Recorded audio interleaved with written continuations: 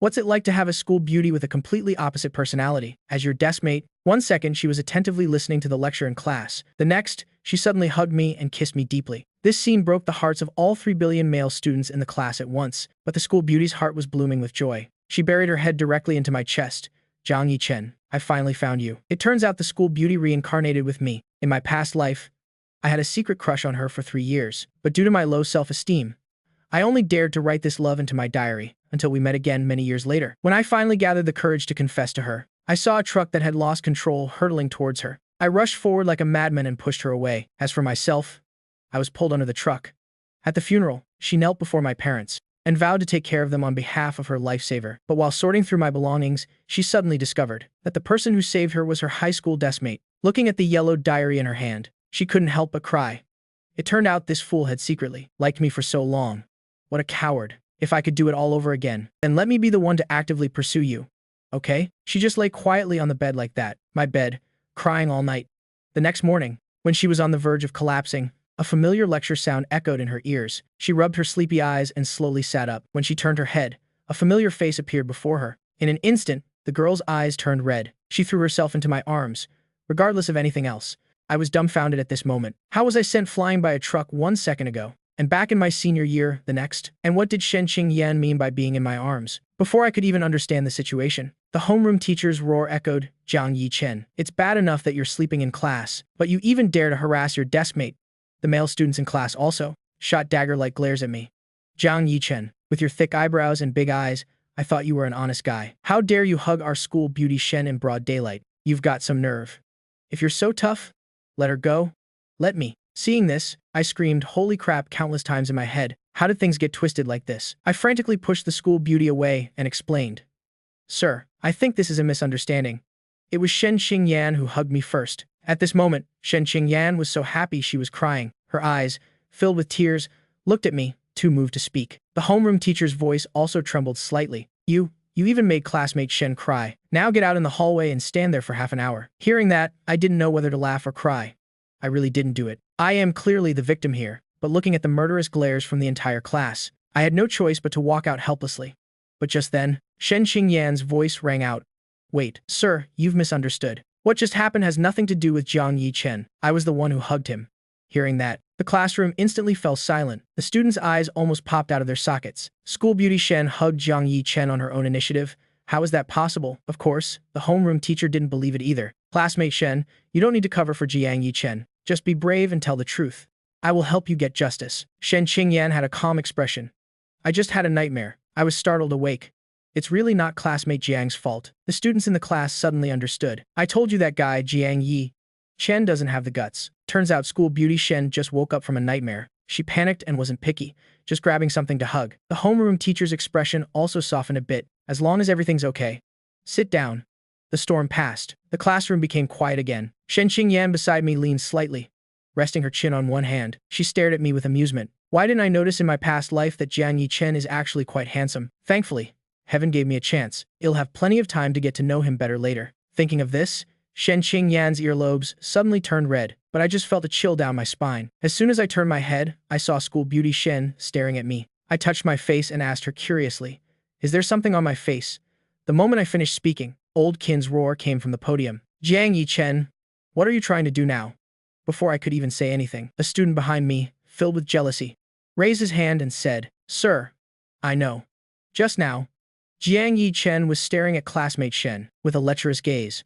I fell apart again, there twisting the truth for the second time. This time, I explained until my throat was dry, almost pointing to the sky and drawing on the ground, making all sorts of vows. Only then did I barely get Old Kin to half-heartedly accept it. After sitting down, I was so angry I gritted my teeth. I glanced at the culprit.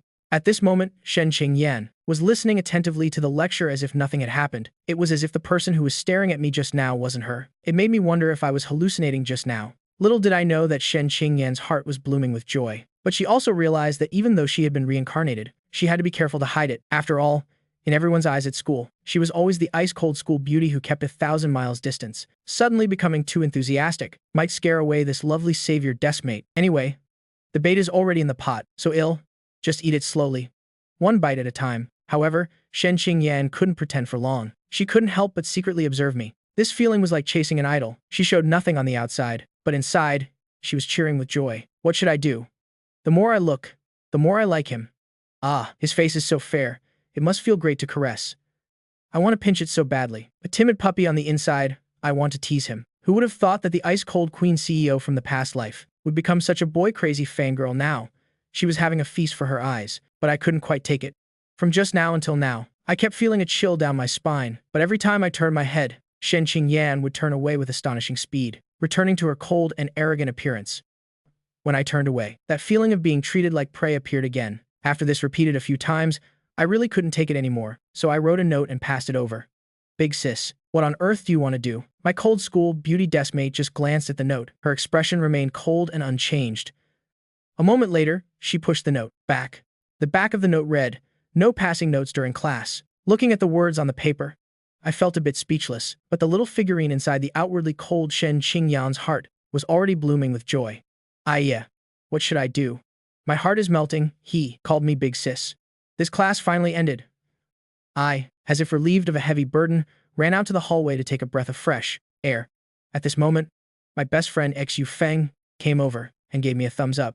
Bro Chen, you're so cool. Even school beauty Shen, you dared to tease her.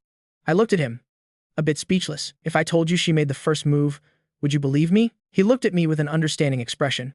It's okay. It's normal to fail at pursuing school beauty Shen. At least it's better than being a spare tire for Lin Mu Yao. Hearing this name, I froze for a moment. It seems I did have a dark romantic history in high school. Just then, a voice called out, "Jiang Yi Chen, Lai Wei and I want to eat ice cream. Go buy it for us?" That entitled tone disgusted me. If it were the me from my past life, I would probably be so excited I'd jump off a building to buy it. But now, I decided to use a very polite way to refuse her. If you're not sick, you can go buy it yourself. Hearing this, Lin Mu Yao was stunned. She thought she had misheard. She quickly pretended to be pitifully wronged, biting her lip, as if she had made a great resolution.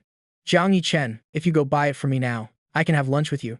After saying that, a smug look appeared on her face. Previously, every time she said that, I would eagerly agree to her request. Lin Mu Yao thought this time would be no exception, but unexpectedly, I clutched my wallet and looked at her with a shocked expression. "You even want to freeload off my lunch money?" Lin Mu Yao just felt her head buzzing at this moment. When she came to her senses, she was so angry she stomped her foot. In her haste, she suddenly thought of something and blurted out, "If you don't go, then you can forget about holding my hand for the rest of your life." After speaking, she looked at me smugly.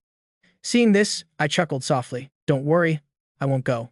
I sneered inwardly. I had such a hard time getting reincarnated. Something as important as holding a girl's hand for the first time. How could I let a sea queen taint it with those dirty hands? Li Wei, beside Lin Mu Yao, was also angry. "Jiang Yi Chen, do you understand human language?" Yao Yao said. "If you don't go buy ice cream, you can forget about ever holding her hand." Her voice was a bit loud, attracting the gazes of almost all the students in the hallway. Just then, a pleasant, cold voice rang out. "Of course he understands. On the contrary, are you two the ones who don't understand human language? Classmate Zhang already said he's not going, yet you keep pestering him here. Aren't you embarrassed?" Shen Qingyan strode forward on her long legs, like a queen ascending her throne. Every step seemed to stomp heavily on the hearts of everyone watching. The surrounding students stared wide-eyed in disbelief at the sudden appearance of school beauty Shen. Holy crap, is school beauty Shen defending Jiang Yi Chen? At this moment, Shen Qingyan appeared cold on the outside, but inside, she was furious. The man this queen has set her sights on. Is he someone you can touch? Seeing school beauty Shen appear, I was also stunned. After analyzing it with my wise brain, I came to a conclusion. They probably have a grudge against each other. Lin Mu Yao was caught off guard by the current situation in front of Shen Qingyan. Whether it was looks, family background, or reputation, I was inferior in every way. But with so many students watching in the hallway, she didn't want to show weakness. She stubbornly met Shen Qingyan's gaze. "I am talking to Jiang Yi Chen. What does it have to do with you?" Shen Qingyan walked to my side and said flatly. "I am his deskmate. So what are you?" Lin Mu Yao froze. She couldn't say Jiang Yi Chen was her follower. An idea flashed in her mind. He and I are good friends who can hold hands. To win against Shen Qingyan, she also went all out. Shen Qingyan let out a cold laugh. "Really?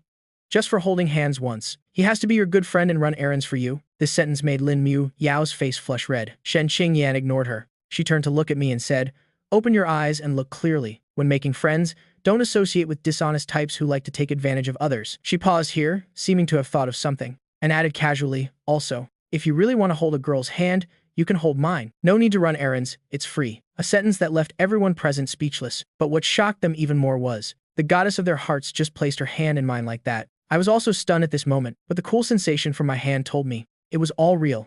Immediately after, I heard my school beauty deskmate say in her usual gentle tone, the bell rang, let's go back.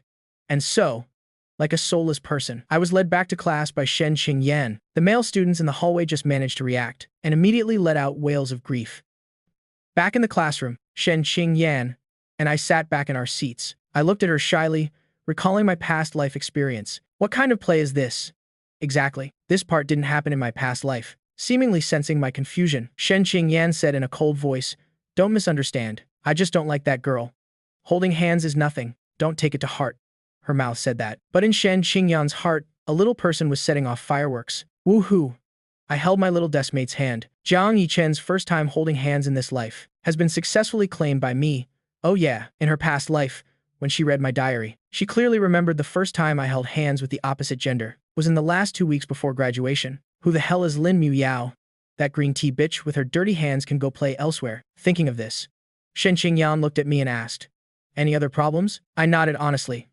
I see, we're already in the classroom. Then I looked worriedly at my right hand, which, since entering the classroom, hadn't been let go by my school beauty deskmate. Shen Qingyan had a calm expression and casually let go of my hand. Sorry, I forgot. But she was a little disappointed inside. Aya, I got caught again. I wanted to hold it a little longer. After my right hand was freed, I also breathed a sigh of relief. It's not that I want to be a saint. It's mainly because I am afraid of dying. Just now, the homeroom teacher Chin Min was patrolling the hallway. I was worried he'd see it, and he'd get angry and take my sorry life. In class, I wrote a note and passed it over out of politeness. Thanks. Shen Qingyan glanced at the note and casually wrote back a sentence. How will you thank me? I was stunned. I was just being polite. Why is this deskmate not polite at all? I grumbled to myself. How to thank you? I already gave my life for you in our past life. Why don't you think about how you should thank me? I felt a little indignant. But on second thought, never mind. It's all from the past life. Besides, she wasn't reincarnated. I scribbled a few more lines on the note and pushed it over. How do you want me to thank you? Seeing this, the corner of Shen Qingyan's mouth seemed to lift into a barely perceptible smile. She quickly wrote a line on the paper and pushed it back. Call me big sis and let me hear it. Seeing the words on it, I almost choked on my own saliva. I coughed. I couldn't help but look up at my school beauty deskmate. The latter was still concentrating on the history teacher on the podium with an attentive expression. It's hard to imagine this ice-cold school beauty having such a hobby. I continued to write the note and passed it back. No way. Change it to something else. Shen Qingyan glanced at the note and quickly wrote something and pushed it back again. Then treat me to lunch today. I looked at the note seriously. I always had a feeling of being set up. At the same time, the person sitting next to me, Shen Qingyan, smirked again. Little brat, as if I can't handle you. It was finally the end of class. Xu Feng quickly ran over again, leaning in front of me and saying, Bro Chen, you really hit the jackpot today. First, you get hugged tightly by the school beauty. Then she takes the initiative to hold your hand. If she even has lunch with you, Bro Chen, he'll believe you two are really dating. To celebrate, he'll treat you to a meal. As soon as he finished speaking, a beautiful figure approached. Shen Qingyan looked at me. Let's eat. 3 words in a calm tone, but the content was as explosive as a bomb. I pointed at Xu Feng beside me. Xu Feng said he wants to treat. Shen Qingyan frowned slightly. Looking at Xu Feng, you want a treat? Although her expression didn't change, the atmosphere around them seemed to have dropped a few degrees. But Xu Feng, who didn't know what was good for him, nodded repeatedly. Okay, my treat, my treat. He was extremely excited inside to be able to treat the school-recognized ice queen to a meal. For such an opportunity for close contact, any amount of money was worth it. But halfway through his sentence, he froze, because he saw the emotionless gaze of school beauty Shen. Xu Feng suddenly shivered. His voice trembled a little. So, am I treating or not? Shen Qingyan said casually. You're not treating. Xu Feng immediately nodded, like a chicken pecking at rice. Right. I am not treating. You two go eat. I forgot. My mom is having her second baby today. After saying that, he turned and ran. I stared blankly in the direction Xu Feng left. Shen Qingyan looked at me with satisfaction. Let's go eat. I gulped. Let's go. At the corner of the stairs, Xu Feng secretly poked his head out to look in this direction. No way. Are they really dating? The cafeteria was packed at noon. Moreover, on the way, I don't know how many times I was killed by glares. Shen Qingyan also frowned. She wanted to have a meal alone with me. Let's go eat outside the school gate. I nodded. Okay, but I still felt helpless inside. Sensing that I was a bit distracted, Shen Qingyan came closer and said, What's wrong? You want to hold hands now? My mind immediately cleared, and I shook my head like a rattle drum. No.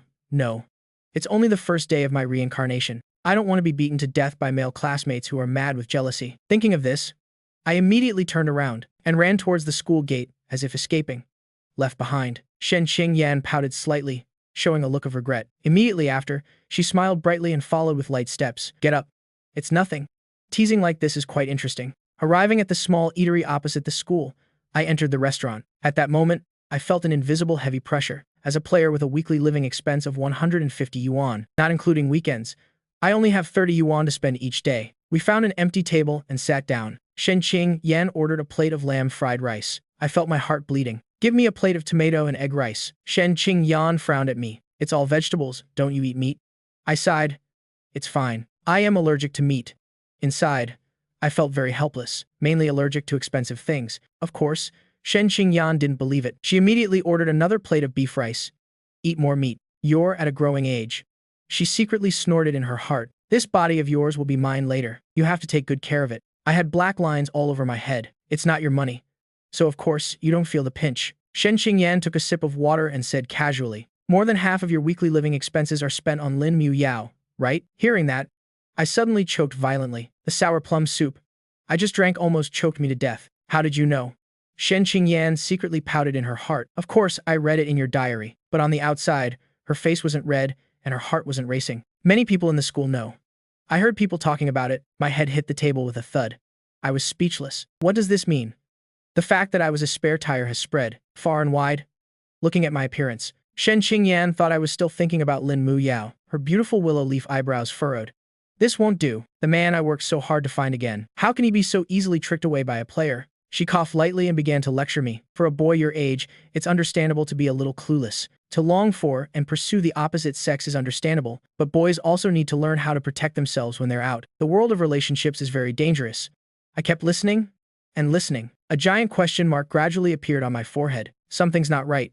Why is this school beauty deskmate suddenly lecturing me? This style is a bit strange.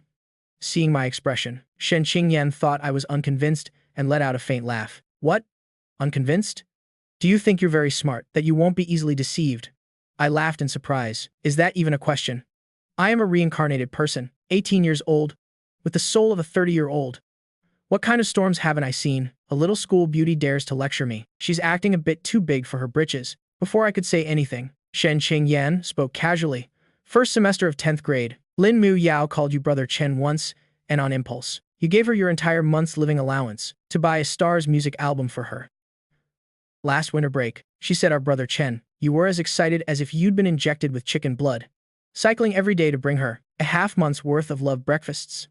This Chinese New Year, she said she was considering holding your hand. You got excited and handed over another 2 months' meal money, only to get a thank you in return. Hearing her go on, as if she was telling a family story, recounting my entire career as a spare tire, I was completely dumbfounded, staring at her wide-eyed. Holy crap, how does she know in such detail? Even I was about to forget. Shen Qingyan's indifferent gaze swept over me. Are you convinced now? I wanted to find a hole to crawl into. I am convinced, completely convinced. The evidence is undeniable. My 3 years of high school. I was truly a genuine titanium spare tire. There's no washing this clean. I stared at her blankly and asked, but how do you know so clearly? Shen Qingyan's face remained cold as she lied calmly, without changing her expression. Many people know. I heard them talking. My head hit the table with a thud once again. Good heavens. Social death for the second time. Seeing me like this, a smile flickered across Shen Qingyan's face, then she quickly returned to her cold expression. Now you know, right? So promise me you won't be so easily deceived anymore. Stay away from that kind of girl. I nodded with a pained expression. Definitely. Shen Qingyan was very satisfied with my attitude. As the food was served, she continued to press her advantage. Boys at this age should still focus. Studying hard to get into a good university is the main mission. I replied listlessly. You're right. Shen Qingyan looked at me with satisfaction and continued. So if Lin Mu Yao comes looking for you again, don't pay any attention to her. I nodded silently and said okay. She looked at me and continued. Also, if any other girl wants to hang out with you, you must learn to say no. I continued to nod and said, no problem, she continued. If you find that anyone in the class or the grade, any other girl has feelings for you, you must report to me immediately. I listened, and suddenly felt something was off. I immediately looked up and looked at Shen Qingyan opposite me with a suspicious expression. If another girl has feelings for me, why do I have to report it to you? Also, I can't treat other female classmates to meals, so why is it okay to treat you? Shen Qingyan had a calm expression. Her expression didn't change. Because I am the class president. I have the responsibility to supervise the students in the class, so their academic performance isn't affected. As for treating to meals, that's different. We are deskmates. It's very normal for deskmates to eat together. I was stunned listening to this. I looked suspiciously at Shen Qingyan in front of me. The other party remained cold and calm. I couldn't see any hint that she was lying with a guilty conscience, so I gradually believed and accepted it. A cold ice goddess like Shen Qingyan indeed doesn't need to make up stories to trick me in this matter. Otherwise, what would she gain from it? If Shen Qingyan was really lying and had other intentions, I would definitely be able to see through it easily. Guaranteed not to be deceived. Thinking of this, I couldn't help but feel a little touched. So when I looked at Shen Qingyan in front of me, I spoke sincerely. Thank you. Shen Qingyan maintained a cool and natural expression. It's nothing. It's what I should do. So how are you going to thank me? I was speechless. The feeling of being moved was only half formed, and it was forced back down again. I almost choked to death. How do you want me to thank you? Shen Qingyan seemed to think for a moment absent-mindedly. Her expression showed no sign of prior planning. Her voice was indifferent. Then call me big sister and let me hear it. Hearing that, my face was full of black lines as I looked at my school beauty deskmate. She calmly met my gaze. I replied in a firm voice. I can't. Shen Qingyan looked at me and asked, what will make you call me that? I shook my head and said, nothing will make me. Hearing that, the corner of her mouth lifted slightly. She said, this meal is on me. I immediately changed my expression. Good, big sister. Hearing this, Shen Qingyan's expression didn't change at all. She just nodded indifferently, then calmly stood up and reached out to pat my head. In a cool and casual tone, she left a single word, good boy, then turned and walked towards the counter. Boss. The bill. We left the restaurant but didn't go back to school right away. Shen Qingyan told me to wait for her for a moment at the door of the small supermarket. She went in to buy some wet wipes. This act of shopping with a girl, for a high school boy, often implies a certain level of intimacy and ambiguity. But Shen Qingyan maintained her cool and natural expression and gave a righteous explanation. It's very normal for deskmates to go to the supermarket together. At school, other people's deskmates do it too. I was half believing, half doubting, but still chose to accept it. Anyway, thinking about it, Shen Qingyan had no reason to lie to me. She wouldn't gain anything from it. So Shen Qingyan went into the supermarket to shop, and I waited at the door. Just then, a familiar, coquettish female voice came from behind. Jiang Yichen. I turned my head towards the voice and saw Lin Muyao coming out of a noodle shop next door. She looked down at me. What? Have you thought carefully about apologizing to me? Hearing that, I looked at her like she was crazy. Apologize for what? Where did this green tea player girl come from? Lin Muyao smiled confidently again. You usually eat at the cafeteria. Today you came to the school gate. Weren't you waiting for me? Still being stubborn, Jiang Yichen was amused. He glanced at her and said, I am not waiting for you. Lin Muyao sneered again. Her expression was as if she had seen through someone's thoughts. Jiang Yichen, I know you want to make me jealous. So you've gone through so much trouble. You even invited Shen Qingyan to act with you. But, do you really think I'll fall for this childish trick? The mention of Shen Qingyan reminded me of the social death scene just now. My dark history was listed, and my temples twitched. It was so embarrassing. Thinking of this, my face immediately darkened. Are you done? If so, go back to your seat. Waiting for someone. Lin Muyao was stunned by my attitude. She blurted out in annoyance. Jiang Yichen, what's with your attitude? Let me tell you, this is the last chance I am giving you. Just then, in the small supermarket next to the noodle shop, the person who had finished shopping and paid, Shen Qingyan, was about to walk out of the store. As she reached the door, she heard from outside Lin Muyao's annoyed questioning. Shen Qingyan immediately stopped in her tracks. She perked up her ears to listen to the commotion outside. She wanted to see how, after she had just taught her foolish deskmate a lesson, now it was time to check the teaching results, how her little deskmate would perform. At this moment, I heard the threat from the little princess, the green tea in front of me, and raised an eyebrow. What do I have to regret? Lin Muyao smiled confidently as if victory was already in her grasp. If you don't apologize, from now on, it's not just about holding hands. I'll never pay attention to you again. I won't even say another word to you. In the future, no matter how you try to find me, I won't even spare you a single glance. I quickly nodded and said, that's great. Hearing that, Lin Muyao couldn't help but get angry. What on earth do you mean? I kindly explained to her, it's exactly what it sounds like. My deskmate told me I have to study hard and associate less with indecent girls. Speaking of which, I looked at Lin Muyao and added another sentence, especially you. Lin Muyao was so angry her mind went blank. Me? I am indecent? How dare you say that about me? I feigned innocence. I didn't say it. My deskmate did. Lin Muyao was about to go crazy. So you'll listen to whatever your deskmate says. Finally, a faint sneer appeared on my face. I can't listen to her. Then why should I listen to you? This sentence, along with the sneer at the corner of my mouth, left Lin Muyao stunned and speechless. I continued slowly. Besides, my desk mate is the school beauty. She's beautiful, tall, and speaks pleasantly. Why wouldn't I listen to her? Then I glanced at the dazed Lin Mu Yao, whom I had defeated. At Lin Mu Yao, I dealt the final blow. Unlike you, you're short and not that pretty. 10 simple words directly stabbed Lin Mu Yao through the heart. Jiang Yichen, you just wait and see. I will never forgive you. This class beauty of class 7, recognized by the entire 12th grade as sweet and lovely, finally got so angry that she spoke through sobs and left with one last sentence, then ran away without looking back. At this moment, there were footsteps behind me. I turned my head and saw Shen Qingyan, who had finished her shopping and came out. She still had a cold, calm expression and glanced at me. Who were you talking to just now? I replied casually. Just a passerby. I don't know her. Shen Qingyan nodded, pretending not to know, then casually handed me a piece of fruit candy. Zhaolin gave it to me. You try it. The little person in her heart watched with satisfaction as I unwrapped the candy and put the fruit candy in my mouth, thinking of the sentence she had just overheard. My deskmate is the school beauty, and she's beautiful. She couldn't help but smile like a blossoming flower. This little fool has a sweet mouth. In the afternoon, at 1:40 p.m., the class bell rang. I tilted my head slightly to look at Shen Qingyan sitting next to me. This deskmate is not only beautiful, but her grades are also excellent. Just as I was staring blankly, a note was pushed over by a slender finger, gently. I glanced at the note. Stop staring. Pay attention to the lecture. I looked up at Shen Qingyan beside me. She still had a cold, focused expression, looking at the podium and listening attentively to the lecture.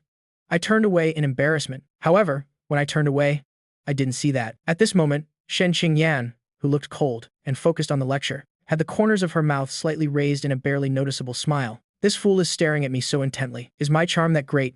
Thinking this, the little person in her heart couldn't help but show a hint of secret satisfaction, and she was completely unaware that she had actually misunderstood. The last period in the afternoon was the class meeting. The homeroom teacher stood on the podium with a stern expression, announcing to the students below, next Tuesday is the second mock exam.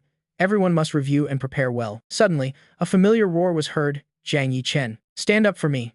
I shot up reflexively. Following the voice, I saw the homeroom teacher on the podium, glaring at me angrily.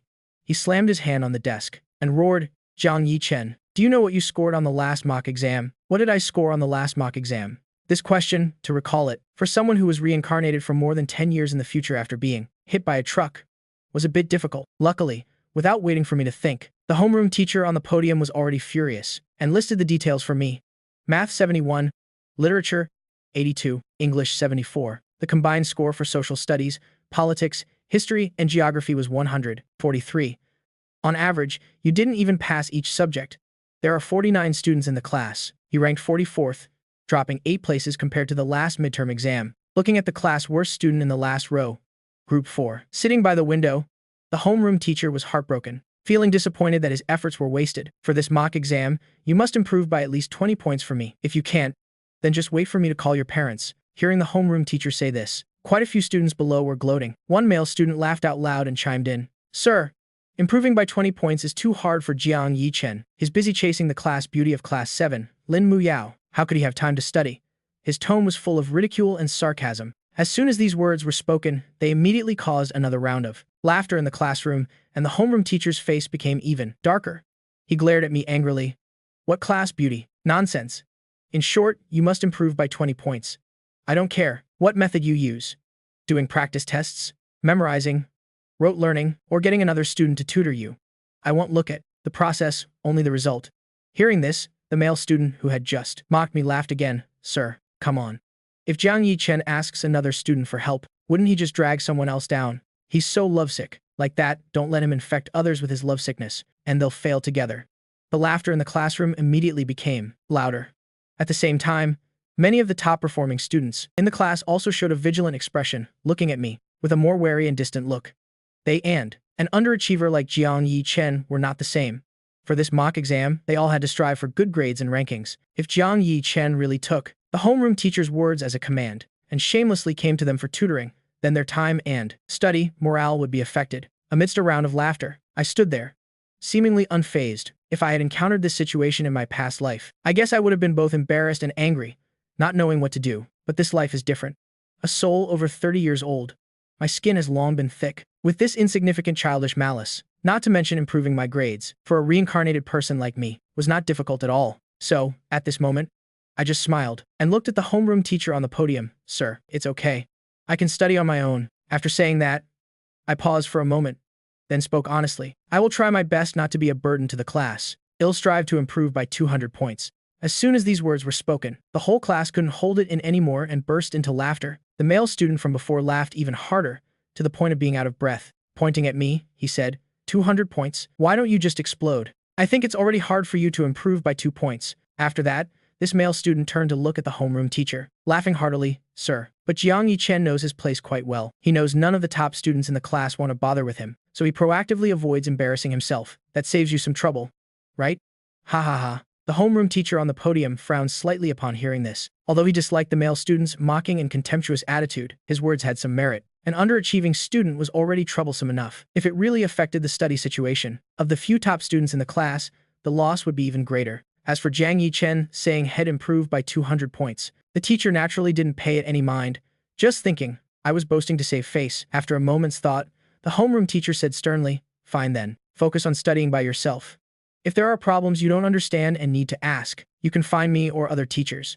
Before he could finish his sentence, suddenly a sound rang out in the classroom. A clear, pleasant voice suddenly rang out. There's no need to find someone else. I'll do it. The atmosphere in the classroom suddenly became quiet. You could hear a pin drop, including the homeroom teacher. At this moment, all the students in the class were stunned. Their eyes instinctively turned towards the source of the sound. Their gaze fell on the last row of the fourth group in the classroom, right in the seat next to a certain underachiever. The cold and beautiful Ice Queen suddenly stood up. She was standing shoulder to shoulder with me. Shen Qingyan's cold gaze swept over all the students in the class. Wherever her gaze passed, the students who had just joined the leading male student in mocking me couldn't help but feel guilty and instinctively lowered their heads to avoid her gaze. Finally, she looked at the homeroom teacher on the podium and repeated in a calm and gentle tone, I will tutor Jiang Yichen.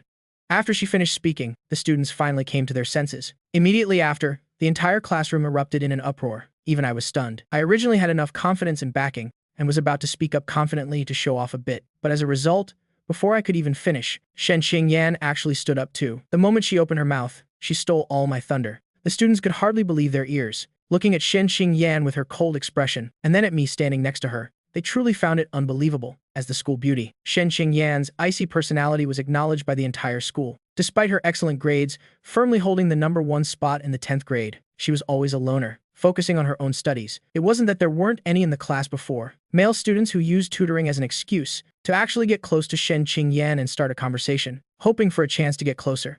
The result was always a blunt refusal. But now, for someone in the class, whose grades were near the bottom, Jiang Yichen, Shen Qingyan took the initiative to stand up, expressing her willingness to personally tutor him. The one who had laughed the loudest earlier, that male student couldn't help but get anxious and immediately said, Sir, student Shen's grades are of course good, but for this second mock exam, she still has to help our class compete for first place in the grade. We can't let Jiang Yichen drag her down. The homeroom teacher on the podium hesitated a little, frowning. I think it's better not to. Before he could finish his words, he was interrupted by Shen Qingyan.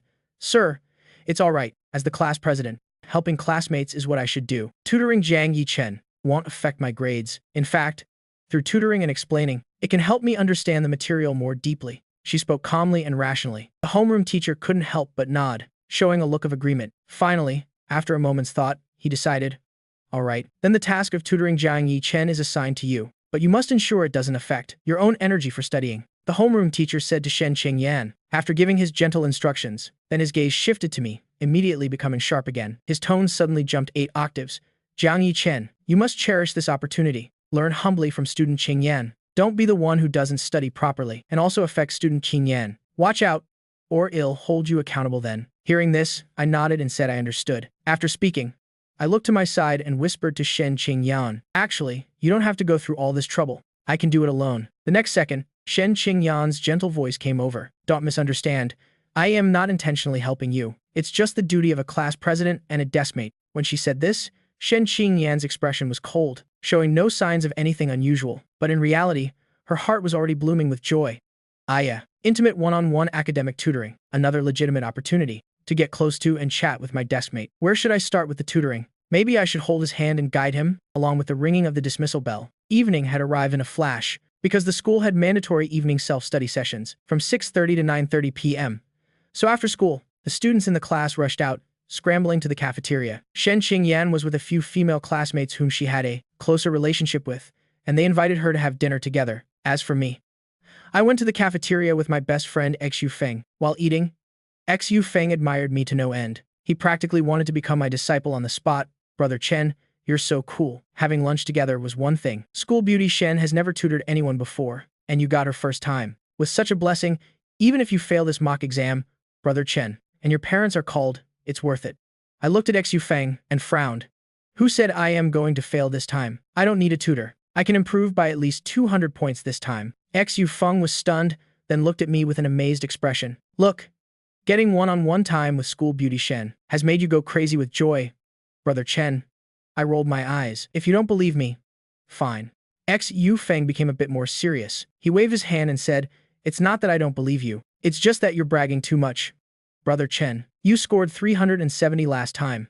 An increase of 200 points. That's 570 points, which could get you into the top 15 of the class. How could an ordinary person dare to think of that? Hearing this, a mysterious smile appeared at the corner of my mouth. How about we make a bet? If I can improve by at least 200 points on this mock exam. Xu Feng didn't hesitate and patted his chest. He generously agreed.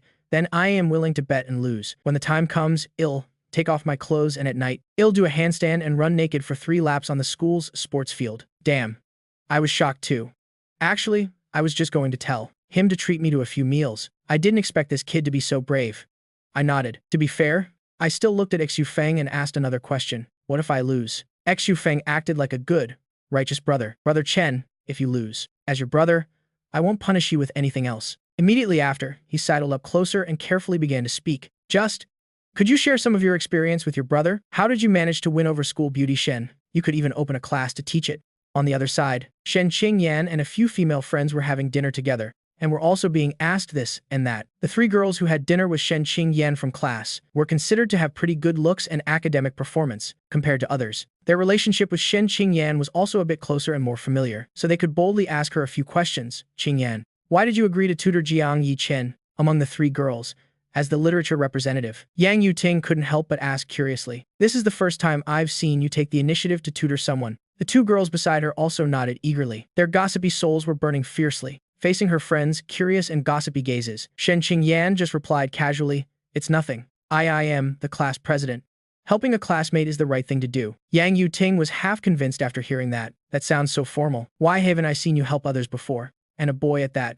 Shen Qingyan remained calm. It's just a coincidence. He's my deskmate. Helping to tutor is just convenient. Another girl beside her couldn't help but ask. Then what about you actively hugging him this morning? I heard during the break, you even held Jiang Yi Chen's hand in front of the class beauty of class 7. Shen Qingyan's face didn't blush. Her heart didn't race. She lied without batting an eye.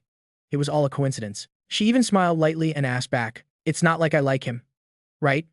As soon as she said this, the 3 girls immediately felt relieved. That's true. How could you possibly like an underachiever like him? I told you. It must be a coincidence. Qingyan is just being a little kind. Looking at the state of the 3 girls in front of her, at this moment, the minifigure in Shen Qingyan's heart was smiling with curved eyes, smug as a little fox. Easily deceived them.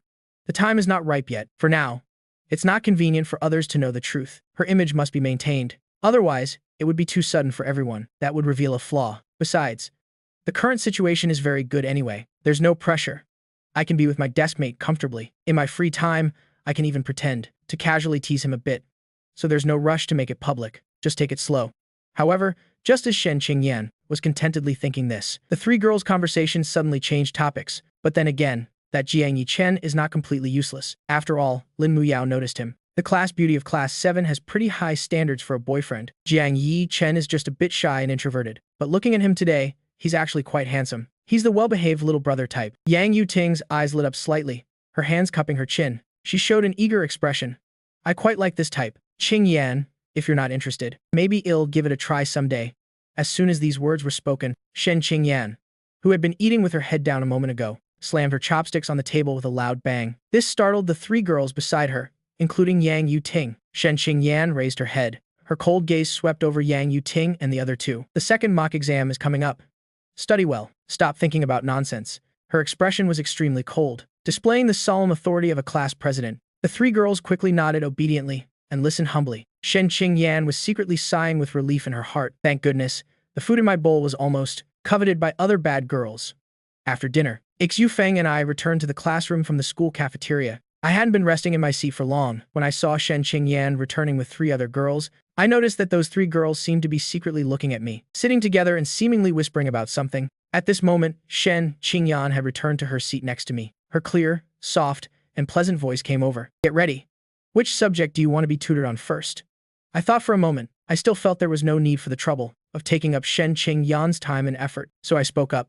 How about we just forget it? I can study on my own. Shen Qingyan paused for a moment after hearing that, then said softly, do you feel like you don't need help? Then, without waiting for my reply, I saw her rummaging in her desk drawer for a moment and quickly took out 2 English test papers and placed them in front of me. Try doing the fill-in-the-blank section on these 2 papers. Shen Qingyan added, if you get less than 8 questions wrong in total, you'll believe that you can do it on your own. I took the test paper and smiled. Okay. Watching me pick up the pen and start working, Shen Qingyan was also very confident in her heart. She estimated my ability. At my level, I should get at least 14 or 15 questions wrong. At that point, my deskmate would be thoroughly convinced of his defeat and could only obediently accept her one-on-one tutoring. Thinking this, a smile couldn't help but appear on Shen Qingyan's lips. However, just 20 minutes later, when the fill-in-the-blank sections of the 2 papers were completed and placed in front of Shen Qingyan, she quickly glanced at the answer key. Shen Qingyan's cold and calm expression almost broke for the first time. Her small mouth opened slightly, revealing an expression of disbelief. 2. Fill in the blank sections. A total of 30 questions, all correct. Carefully, checking again. When she confirmed there were no mistakes, Shen Qingyan couldn't quite believe it. These 2 fill-in-the-blank exercises, most average students would get at least 3 to 4 questions wrong on each. Even she wasn't sure she could get them all right, but the deskmate in front of her didn't get a single question wrong. All correct. No. According to her understanding of me in the previous life, and after reading his entire diary, the academic level of her foolish deskmate had been in a freefall since the 2nd semester of 10th grade. He was truly near the bottom of the class. How could he get them all right so easily? And it only took him 20 minutes. At this time, I had a very relaxed expression. I even had time to appreciate Shen Qingyan's adorable surprised expression. Since being reincarnated, this was finally the first time when facing Shen Qingyan that I had the upper hand, which made me can't help but say with a bit of pride, now, do you believe me? But these words of mine reached Shen Qingyan's ears. Like a small provocation, her willow-like eyebrows shot up. In her past life, the icy female CEO of the Shang Corporation, her unyielding personality returned. This kid wants to compete with me, doesn't he? Her expression quickly returned to its usual coldness. Fine. These 2 papers are quite simple. With that said, Shen Qingyan then took another test paper from her English textbook, covered the answer section with tape on the fill-in-the-blank she had done, and handed it to me. At the same time, she looked up at me, her tone as gentle as usual. Try this one. I raised my eyebrows slightly and smiled calmly. No problem. So I picked up my pen again and started working quickly. This time, my efficiency was extremely high again, and after only a short 10 minutes, I gently returned the 3rd test paper to Shen Qingyan's hand. Finished so quickly. You'll regret it if you don't check it carefully. Shen Qingyan pretended to comment calmly, but her movements were actually very fast, immediately taking the paper. Then she took a light breath and removed the tape covering the answers, and started checking. The checking process was very short. In an instant, it was confirmed. Shen Qingyan suddenly took a sharp breath. The shock in her eyes this time was even greater. All correct again. Once could be considered luck, but this 3rd paper wasn't an assignment from the teachers, but an English competition paper she found herself. It was originally just for her to practice and further improve her level. Shen Qingyan herself had gotten 3 questions wrong, but I unexpectedly only took about 10 minutes to produce a perfect, all correct answer. This time, Shen Qingyan couldn't help but look at her deskmate again, her eyes filled with complete astonishment and disbelief. The mini-figure in her heart had its mouth wide open in a cute O shape. Is this still the deskmate she knew? The one who complained in his diary that English was too hard? That little fool? How did he suddenly become a competition-level English master? I didn't know what Shen Qingyan was thinking at this moment. After finishing the 3 papers, I just felt refreshed. So this is all an English competition paper amounts to. In my previous life, after failing the college entrance exam, I barely had enough points to get into a second-rate university. My parents took out most of their savings to send me to an ordinary university. When I saw my parents' hair turning grayer, I felt extremely guilty and blamed myself, and only then did I completely wake up. In college, on the contrary, I started to become more diligent and hardworking. I studied while working part-time, tutoring part-time to earn living expenses. Even after graduating from college, my first job, which lasted for 3 years, was at a famous local education center, where I became a teacher, specializing in tutoring students of the center in various subjects, and my main tutoring focus is high school subjects. Now, I've been reborn back to my high school days, facing the challenge of these subjects once again. It can be said, it's a piece of cake. The English test is done. Next are literature, math, and history. However, the mandatory classical literature and poetry in high school, I've memorized them all by heart. At this moment, Shen Qingyan's eyes lit up. Her tone revealed a rare hint of joy and excitement. This question is wrong. Hearing that, I gently glanced over the answer and casually pointed out it's the wrong answer. Shen Qingyan took a closer look herself and found that it was indeed the wrong answer. I looked up at the dazed Shen Qingyan, who had a rare silly look on her face. I raised an eyebrow. Do you believe me now? Shen Qingyan finally snapped out of it, trying to make her expression return to its usual coldness. Not bad. Right after that, she couldn't help but look at me again, sizing me up, unable to contain the doubt in her heart. How did you suddenly get so good at studying? As for this question, I had already prepared for it. It's not sudden. Actually, lately, I've been secretly working hard, catching up and reviewing, just waiting for this mock exam to surprise everyone. It sounds a bit forced, but it's still better than telling Shen Qingyan that I am a reincarnated person. After hearing this, Shen Qingyan was half believing, half doubting. Her beautiful eyes couldn't help but look me up and down. She still felt that something was off. Secretly working hard, catching up and reviewing. This detail wasn't in the diary. Did this need to be kept so secret that it wasn't even mentioned in the diary? But after a moment's thought, Shen Qingyan still accepted this answer. After all, this was probably the only logical explanation. This deskmate of hers couldn't possibly be reincarnated too. Seeing that Shen Qingyan accepted my explanation, I also smiled.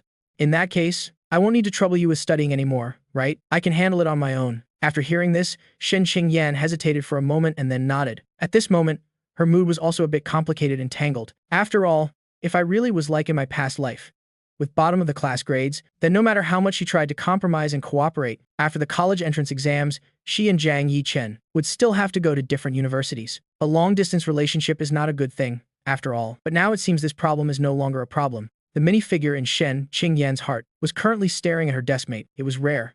Astonished as if seeing a treasure, she couldn't help but be overjoyed. Yeah, as expected of my deskmate. To think you'd secretly hide such great skills. My judgment is indeed not wrong. My silly deskmate isn't silly at all when he's serious about studying. He's a little genius. You know. On the other hand, the minifigure couldn't help but start feeling melancholic. The original plan was to use the opportunity to tutor me, so she could openly and justifiably have deeper contact and interaction with me. Holding my hand to teach, explaining exam questions, she could also satisfy her hand's craving to pinch her deskmate's cheek, pat his head, and so on.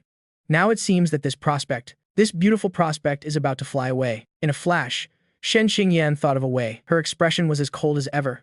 Are you busy? If not, help me with this question. As she spoke, she pushed an English test paper over. She extended a finger and pointed to a reading comprehension passage. I am not very good at this one.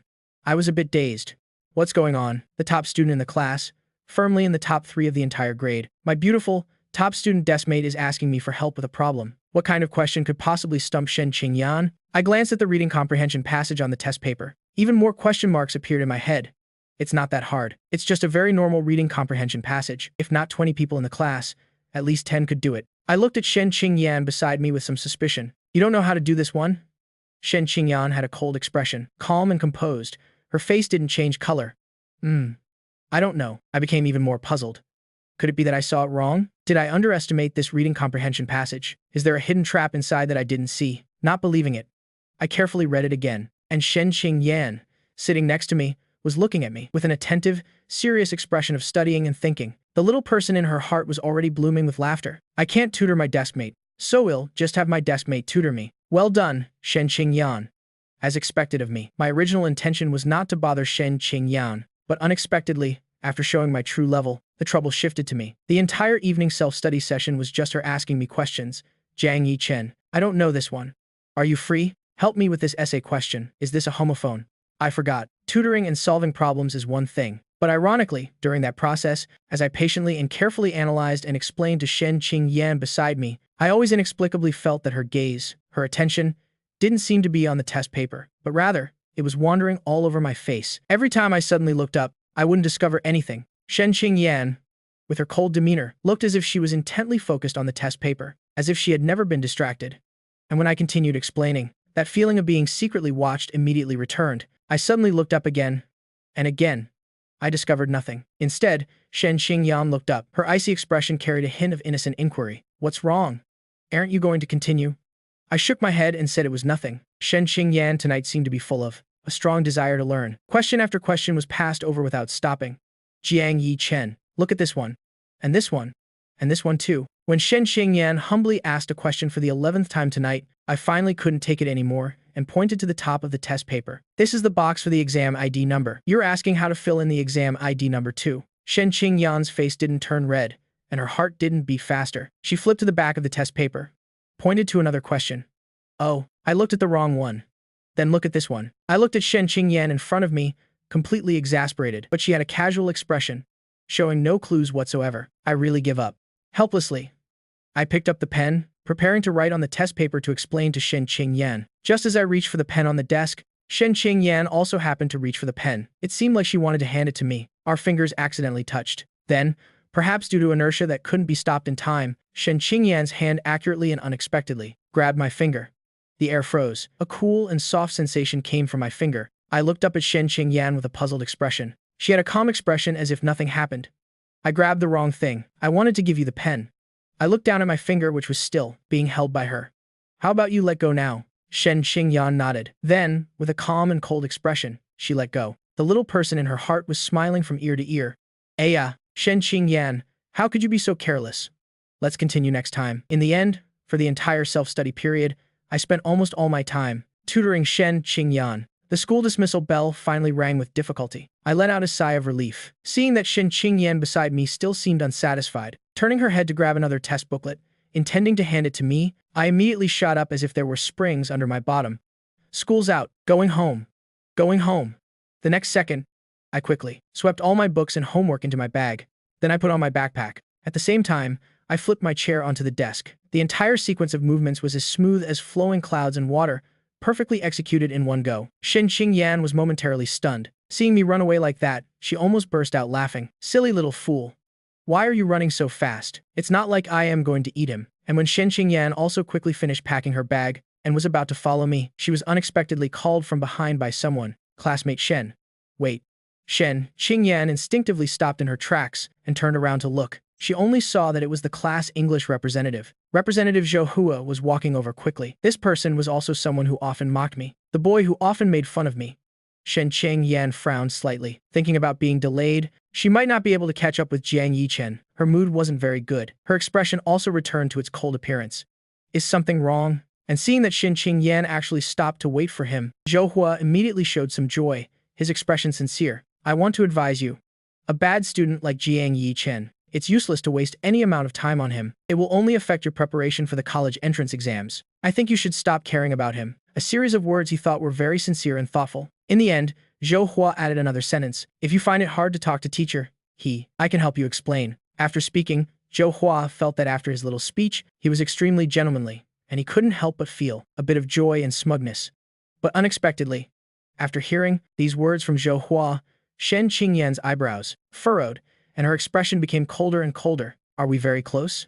Hearing this, Zhou Hua was suddenly stunned. He was a bit at a loss by this unexpected question. Just as he was about to speak, he was cut off by an even colder Shen Qingyan. Let me correct you on something. I was the one who voluntarily asked to tutor Jiang Yichen. Also, my business doesn't need other people's concern. We are just classmates. I hope you will be mindful of your boundaries. Those words just now. I don't want to hear them a second time. After speaking, she paid him no more attention. She put on her backpack and turned to leave through the back door of the classroom. Zhou Hua came back to his senses. A feeling of unwillingness and defiance suddenly surged up. In his anger, he couldn't help but blurt out a sentence. But aren't you and Jiang Yichen also just classmates? Shen Qingyan's footsteps paused for a moment. She turned, her indifferent gaze sweeping over him. It's not the same. He and I are desk mates. I rode my bike home from school. The journey took about 10 minutes. My home is on the 13th floor. While in the elevator, I couldn't help but feel a little inexplicably nervous. The elevator doors opened. As I walked through the corridor towards my front door, looking at the shoe cabinet placed in the hallway, the incredibly familiar decorations, and the familiar smell of food that seemed to be wafting over, floating down the corridor, my mood suddenly relaxed. I walked to the door of my house. I took out my key, inserted it into the lock, and turned it. Taking a deep breath, I pushed the door open. The first thing I saw was the living room, my incredibly familiar and dear living room. The simple layout and decorations in the house were clearly visible. A middle-aged woman was bent over, holding a broom and sweeping. I called out, "Mom." Hearing this call, Mom looked up and saw me standing at the door. She immediately broke into a happy smile. "Yi Chen, you're back." Right after, Mom turned her head towards the kitchen and called out loudly, "Mr. Jiang, my son is home." Immediately, hurried footsteps were heard from the kitchen. Dad, wearing an apron and still holding a spatula, walked out quickly. Seeing me, he also immediately smiled and greeted me warmly. "You're back. Hurry and change your shoes. Dad has made a late-night snack for you." Then he turned to his wife and grumbled, "What do you mean your son? Isn't he my son too?" Mom replied confidently, "Yi Chen is so handsome, he gets it all from me. Of course, he's my son." "What? Zhang Guozheng, you have an opinion?" The last sentence was a sideways glance at her husband.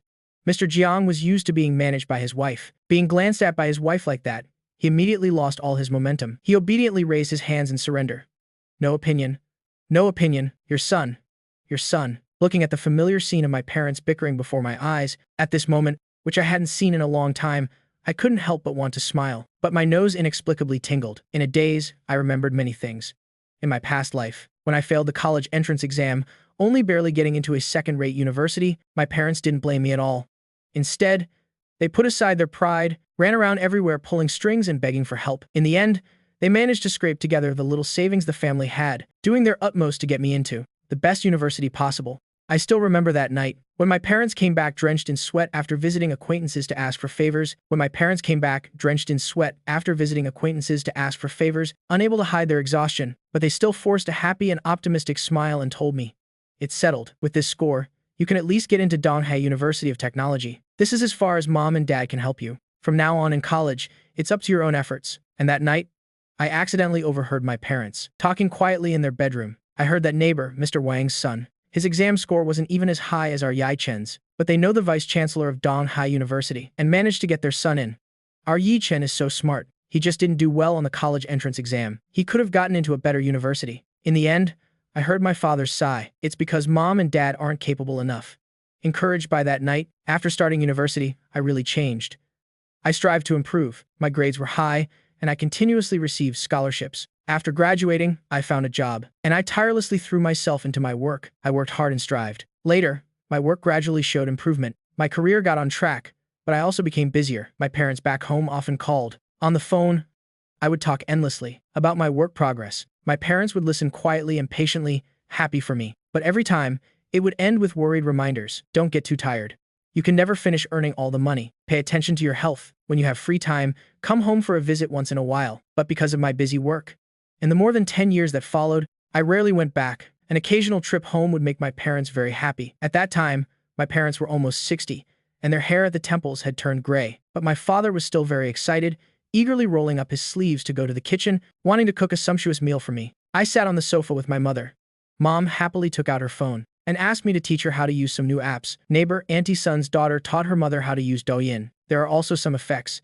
You should teach me how to use them too." When I opened the app on the phone and showed mom a few effects, when I used an aging effect, I, in the phone's camera, immediately turned into a little old man.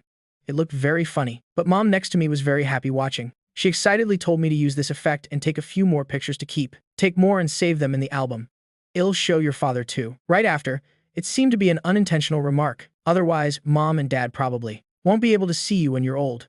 Just that one sentence. Remembering it now suddenly makes my eyes turn red.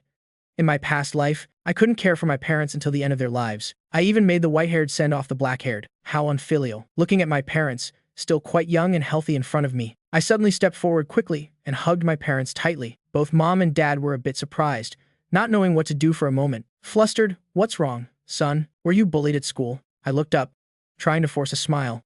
"It's nothing. I just missed you." A moment later, the family of 3 sat at the table for a late-night snack. The late-night snack wasn't lavish, but it was a familiar taste. I held my bowl and chopsticks and ate with great appetite. My parents, sitting opposite me, couldn't help but smile. "Eat slowly. No one is fighting you for it." While watching their son eat his snack, my parents also chatted casually, talking about the company's layoffs. Mom frowned slightly. Her face showed worry. "If I quit now, I can get a severance package. If I stay, my salary will be cut even more. I don't know which to choose." Hearing this, I remembered. I had also experienced this scene in my previous life. In 07, when I was in 11th grade, the state-owned factory where mom worked was indeed not doing well. It started laying off employees. In the end, mom chose to stay with a pay cut. But in reality, after a year or two, the factory still went bankrupt. It was completely sold off. In the end, mom couldn't escape unemployment. And actually, when facing that choice, I remember clearly. Although my mother worked in a state-owned factory, she actually always had a dream to go out and start her own business. It was just that, on one hand, she was influenced by traditional concepts. Subconsciously wanting stability, not daring to take risks easily. On the other hand, the problem was also actually because of this son of hers. After hearing this, Dad shook his head. Forget it. With the little ability we have, how could we possibly be business people? Besides, Yi Chen is now in the crucial final sprint for the college entrance exams. You working at the factory, at least you usually have free time to take care of the house. If you really go out to do business, you'll have even less time to take care of him.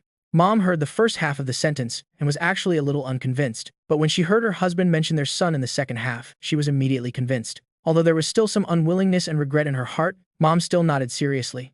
That's true. Then I'll go tell the director. I'll take a pay cut and stay. Listening to my parents' conversation, I felt a warmth in my heart, but there was also guilt. If it weren't for me, my parents probably wouldn't have had so many worries. But I've been reborn. This life should have some changes. I shouldn't leave any regrets for myself, and I shouldn't let my parents have regrets either. After thinking for a moment, I looked up at my parents and spoke. I think you should just quit, Mom. Starting a business outside is also good. The factory's revenue is already very bad now. Even if you take a pay cut and stay, it's not certain it will last a few years. By then, if the factory goes bankrupt, you'll still have to quit. It's really better to take the severance pay now and give it a try outside. Besides, if you succeed in business and earn a lot of money, later when I go to university in a big city, you can even help me buy a house to live in, right? A series of very reasonable words, and moreover, this final joke actually made my mother feel a little moved. This way of putting it isn't wrong. Besides, if Yi Chen goes far away for university later, if it's possible, buying a house early would be much more stable, right? Dad heard this, also felt it made some sense, but still frowned slightly. Your studies now, someone still needs to take care of the house. Hearing that, I smiled and said, Dad, I'm not a child anymore. I can take care of my studies myself. After hearing this, Mom pouted. You're just bragging. If it's really as you say, then why were you ranked in the 42nds in the class in the last mock exam? How can Mom and Dad rest assured? I said without blinking. That was because I wasn't trying my best before. It's different now. The second mock exam is next week. I'll show you my skills then. I'll easily get into the top 10 of the whole grade. My parents looked at each other and immediately burst out laughing. You're bragging without shame. All right. Forget about the top 10 of the grade. As long as you can get into the top 10 of the class in this mock exam, I'll listen to you. Quit my job and give it a try outside. This was the sentence I was waiting for. I immediately held out my hand. It's a deal. Mom also held out her hand and cheerfully high-fived me, looking very magnanimous. It's a deal. After having a late-night snack with my parents and washing my face in the bathroom, I went back to my room. Before closing the door to my room, I could faintly hear my parents cleaning up the dishes in the living room, talking softly. Old Jiang, did you notice? When Yi Chen came back today, he felt a bit different. You think so too? He hugged us as soon as he saw us. It almost startled me. And the things he analyzed for you later, they were quite clear and logical. I was thinking he has finally become ambitious, and he even guaranteed us he could get into the top 10. Do you think your son can do it in this mock exam? The top 10 isn't that easy. Wait a minute, how did he become my son now? It ended with the laughter and teasing of the old couple. Filled with warmth, I smiled faintly. Then I gently closed the door. Back in my bedroom, I didn't rush to bed, but went to sit at my desk. I took out textbooks and practice problems from my bag. I took a deep breath, trying to find that feeling of crazily doing problems and practice tests from when I was a tutor in my previous life. The next morning, I rubbed my sleepy eyes, stretched, and let out a big yawn. Last night, I stayed up practicing problems until 2:30. I slept for a while and woke up not knowing what time it was. Thinking of this, my eyes suddenly widened. Damn it, what time is it? I frantically got dressed and packed my school bag. I didn't have time for breakfast. I said goodbye to my parents and rushed out the door. Downstairs, got on my bike, and sped off. I raced straight to school. The journey that usually took over 10 minutes was directly shortened to 7 minutes. Just as I reached the school gate, suddenly, a shout came from behind me. Jiang Yi Chen, stop right there.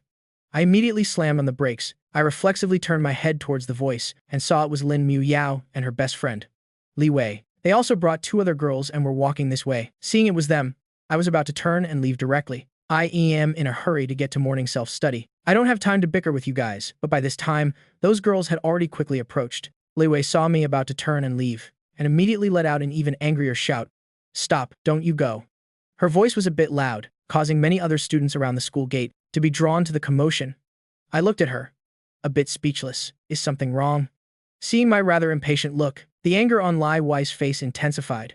You still dare to talk? Confess yourself. How did you bully our Yao Yao yesterday? Hurry up and apologize to her. The 2 girls from class 7 beside them, who were probably also good friends with Lin Mu Yao and Li Wei, also chimed in at this moment. That's right. Apologize. Aren't you ashamed? A guy bullying a girl? As her best friends came forward to help her, criticizing me one by one, Lin Mu Yao, as the person involved, said nothing. Only her eyes were red-rimmed, looking extremely wronged. She stood there timidly, looking very pitiful. For a moment, many students from other classes around, and other grades all looked at me. Their gazes also became a little unfriendly. That kid is bullying a beauty. He's really not a good person. I could hear the whispers of discussion from all around. On the surface, Lin Mu Yao maintained her pitiful, wronged appearance. At the same time, she secretly observed me, her heart growing, more smug. This was what she and her best friend Lai Wei had already discussed. After suffering such a great humiliation yesterday, today at this school gate, she must make Jiang Yichen lose face. Li Wei grabbed the handlebars of my bike with one hand. 3 girls stood in a line in front of me, looking as if they wouldn't let it go if I didn't apologize today. If it were anyone else in this situation, they probably really would have softened. A glint of smugness flashed in Lin Mu Yao's eyes. She even straightened up a bit, reservedly preparing herself, ready to accept an apology. But the next second, I was seen turning my head towards the right side of the school gate and shouting with all my might, "Teacher, they won't let me go." To class. In an instant, Li Wei and the 2 girls with her were all stunned. Lin Mu Yao also suddenly looked up, staring at me dumbfoundedly. She almost couldn't believe her ears. They had imagined countless types of reactions and actions I would take, but they never, ever expected the scene before them. You, Jiang Yichen, a dignified man, being blocked by a few girls, actually chose to tell on them to the teacher. Li Wei felt guilty. She hurriedly let go of my bicycle's handlebars. The 2 girls from class 7 also quickly made way, stepping aside. Afraid of being questioned by the approaching middle-aged teacher, I leisurely walked my bike slowly, passing by Lin Mu Yao and the girls, and entered the school gate. Seeing me just leave swaggeringly like that, a feeling of angry unwillingness rose in Li Wei's heart. She couldn't help but loudly criticize Jiang Yichen. "Are you even a man? You won't even apologize. You're so petty. What girl would ever be interested in you?" These words were more like a frustrated outburst. Just then, suddenly, a cold voice was heard. "I would." Suddenly, a low engine roar was heard. An all-black car, a Maybach 6 tons, sped over. It stopped steadily in front of the school gate. The car door opened. A beautiful, slender, and tall figure stepped out from the back seat, attracting almost every eye at the school gate. Shen Qingyan strode forward on her long, slender legs. She strode over from the front of the car. Each step was light yet powerful, as if she were stepping on the hearts of all the students watching. As cold and beautiful as ever, she came before me. The great campus belle Shen spoke with a cold and calm expression. "It's getting late. Let's go." After saying that, she reached out and proactively took my left hand. Then, under the astonished gazes of all the students, we walked through the school gate and into the school. I turned my head to look at Shen Qingyan. "Thanks for just now." Although, to be honest, just telling on them to my teacher would have basically solved the problem. But having Shen Qingyan back me up and slap them in the face, especially seeing the ugly expression on Lin Mu Yao's group, this feeling was actually quite satisfying. Hearing this, Shen Qingyan's expression didn't change as she replied nonchalantly, "It's nothing. It's just deskmates helping each other out. It's what I should do. You helped me with my homework yesterday. I am just repaying the favor a little. Don't misunderstand." I looked at my left hand, which was still being held tightly by Shen Qingyan without letting go. Of course, it's not like it'd misunderstand. But then again, you can let go of this hand now, right? Shen Qingyan's face was impassive. As if nothing had happened, she finally let go of my hand. "Sorry, I forgot. We had just gotten to class not long ago." The bell for morning class rang on time. The homeroom teacher walked into the classroom on time. Seeing the homeroom teacher come in to check, the 10th grade students sitting below the podium hurriedly took out their Chinese literature textbooks and started reading aloud in unison. Seeing this, the homeroom teacher showed a satisfied expression. After scanning the room, he left through the back door of the classroom. But as soon as the homeroom teacher left, the sound of reading in the class immediately slackened like a loose guitar string. From the previous uniformity, it instantly became chaotic. Many students pulled breakfast out of their bags and pockets. They started gobbling it down, eating happily. It was all because they rushed to school early so as not to be late and didn't have time for breakfast. Instantly, all sorts of breakfast aromas spread everywhere. In the back row, my stomach couldn't help but growl when I smelled it. This smell of food. Seeing the other students eating so deliciously, I couldn't help but swallow. I was in too much of a hurry this morning, so I didn't bring breakfast either. I am really hungry now, but I guess I can only endure it for a while. Suddenly, a slender, jade-white hand holding a portion of a delicate rice ball and soy milk was passed over from the side. I was startled and instinctively turned my head. I met the cold, otherworldly face of Shen Qingyan next to me. "I bought too much breakfast. Here's some for you. I don't want to waste it." Hearing Shen Qingyan's cold and calm explanation, I looked at the breakfast placed in front of me. I couldn't help but swallow again. "Well then, thank you." Shen Qingyan had already turned her head away, holding her Chinese literature book and continuing to read. It's nothing. We're deskmates. So it's what I should do. On my side, I couldn't wait any longer and started enjoying the breakfast. I ate very happily. Of course, I didn't notice Shen Qingyan next to me. On her face, hidden behind the Chinese literature book, the corners of her mouth were turned up in a faint smile. The little person in her heart was smiling so much her eyes curved, quite pleased with herself. Yay. Successfully fed my little deskmate for the first time. A morning of boring classes came to an end. The last period was PE class. On the small sports field, the PE teacher, who often caught colds and flu and changed classes, was very lenient. With a wave of his hand, "It's the last PE class, do whatever you want. However, the most important thing for you next is to prepare for the college entrance exam. As a PE teacher, I still have to tell you, along with reviewing for your exams, building a healthy body is also very important." After giving a long lecture, the lenient PE teacher turned and left, leaving the 10th grade students looking at each other.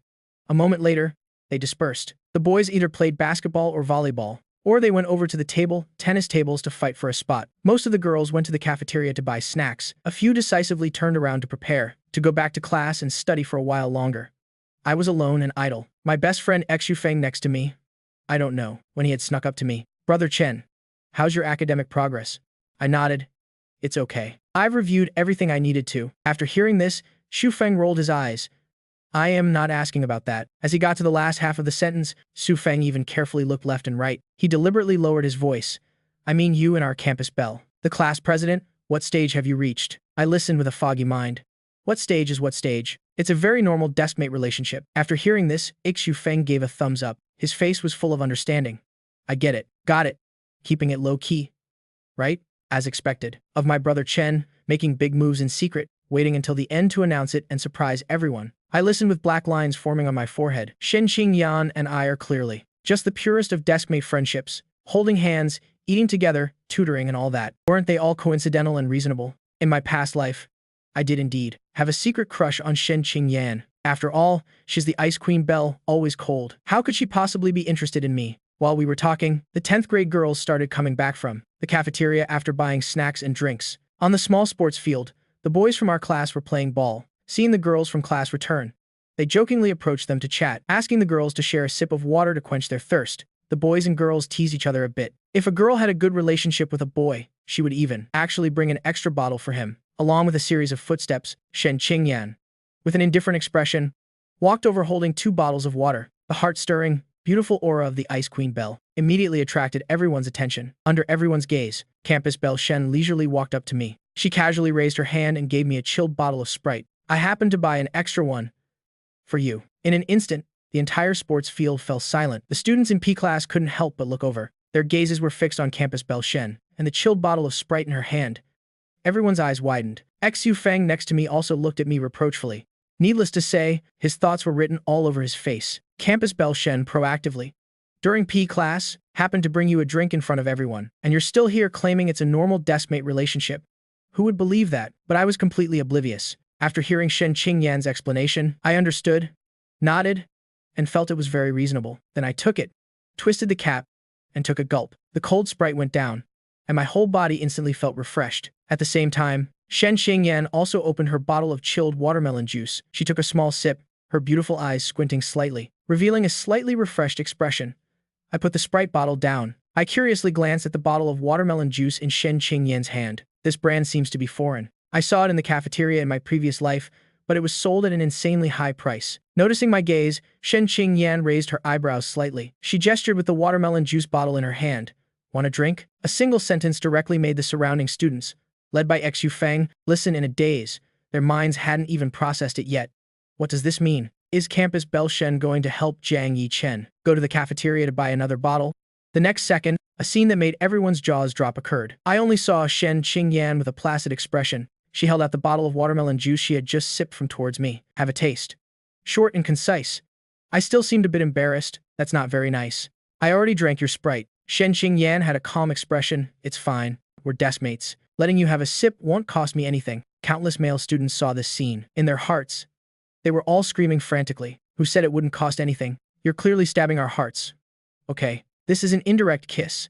I thought for a moment and felt it was true. I happily and generously took the bottle of watermelon juice, but I didn't drink directly from it. Instead, I tilted my head back and poured a sip of watermelon juice into my mouth. Seeing this, the male students present breathed a sigh of relief. Phew. That was close. There was no real indirect kiss. You smelly brat. At least you have some sense and know your limits. But the next second, Shen Qingyan glanced at the chilled bottle of Sprite in my hand. She gestured with her chin. Let me have a sip of yours too. The atmosphere once again fell deathly silent. Xu Feng, who was almost used to seeing public displays of affection up close, couldn't help but tremble inside. Damn, can you show affection in such a flashy way? Why do I feel like Campus Belle Shen is determined today to make this indirect kiss happen no matter what? The other male students around saw this. Their eyes almost popped out in anger. You smelly brat, you dare. If you dare hand over that Sprite bottle, we will. I paid no attention to others' glares. I generously handed the Sprite bottle over. Fair enough. Then, in the deathly silent atmosphere, under countless staring eyes, Shen Qingyan took the Sprite bottle and slowly brought it to her lips. She took a small sip. It touched her lips. Crack. In that moment, who knows how many male students on the spot had their hearts broken. And Shen Qingyan, after taking a sip of Sprite, with a cold and calm expression, handed the Sprite bottle back to me. Thanks. I waved my hand and said, it's nothing, I said as I took back the Sprite bottle. I conveniently returned the watermelon juice bottle to Shen Qingyan. At this moment, along with a sudden whistling sound, a strong gust of wind came from behind, very close to the two of us. Even Xu Feng, standing next to me, didn't even have time to react. I only saw a round, black shadow whistling through the air. It rushed towards me and Shen Qingyan. I suddenly turned around. At the same time, I reached out as fast as lightning to catch that black shadow. Thwack! I saw that I had caught a basketball cleanly with one hand. A wave of astonished cheers immediately erupted like a tide, including Xu Feng. The surrounding students all showed incredulous expressions of shock, staring at me with wide eyes, catching the ball with one hand. Moreover, in a situation that was almost a sneak attack. Damn, what kind of reaction is this? So cool. Only Shen Qingyan's expression suddenly tensed as she looked at me. Are you okay?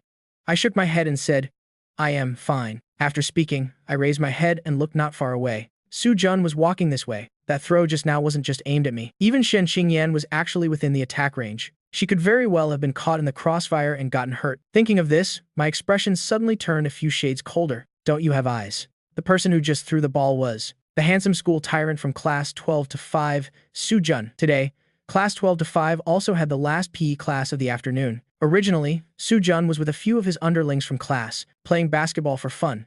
He happened to turn his head and saw me and Shen Qingyan not far away, especially when he saw Shen Qingyan proactively bring me a drink. A flame of anger ignited in his heart. Without thinking, he raised his hand and threw the basketball towards me. He originally thought this throw would hit the back of my neck. Even if it didn't seriously injure me, it could at least make the other party suffer a great deal, and also be humiliated in front of everyone. But he didn't expect it to give me a chance to show off in front of the crowd. But with one plan failed, Su Jun came up with another. His face looked as if nothing had happened. Su Jun casually smiled and walked towards me.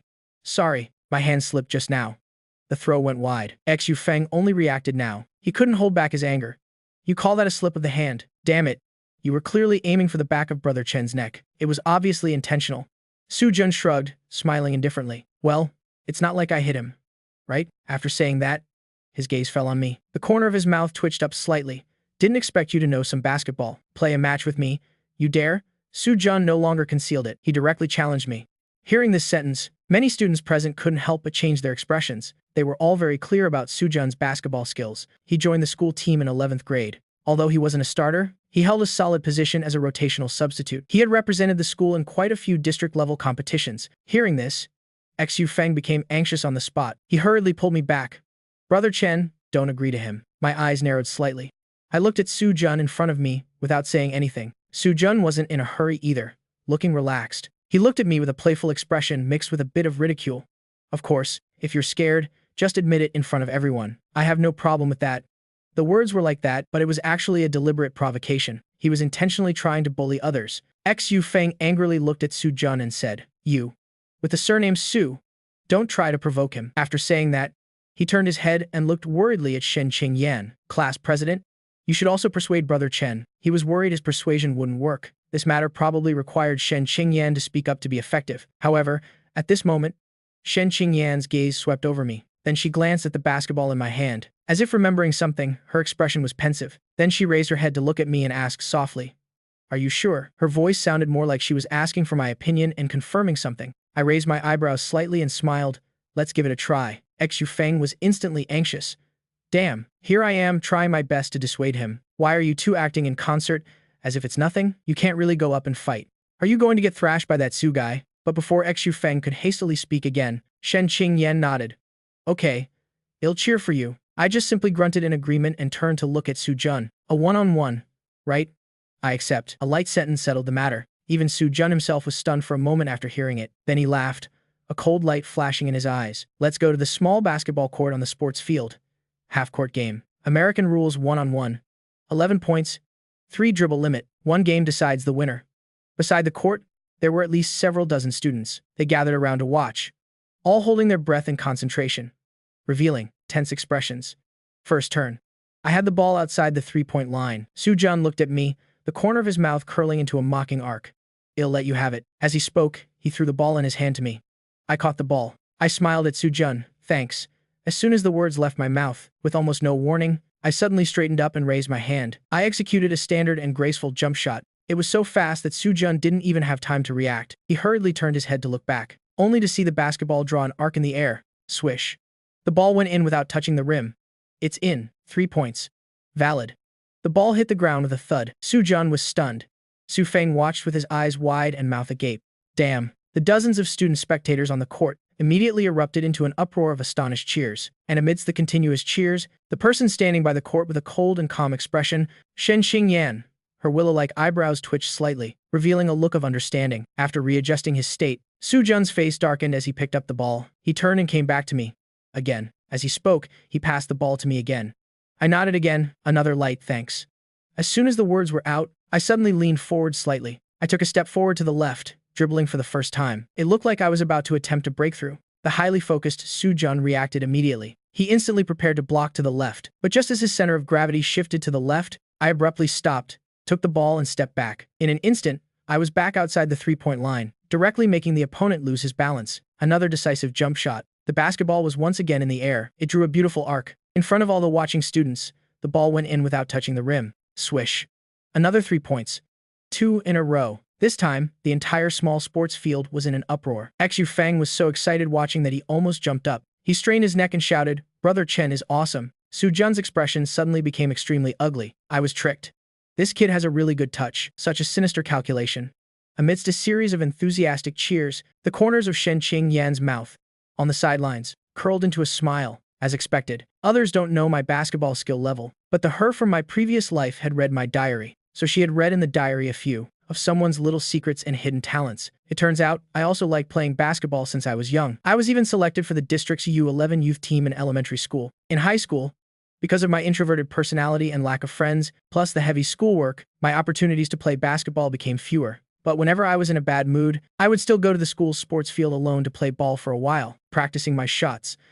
Especially after I started liking Lin Mu Yao. Every time I was rejected by this 7th grade green tea bitch, this class belle, and felt wronged, I would go to the sports field to play basketball to vent my sad feelings. Shen Xingyan thought of this. A feeling of bitter jealousy welled up in her heart. Her gaze towards Jiang Yi Chen gradually turned cold. Because of that, Lin Mu Yao, he practiced basketball almost every day. On the court, while waiting for Su-jun to get the ball back, I suddenly shivered, feeling a chill down my spine. For some reason, I felt a murderous aura. The score was 8-0. Everyone present was incredibly astonished. Su-jun is a member of the school team, yet he was being thrashed like this by Jiang Yi Chen. He couldn't defend at all. It was as if he was being completely toyed with. Finally, only 3 points left. The entire court suddenly fell silent. Everyone held their breath in concentration, not daring to breathe loudly. Their eyes were wide open, afraid of missing even a single small detail. He threw the ball to me again. Su-jun stood in front of me. He bent down and stared at me, his eyes starting to turn red. I can't lose. In front of so many people, if I lose to someone like this, then his, Su-jun's, reputation at school would be completely ruined. My expression remained calm and composed. Once again, I faked a jump and then shot the ball. In his haste, Su-jun desperately jumped up and raised his hand to try and block, but it was too late. Just seeing the flick of the wrist and the standard arc of this ball, one could almost confirm that this 3-point shot would definitely go in. Su-jun, in his desperation and anger, saw that I was about to land. At this moment, a dark, ferocious, and ruthless emotion suddenly flashed in his mind. Suddenly, Su-jun intentionally stuck his foot out, placing it forward. Swish, the ball went in without touching the rim. A perfect 3-pointer. 11-0. A crushing solo victory. The basketball court suddenly erupted, with deafening cheers. But at the same time, Su-jun and I landed one after the other. Some students led by Xu Feng suddenly gasped. They worriedly noticed that the top of Su-jun's right foot was right, blocking my landing spot. "Brother Chen, be careful," Xu Feng shouted anxiously. My reaction was a step faster. The moment I realized the opponent's malicious intent, I tried to adjust my center of gravity before landing. Thud. I landed. I temporarily shifted my center of gravity to my right foot. My left foot tried to reduce the downward force, but I still couldn't avoid stepping on the top of Soo Jun's extended right foot. My body stumbled. I took 2 consecutive steps back but managed to stay on my feet. The court let out a gasp, startling the whole area. Xu Feng rushed over worriedly. Brother Chen, are you okay? Immediately after, my classmates all looked at Soo Jun with anger. What's the meaning of this? Tripping him. Can't win so you play dirty. Soo Jun's underlings from class 13 also gathered around, but they had also seen with their own eyes that Soo Jun had clearly tripped him just now. So, at this moment, they all looked at Soo Jun with complicated and strange gazes. They didn't expect that the big brother they had always admired. His glorious image seemed to have collapsed a little. As for Soo Jun, his face was ugly. After the trip just now, he also felt a little regretful. Not only did it not look honorable, but the most hateful thing was that it didn't actually cause me any real harm. But on the surface, he still stubbornly denied it with a cold laugh. Who played dirty? Don't slander me. I didn't do it on purpose. Besides, he's fine, isn't he? As he spoke, Soo Jun secretly cursed in his heart. Damn it. If only I could have crippled this brat for a few days. At least it would have vented my anger. Hearing Soo Jun's stubborn excuses, Xu Feng and the other 10th grade boys became even angrier. I waved my hand, raised my head, and smiled at Soo Jun. Not only did you lose the match, you lost your integrity. Aren't you ashamed? The calm remark was like an invisible slap, accurately hitting the opponent's face. Slap. It burned with pain. Soo Jun's expression suddenly turned even uglier. Then he laughed coldly. I don't know what you're talking about. You luckily won one match. Who do you think you are? Let's go. After saying that, Soo Jun was about to call his underlings to leave. Stop. Suddenly, a clear, cold voice rang out. Footsteps approached. Everyone reflexively turned their heads to look towards the source of the sound. The crowd parted, only to see Shen Qingyan walking over with an icy expression. Completely ignoring the others around, she walked straight up to Soo Jun. Looking at the ice goddess right in front of him, Soo Jun's heart couldn't help but beat a few times faster. I only saw campus belle Shen lift her long, slender calf. The tip of her shoe kicked hard into Soo Jun's right shin. Thwack. Completely unable to react, and not expecting this scene at all, Soo Jun immediately clutched his leg and screamed in pain. The scream echoed throughout the entire court. As for Shen Qingyan, she just looked at him coldly and uttered 2 words. Despicable. Then, she turned and came to me. She reached out her small, cold hand and took mine, her tone cold. Let's go. Under everyone's gaze, I was led away just like that by my campus belle desmate. The court was silent for a while. Not a sound was made. The amount of information was too large. First, Zhang Yi Chen displayed amazing basketball skills. A 11-0 solo victory, shutting out Soo Jun who came from the school team. Then Soo Jun maliciously tripped and injured him. Campus belle Shen stood up and gave Soo Jun a hard kick. Finally, she held my hand and left with me. The 10th grade students finally came to their senses. Someone smacked their lips. He hesitated and spoke carefully. Just now, our class president's action. Wasn't that a bit like a domineering wife protecting her husband? As soon as these words were said, those who knew the cold personality of the Ice Queen Belle, the female students couldn't help but hesitate, then slowly nodded. But Xu Feng next to them snorted through his nose. What do you mean a bit? Be more confident. As he spoke, Xu Feng looked into the distance, at the receding figures of Shen Qing, Yan and me. His eyes shone brightly. That was exactly a domineering wife protecting her husband, being led by the hand by my campus belle deskmate, on the tree-lined path of the school campus. Looking at my campus belle deskmate with a cold and calm expression beside me, I couldn't help but ask curiously, "Where are we going?" My campus belle deskmate's voice was faint, short, and concise. The infirmary. After saying that, she glanced at my left leg again. You just sprained your ankle, didn't you? I was stunned for a moment. I looked at my left ankle and nodded honestly. I just reacted. Didn't dodge in time. My campus belle deskmate asked, "Does it hurt?" I admitted honestly, a little. Shen Qingyan raised her eyebrows slightly, nodded. Then it'll help you walk. After saying that, before I could even react, Shen Qingyan had come right next to me. Her movement was incredibly natural, placing my left arm around her back and over her shoulder. At the same time, one of her hands reached out and wrapped around my waist, holding me. The sudden skin-to-skin contact, the faint fragrance wafting in my face. In an instant, half of my campus belle deskmate's body was almost pressed against mine. Through the uniform, I could feel the curves of her body. That heart-stirring figure, along with the soft feeling, almost made one's mind wander. The mature man with a 30-something-year-old soul on the spot, this old face of his flushed, red, flustered. There's no need. I can walk by myself. But the next second, my campus belle deskmate tilted her head to look at me. The distance between the two of us was inches apart. Our eyes met. I only saw my campus belle deskmate frown slightly. Be good. Her tone was still as cold as ever, but it also carried the unquestionable authority of a class president. Looking at such a beautiful, heart-stirring face, from 20 centimeters away, along with those beautiful eyes staring unblinkingly into my own, I immediately lost all my nerve and obediently cooperated. All right then. On the tree-lined path, the young woman supported the young man as they walked side by side, shattering the glasses of many passing students. We arrived at the infirmary. The nurse in charge wasn't there. Shen Qingyan helped me sit down on a nearby chair, then turned around to find the first aid kit herself. I sat down as if a heavy burden had been lifted, letting out a long sigh of relief. 30 minutes later, Shen Qingyan and I walked out of the infirmary together. Her expression was still cold, and her steps were steady. I followed behind her, watching her back. I couldn't help but feel a little emotional. Living 2 lifetimes, the relationship between Shen Qingyan and me has undergone such a huge change. Lift your foot. With just that one look, I immediately complied obediently. Lifting my left foot, I rolled up my pant leg a bit, revealing my left ankle. As expected, it was already slightly red and swollen. My beautiful deskmate frowned and commented faintly, "That Su-jun is really too much." Shen Qingyan was grinding her teeth in anger. That kick just now was too light. Next time, I'll let Uncle Joe handle it. Immediately after, Shen Qingyan, without any hesitation, placed my left calf on her knee. She took the spray and sprayed my ankle twice. Shen Qingyan lowered her head, reached out, and gently rubbed with her fingers, in a circular motion on my sprained ankle, helping the medicine dissolve and be absorbed. While carefully helping me massage my ankle, Shen Qingyan said faintly without looking up, "If it hurts, tell me. It'll be gentler." It doesn't hurt, feeling the jade-like fingers, fair and slender, of my beautiful deskmate gently massaging my ankle. The pressure was just right, gentle, and looking at my beautiful deskmate with her head lowered, attentively applying medicine and massaging for me. I had a sudden feeling of enlightenment. Isn't my beautiful deskmate being too good to me? A thought suddenly flashed through my mind. I just felt my heart immediately skip 2 beats. Looking at my beautiful deskmate, still focused with her head down, massaging my ankle in front of me, I swallowed. I spoke carefully. Are you? My beautiful deskmate stopped her movements and looked up. Her eyes were clear and pure, looking at me, waiting for me to continue. I said, "Does your family own a massage parlor? Your skills are amazing." The air froze for a moment. Shen Qingyan just felt a question mark slowly appear above her head. What is this little idiot talking about?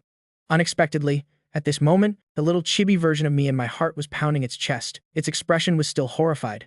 That was close. I almost blurted out my true feelings just now, but at such a close distance, facing my beautiful deskmate's gaze, looking at those bright, beautiful eyes staring at me without blinking, I suddenly felt a little guilty. The soul of a man over 30 years old became a little flustered.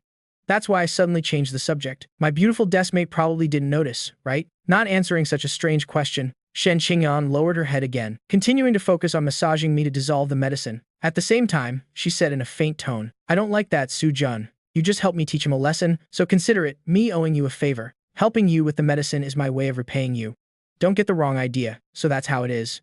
Someone had a sudden realization. As expected, my beautiful deskmate still had that cold demeanor that I was familiar with in my previous life. How could she possibly have any feelings for a passing deskmate like me? As a reincarnator, I should indeed be calmer. I can't be so conceited. Just then, my beautiful deskmate seemed to ask casually, "Oh right, you're pretty good at basketball.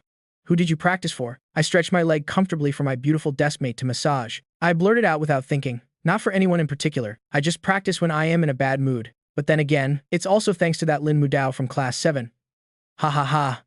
Ah," I suddenly gasped, my eyes widening. I sat up straight. I stared blankly at my beautiful deskmate, Shen Qingyan, in front of me. She calmly withdrew her hand, her tone as faint as usual. My hand slipped and pressed too hard.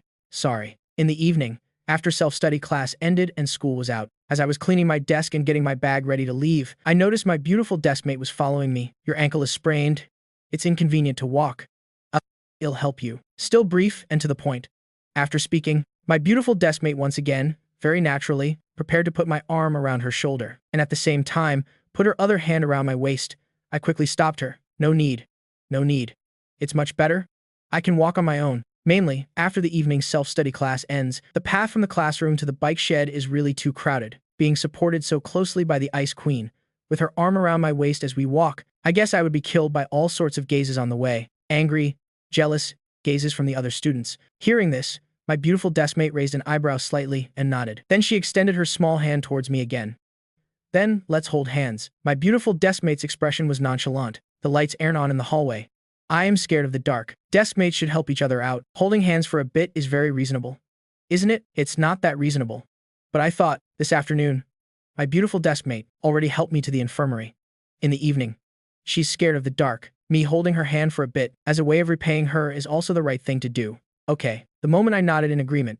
The next second, a soft, small hand, cool to the touch, was placed in my palm, and so, the two of us just held hands like that, walking along the dimly lit path. On the outside, Shen Qingyan remained cold and calm, as if nothing was happening, but the little person in her heart was like a little fox, smiling until its eyes crinkled. All the way, walking side by side, holding hands, we attracted countless shocked, jealous, and admiring gazes from other students. If looks could kill, I suspect that on the way, I would have to be reincarnated another 100 times. It took a while to get to the underground bike shed. I quickly let go of my beautiful deskmate's hand and rushed into the shed. As I was wheeling my bike out, I placed my foot on the pedal to test it and frowned slightly. The sprained ankle still hurt a little. I couldn't put pressure on it. Shen Qingyan was still waiting beside me. She noticed my expression. Still hurts? I nodded. Then I shook my head. It's fine. I can probably bike home if I just push through it. I'll probably be fine after a night's rest.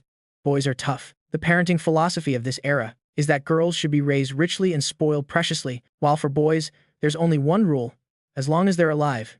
It's fine. Growing up, I've had all sorts of falls and sprains, going through a path of bruises and scrapes, but still remaining high-spirited. But Shen Qingyan frowned. How can that be okay? After saying that and thinking for a moment, she made a decision. Get in my car.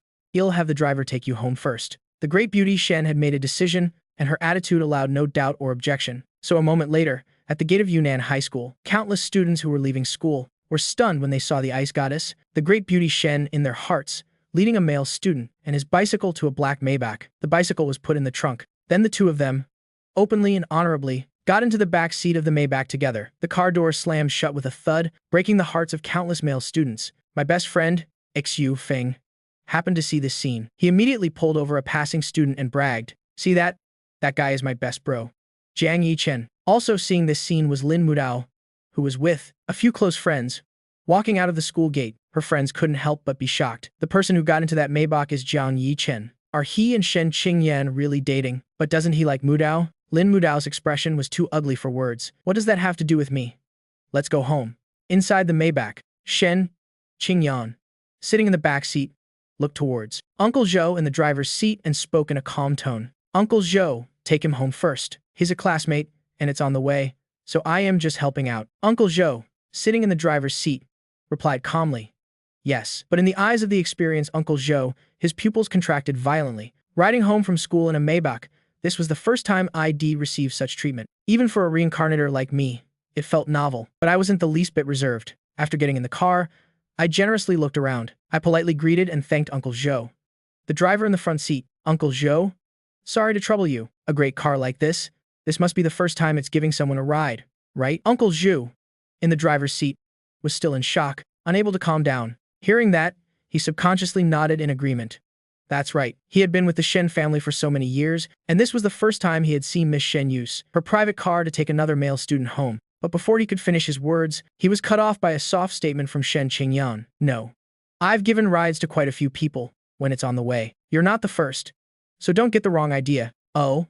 I was both surprised and curious. I never expected that my beautiful, usually cold deskmate would proactively give other students a ride. Uncle Zhou in the driver's seat also reacted instantly. He immediately changed his tune in a second, nodding repeatedly. Right, right, right. Miss Shen is usually very kind. She treats her classmates very well. Whenever she's free with nothing to do, she gives other classmates rides. I understood and nodded. Looking at Shen Qingyan beside me, her expression calm and natural. It seems I still know too little about my beautiful deskmate. I was being a bit conceited. The Maybach stopped in the open space in front of my house. I opened the door, got out, and politely thanked Shen Qingyan and the driver, Uncle Zhou, in the front seat, then prepared to close the door and leave. But before closing the door, I glanced at the spot where the Maybach was parked. Vaguely recalling something, my face showed a hint of doubt.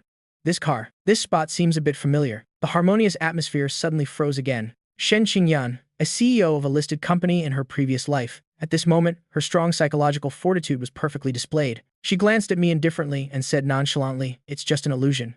You're overthinking it. Goodbye." After speaking, she pressed the window button without changing expression. The window slowly rolled up. Uncle Zhou in the driver's seat also let out a hearty laugh. Right, it must be Mr. Jiang's illusion. Let's not talk about it. We're leaving now. See you later. The next second, the dark black Maybach, as if its butt was on fire, immediately sped away like a puff of smoke and disappeared, leaving me standing there alone, bewildered and suspicious. Was it an illusion? At the same time, in the Maybach driving down the road, Shen Qingyan in the back seat thought of the clueless, dazed look on someone's face before the window closed. The corners of her mouth curled up involuntarily. Idiot. The next day, Tuesday, Yunnan High School began its second mock exam. In the exam hall, everyone sat at individual desks in rows. I sat at my desk watching the proctor hand out the first exam paper. My eyes scanned each question on the paper. They were like old, incredibly familiar and close friends. I smiled and picked up my pen. At this moment, my aura instantly changed from calm and reserved to a sharp sword, as sharp as a drawn sword.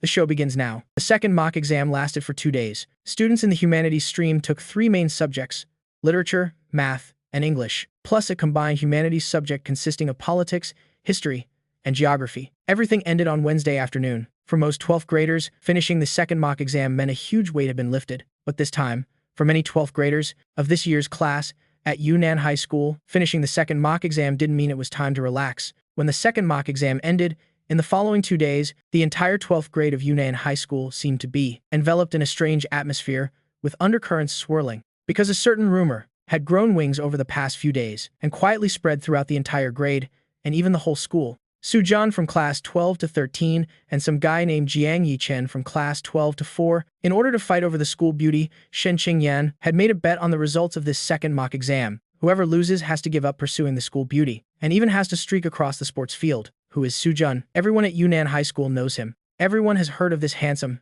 top student, the heartthrob of countless female students. He consistently ranks in the top 5, even top 3, of the grade in every major exam. But who is this Jiang Yichen? Never heard of him. Regarding this bet, some people discussed it enthusiastically, some sneered in contempt, and some were curious and expectant. In such an atmosphere, time slowly passed, and it was Friday morning. Countless 12th graders were wide awake, because this was the day Yunnan High School would announce the ranking results of the second mock exam. Friday morning at school, there was no longer a morning reading session or homework check.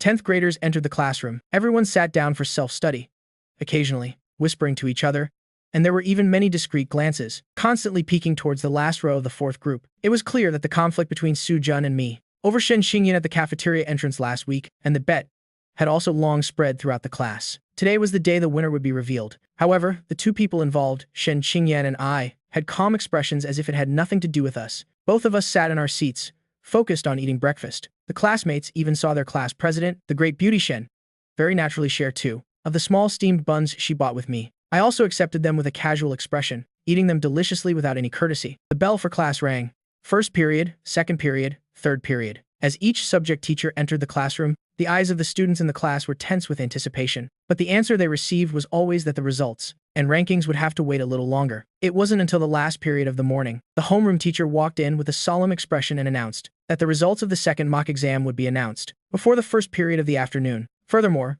the school would directly hang the ranking banner on the honor board at the main entrance of the teaching building. The time was set. The good show was about to begin. Time passed quietly. The closer it got to the time for the results to be announced, the second mock exam rankings that the homeroom teacher had mentioned, everyone's mood became more tense and expectant. The students in the humanities and science streams, all in the 12th grade, began to discuss it more heatedly. The results are almost out. Su Zhan from class 13 of the humanities stream, I heard he went to the teacher for the answer key to estimate his score after the exam, at least 635. With this level of difficulty, a score of 635 inches, the humanities stream is definitely in the top 5, maybe even top 3. It might even threaten the ranking of Beauty Shen. That Jiang Yichen from class 4. I've never heard of him. He used to be at the bottom of the grade. In the bottom 10%. He's screwed this time. Ha ha ha. At lunchtime, my best friend Xu Feng couldn't sit still anymore. He rushed over to report the situation to me.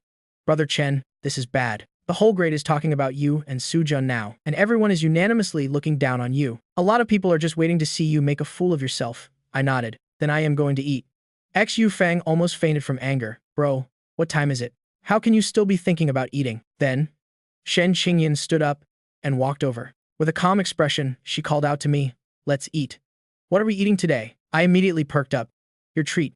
You decide. Shen Qingyan shifted her gaze to Xu Feng. Her eyes narrowed slightly. Do you want to eat too? Xu Feng jumped, immediately shaking his head repeatedly with a fawning smile. Of course not. I don't. Then you can leave. Yes, ma'am. Class president.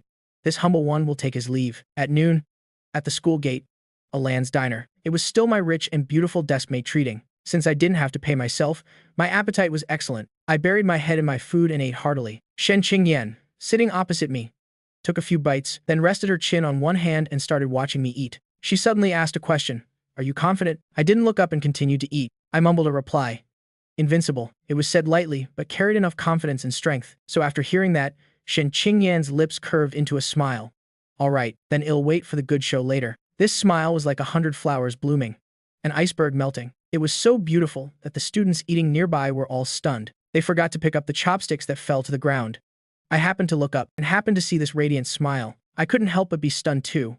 When I came to my senses, I subconsciously blurted out a compliment. You look even more beautiful than usual when you smile like that. This time it was Shen Qingyan's turn to be stunned.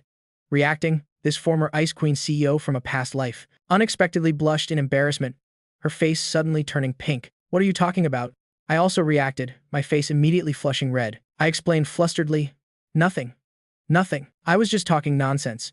Dark clouds were gathering. A battle was imminent. Yet here, the two teenagers were creating an ambiguous atmosphere with pink bubbles.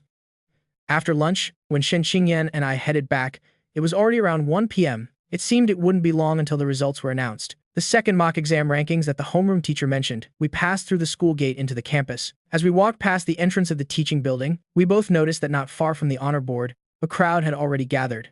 Shen Qingyan raised an eyebrow slightly, showing a hint of surprise. The results are out already? I walked a little closer and found that the honor board was still empty. The new ranking list for the second mock exam hadn't been posted yet. The students gathered here probably knew it was almost time, so they came here to wait in advance for the latest news. I didn't plan to wait. Just as I was about to turn back to class with my beautiful deskmate, I suddenly heard the voices of a man and a woman call out at the same time, Jiang Yichen. I stopped. I turned to look towards the voices and saw the crowd part. A man and a woman walked out one after another. The man was tall and handsome, and the woman was pretty and cute. To me, they were both old acquaintances, couldn't be more familiar.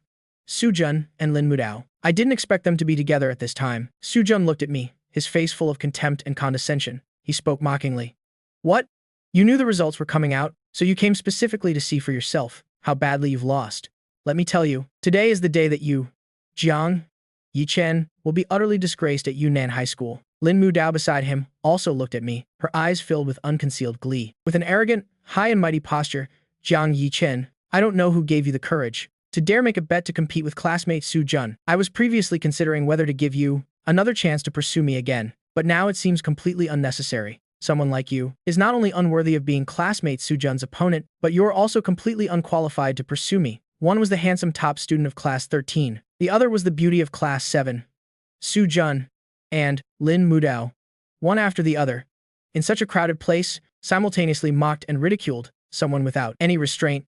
It was indeed very damaging. So much so that the surrounding crowd of onlookers looked at me with eyes that couldn't help but hold some pity and sympathy. This guy's in a bad spot.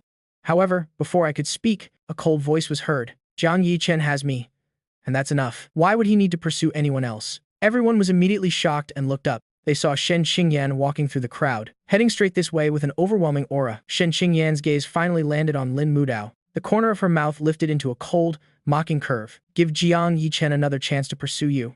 Who the hell do you think you are? A sentence like a thunderclap. It made the minds of the crowd in front of the honor board explode. Hearing this, Lin Mudao's face suddenly turned bright red, both flustered and angry. But these words were spoken by Shen Qingyan. With the other person's status as the school beauty, whether in terms of looks or other aspects, she was completely overshadowed. She wanted to retort but lacked the strength. Su-jun, standing beside her, watched Shen Qingyan's protective attitude towards me. A flash of jealousy appeared in his eyes. Then he looked at me and sneered. Jiang Yichen, is that all you've got? Besides hiding behind a woman and letting Qingyan protect you, what else can you do? As soon as Su-jun said this, Lin Mudao also immediately came to her senses, so she turned to look at me and snorted coldly. That's right, Jiang Yichen. If you have any guts, speak for yourself. The spear was pointed at me again, but I happily nodded. Oh, all right, I'll talk then. My calm and gentle expression suddenly made Lin Mudao vaguely feel that something was wrong. Let me explain to you one more time. I am not interested in you. Classmate Shen is my deskmate, the school beauty, and beautiful. Her academic performance is also good. If I were to rate her, she's at least a 9. If I were to pursue someone, I would pursue her. Why would I pursue a 3-point girl like you, right? The tone was sincere and earnest. Lin Mudao's mind went blank. She couldn't believe her ears. Her cherry lips trembled incessantly. What did you say? I am a 3-point girl? She, Lin Mudao, was the respected beauty of Class 7. Even if her looks weren't on par with Shen Qingyan's, she was definitely among the top at Yunnan High School. Yet one day, she was publicly rated as a 3-point girl. At this moment, Lin Mudao's best friend, Lai Wei, stood up. With an angry expression, she yelled at me, "Jiang Yichen, how can you be so disgusting? Who do you think you are, rating our Mudao? Are you even worthy?" I turned and glanced at Li Wei. "You're a 1. Ha. Ha ha." A burst of laughter erupted from the crowd. As for Lai Wei, she froze on the spot after hearing that. Then she reacted, her face turning red instantly. I couldn't be bothered with her anymore and turned to look at Sujun. "And you, does your leg still hurt?" Another concerned inquiry. It made many people present immediately recall the one-on-one scene on the basketball court a few days ago. This time, it was Sujun's turn. His face instantly flushed red, but he was clearly calmer than Lai Wei. He took a deep breath to calm down and then sneered at me. "Jiang Yichen, stop putting on an act here.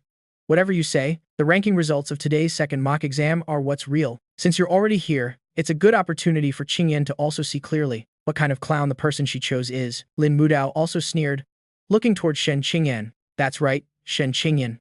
I admit you're prettier than me, and your grades are good, but it's a pity your taste in men is far worse than mine. You could have chosen anyone, but you chose someone like Jiang Yichen. Then I can only feel sorry for you." Just then, a male student rushed over from a distance, yelling incessantly, "It's out! It's out!" Everyone's eyes turned in unison. They saw the student run closer, his face excited. His eyes were fixed on Sujun. "Brother Jun, our class scores are out first. I just saw them at the head teacher's office. In this second mock exam, you got 634 points, ranked 3rd in the entire grade." As soon as these words were spoken, another surprised uproar immediately rose from the crowd. Everyone looked at Sujun with surprise and admiration, as expected of the handsome top student of Class 13. This achievement is truly outstanding. Sujun showed a somewhat reserved expression, humbly saying, "Oh, then that's a little worse than I expected. I thought I could fight for the top 2. The student, who brought the news, looked at Shen Qingyan beside him. His expression turned respectful. "When I was in the teacher's office, I heard that Beauty Shen's exam paper seems to have been marked already. Total score is 643, second in the humanities stream." The crowd buzzed again. Everyone's eyes turned towards Shen Qingyan in unison, filled with surprise and admiration. Hearing this, Shen Qingyan just raised an eyebrow slightly, seemingly not surprised at all by this result. She looked at the student. "Then, what about first place?" The student shook his head. "I don't know about that, but anyway, the grades, results, and rankings seem to be all out. They're about to be announced. The teacher is coming to post the list." Everyone immediately looked in the direction the student pointed. Under the sunlight, not far from the main entrance of the administration building, they saw a middle-aged teacher, holding a large poster of the academic rankings in his hand, hurriedly walking towards the honor board. As he started to post it, a sudden shout was heard. An earth-shattering shout from not far away, "Brother Chen." Swoosh. Everyone was startled and reflexively turned their heads. Looking in the direction of the sound, they saw Xu Feng rushing from the direction of the teaching building. He dashed towards the honor roll. Brother Chen. Running over, drenched in sweat, Xu Feng was so tired he could barely breathe. But at the same time, he was extremely agitated and excited. He reached out and gripped my shoulders tightly, his voice trembling. "I saw the results at the head teacher's office. Your rank is.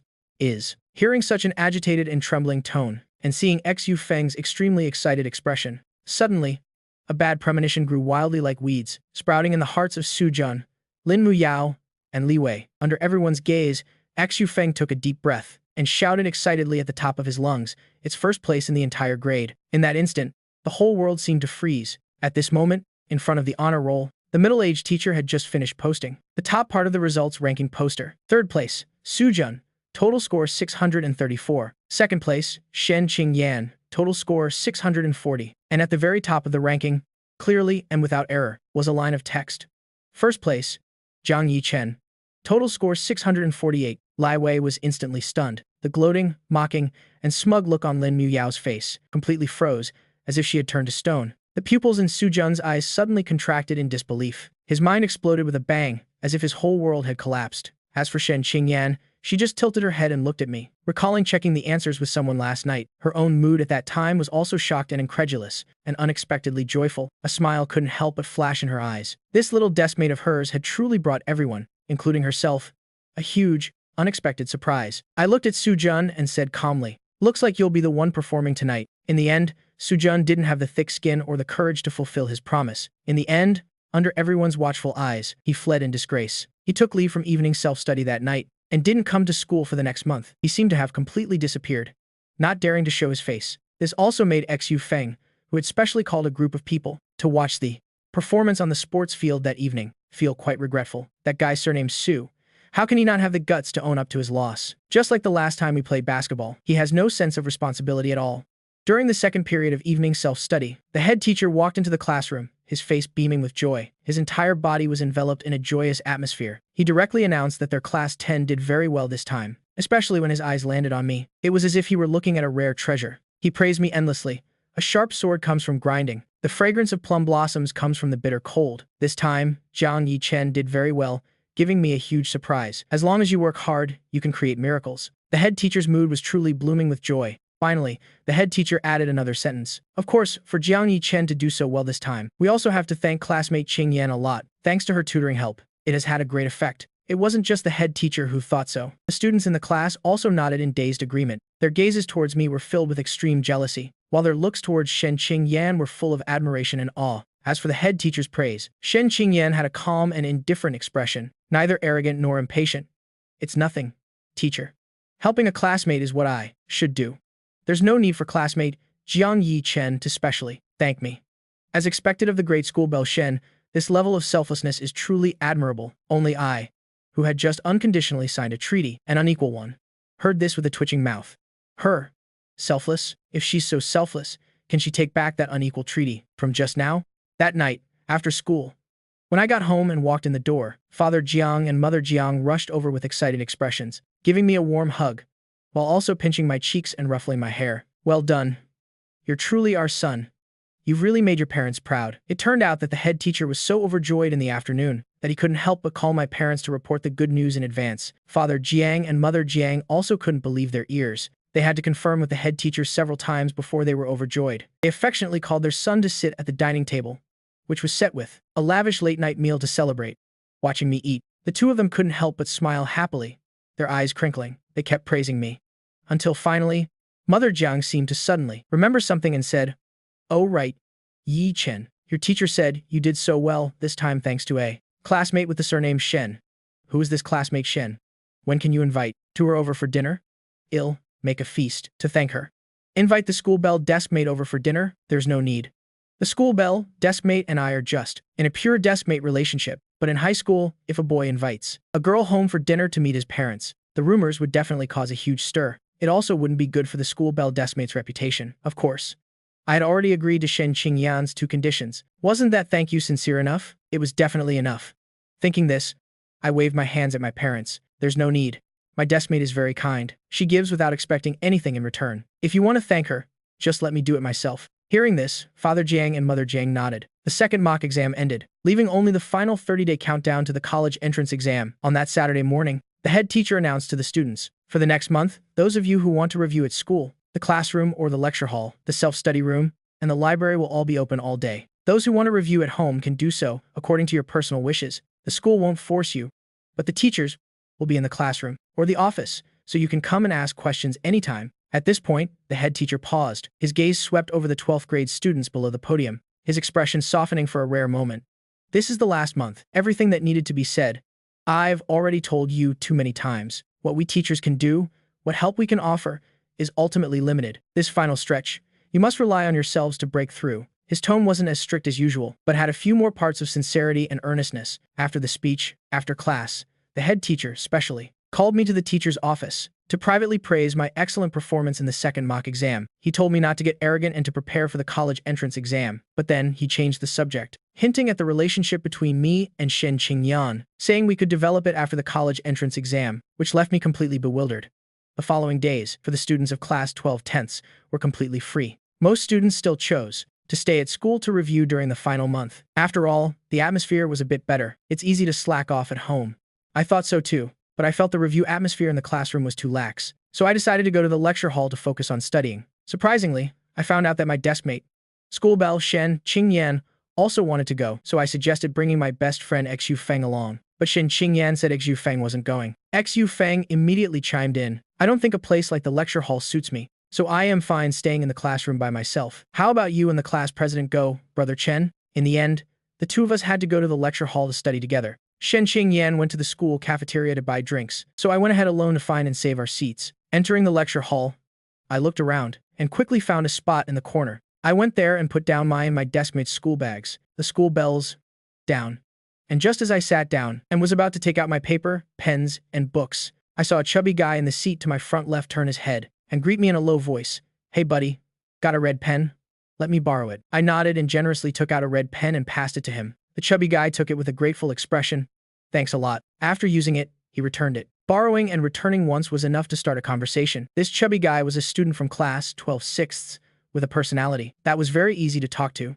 To make conversation easier, he even moved to the seat right in front of me. And once he started talking, he didn't stop. The topic shifted to recent gossip. The chubby guy put on a mysterious air, lowered his voice. "Buddy, you're in the liberal arts stream, so you must have heard of Jiang Yi Chen from class 10, right?" I nodded. "Oh, I've heard of him, but we're not close." The chubby guy looked smug and puffed out his chest. "It's fine if you're not close. I am. You know, Xu Feng, right? He's Jiang Yi Chen's best friend." Hearing this, I couldn't help but look the chubby guy up and down and asked hesitantly, "Are you Xu Feng?" "Wrong." The chubby guy casually waved his hand, his expression arrogant. I am Xu Feng's best friend." So what I heard is first-hand gossip. Brother Feng told me himself that Jiang Yi Chen and Schoolbell Shen have been deskmates for 2.5 years. They've long had deep feelings for each other. Besides, not only is Schoolbell Shen a top student, that Jiang Yi Chen is actually a top student too. He was hiding his skills as a poor student all along, pretending to be modest. It's because he couldn't bear to take first place from Schoolbell Shen. He was intentionally letting her have it. I thought to myself, this is truly spectacular. The chubby guy continued excitedly, talking nonstop. This time, it's because of Su Jun from class 13. He recklessly provoked them. That couple was so in love, with mutual affection, a talented man and a beautiful woman, but he, a monster, had to jump in and object, trying to steal his girl. If that's not asking for death, what is? That's why Brother Chen got furious for the beauty's sake. He stopped pretending right away. This time, he easily got first place in the grade. I also heard that Jiang Yi Chen and Schoolbell Shen have secretly discussed that since they've been exposed this time, they won't hide it anymore. After the college entrance exam, they'll go public. By then, they'll be the Condor Heroes couple of our Yunnan High School, leaving a legendary tale for the school, and finally disappearing from the scene. As he reached the end, the chubby guy got so moved by his own story that he clutched his heart, with a dreamy and admiring look on his face. "It's so sweet. When will I find my own little dragon maiden?" I couldn't really listen anymore. How could the rumors have spread so ridiculously? I had to correct him. So I cleared my throat and said seriously, "You heard wrong. Jiang Yi Chen and Shen Qingyan are actually just classmates. Normal classmates, a very pure deskmate relationship. They're not in love." Hearing this, the chubby guy was immediately unhappy. He shot me a sideways glance. "Wrong? About what? Are you Brother Feng's best friend or am I?" I looked helpless.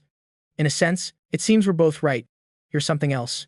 Xu Feng. It seems I was still too soft-hearted. I shouldn't have let this guy off. I should have made him run naked on the sports field like Su Jun. Just then, a series of footsteps sounded from the front entrance of the lecture hall. The chubby guy and I both reflexively looked up towards the sound. We saw an ethereally beautiful girl walk in. She was wearing a simple red and white school uniform, her figure slender. Her face was as exquisite as a painting. She had her hair in a ponytail, her aura as clear and cool as autumn water. It was clearly the most ordinary attire, yet it exuded a unique charm. From the moment she appeared at the door, she had captured the eyes of every student in the lecture hall, unable to look away. The school bell of Yunnan High School, Shen Qingyan. The chubby guy stared blankly, then reacted, getting instantly excited. "Holy crap, school bell Shen." As he said this, he glued his eyes to Shen Qingyan, while excitedly pulling my arm. "Bro, we hit the jackpot this time. I heard School Bell Shen studies with Jiang Yi Chen now. School Bell Shen is in the lecture hall. That means Jiang Yi Chen must be here too. The Condor Heroes are both here. We've got front row seats for the gossip." I glanced at the chubby guy sitting right in the row in front of me and nodded. They really are front row seats. The chubby guy heard this and was puzzled. "What do you mean?" Just then, he noticed Shen Qingyan was walking towards him and me, and got even more excited. "School Bell Shen and Jiang Yi Chen want to sit here. Bro, hurry and look. Jiang Yi Chen might be nearby too." I looked down at myself. No need to look. The chubby guy was stunned, and finally turned his head to look at me. Immediately after, under the gaze of all the students in the lecture hall, the great School Bell Shen walked to the back row in the corner, and then, oblivious to the astonished gazes, sat down next to a certain someone. She casually handed over a cold bottle of Sprite. "For you." I naturally took it. "Thanks." The entire lecture hall suddenly fell dead silent, so quiet you could hear a pin drop, and the chubby guy, sitting in the best front row seat for gossip, was now looking at the Condor Heroes couple in front of him, almost turned to stone. Only two large words screamed and swirled in his mind: "Holy crap." The commotion in the lecture hall lasted for a while, before finally subsiding and becoming quiet again, but students still continuously couldn't help but secretly turn their heads back to glance towards me and Shen Qingyan. Shen Qingyan and I paid them no mind. We each took out our books and pens from our bags, preparing to start studying. There was just one eyesore, which was a certain chubby guy in the row in front of me who was stealthily peeking, like a gopher, repeatedly turning to stare at us. I glanced at the chubby guy, about to speak, when my schoolbell deskmate next to me looked up first. Her eyes rested on the chubby guy, her voice soft. "Classmate, does sitting this close affect your studies?" Holy crap, the schoolbell is talking to me. The chubby guy was so excited his face turned red. He hurriedly waved his hands. It's fine. It's fine. No effect. I don't think so. It's rare to get a chance to gossip at such a close distance. How could I miss it? Shen Qingyan's eyes narrowed slightly, her coldness carrying a hint of danger. No, you do think so. Her tone was still gentle, but it made the chubby guy jump. There was killing intent. The chubby guy immediately changed his tune. Right. I do find it a little inconvenient. It'll sit a bit further away. Ha ha ha. With a forced laugh, the chubby guy zipped away, instantly teleporting back to his original, distant seat. Finally, it was quiet. Shen Qingyan turned to look at me, smiling gently. Let's start studying. Self-studying in the lecture hall truly had a thick academic atmosphere that made one unconsciously immerse themselves in it. The two of them studied in the lecture hall, taking a short break after an hour. Shen Qingyan naturally handed me one of her earbuds to listen to music together. I looked at her beautiful and exquisite side profile. At this moment, my heart fluttered slightly. The memories and thoughts from my past life seemed to rush back like a tide, making me a bit dazed. Shen Qingyan looked at me gently, because in her past life, she had read a certain fool's diary. She secretly decided to make up for all the warmth I lacked in my past life. The days passed by just like that. I gradually got used to the self-study atmosphere in the lecture hall, as well as having the school bell deskmate always sitting beside me. Occasionally, I would return to class 10 from the lecture hall for a visit, to meet my best friend Xu Feng and chat for a bit. Du Feng said that recently, many students have also been pairing up, gathering to find places to study together. The tense and stressful atmosphere of the approaching college entrance exam and graduation had broken the originally clear-cut boundaries between boys and girls, making them bolder and closer. He also said some boys seized the opportunity to get close to female classmates while studying together, and had bravely confessed and succeeded. They would officially be together after the college entrance exam. This made Xu Feng unable to hide his envy. When will Yang Yuting and I get together? Yang Yuting was the literature representative of Class 10, and was also considered Shen Qingyan's best friend. In terms of looks and aura, she wasn't inferior at all. I remembered and asked curiously, "Haven't you been going to the library to study with Yang Yuting every day?" "Recently." "That's good." Xu Feng sulked. "Good?" I wanted to ask her to study alone with me, but she didn't agree. I understood. "So you go as a group?" Xu Feng scratched his head. "Not really. Just the two of us." She said she called other people, but coincidentally, everyone she called was busy and couldn't come. I looked at Xu Feng, question marks appearing above my head. For many consecutive days, they coincidentally couldn't come. "It's always just the two of you," Xu Feng said confidently. "That's right." Yang Yuting said it herself. "It's just a coincidence." Then he sulked again, looking dejected. "Brother Chen, tell me, this Yang Yuting keeps refusing to go alone with me. Does she really not have any feelings for me?" I looked at my best friend as if he were an idiot. What the hell is so logical? And he's still talking about coincidence, with that brain of his. Even if the god of marriage used a steel red thread, he'd still snap it. A moment later, my school bell deskmate packed up her books and notes. She put on her school bag and walked over. The two of them left together, on the way to the bicycle shed. I even shared with my school bell deskmate this little story about Xu Feng, both gloating and disdainful. This kid is a total straight man. Hopelessly stupid. My school bell deskmate had an indifferent expression and nodded slightly. When we reached the bike shed, I took out my bicycle. The two of us walked out of the school gate side by side. At the school gate, I glanced around. I didn't see the familiar black Maybach. "Where's your family's car?" Shen Qingyan acted as if nothing was wrong. "My family's car coincidentally broke down. If it's convenient, can you take me home?" I showed an understanding look, then generously nodded. I thought to myself that deskmates should help each other. And so, Shen Qingyan gracefully sat on the back seat of my bicycle. She even very naturally wrapped her arms around my waist. I got on the bike and pushed off. I rode steadily forward with the school bell deskmate. Sitting behind me, Shen Qingyan reached up to brush the strands of hair blown by the wind from her forehead. The corner of her mouth curved up slightly. This was the first time I had ridden my bike to take the school bell deskmate home, but it wasn't the last time. For the next 7 consecutive days, Shen Qingyan every day changed her reason for me to take her home. When we passed the market my parents often went to, if my parents ever saw me giving you a ride on my bike, they'd probably think I was dating instead of studying. Once, on the way home with the school bell deskmate, I casually made a joke. When Shen Qingyan heard it, her eyes suddenly lit up. Her tone seemed thoughtful. Is that so? Then that's really risky. I laughed out loud. Don't worry. Don't worry. How could there be such a coincidence? And so, the next evening, at the Kyoto market, not far from the Shanhuan neighborhood, a middle-aged couple came out carrying plastic bags of vegetables. They were talking as they walked. Father Jiang and Mother Jiang were talking. Suddenly, Mother Jiang stopped. Her eyes stared blankly at a figure on a bicycle not far ahead, approaching them. Old Jiang. Isn't that our son? It looks like he's giving someone a ride. I also hadn't expected such a coincidence. And thus, the cliché scene that followed. At the street corner in front of the market gate, Father Jiang and Mother Jiang, carrying plastic bags of ribs, and their son, who was giving the school bell a ride on his bike, met face to face. I hurriedly slammed on the brakes, stopping the bike right in front of my parents. Shen Qingyan, sitting behind, couldn't brake in time, and lunged forward into a certain someone's back due to inertia. Smiling brightly, she wrapped one arm around her little deskmate's waist. Aya, how could you be so careless? However, before she could pretend to be magnanimous and express her understanding to someone, she suddenly and sharply noticed that my back and waist muscles, which she was holding, seemed to have suddenly stiffened. Shen Qingyan was slightly stunned. At the same time, I had stopped the bike. My hands were still on the handlebars, my expression a little stiff. I raised one hand towards my equally stunned parents and gave a forced smile and greeting. Mom. Dad. What a coincidence. The atmosphere at that moment was a bit frozen. Jiang Guozheng and Zhao Shuqin stared blankly at their son. Zhao Shuqin, who was normally very talkative, couldn't help but stammer a little at this moment. This is, I hurriedly explained, oh, this is my classmate. Her house is nearby. I am taking her home. I was clearly speaking the truth, but I don't know why. In front of my parents, I always felt a bit inexplicably awkward and guilty. At this time, Shen Qingyan had also recovered and realized the situation before her. She quickly got off the back of the bike.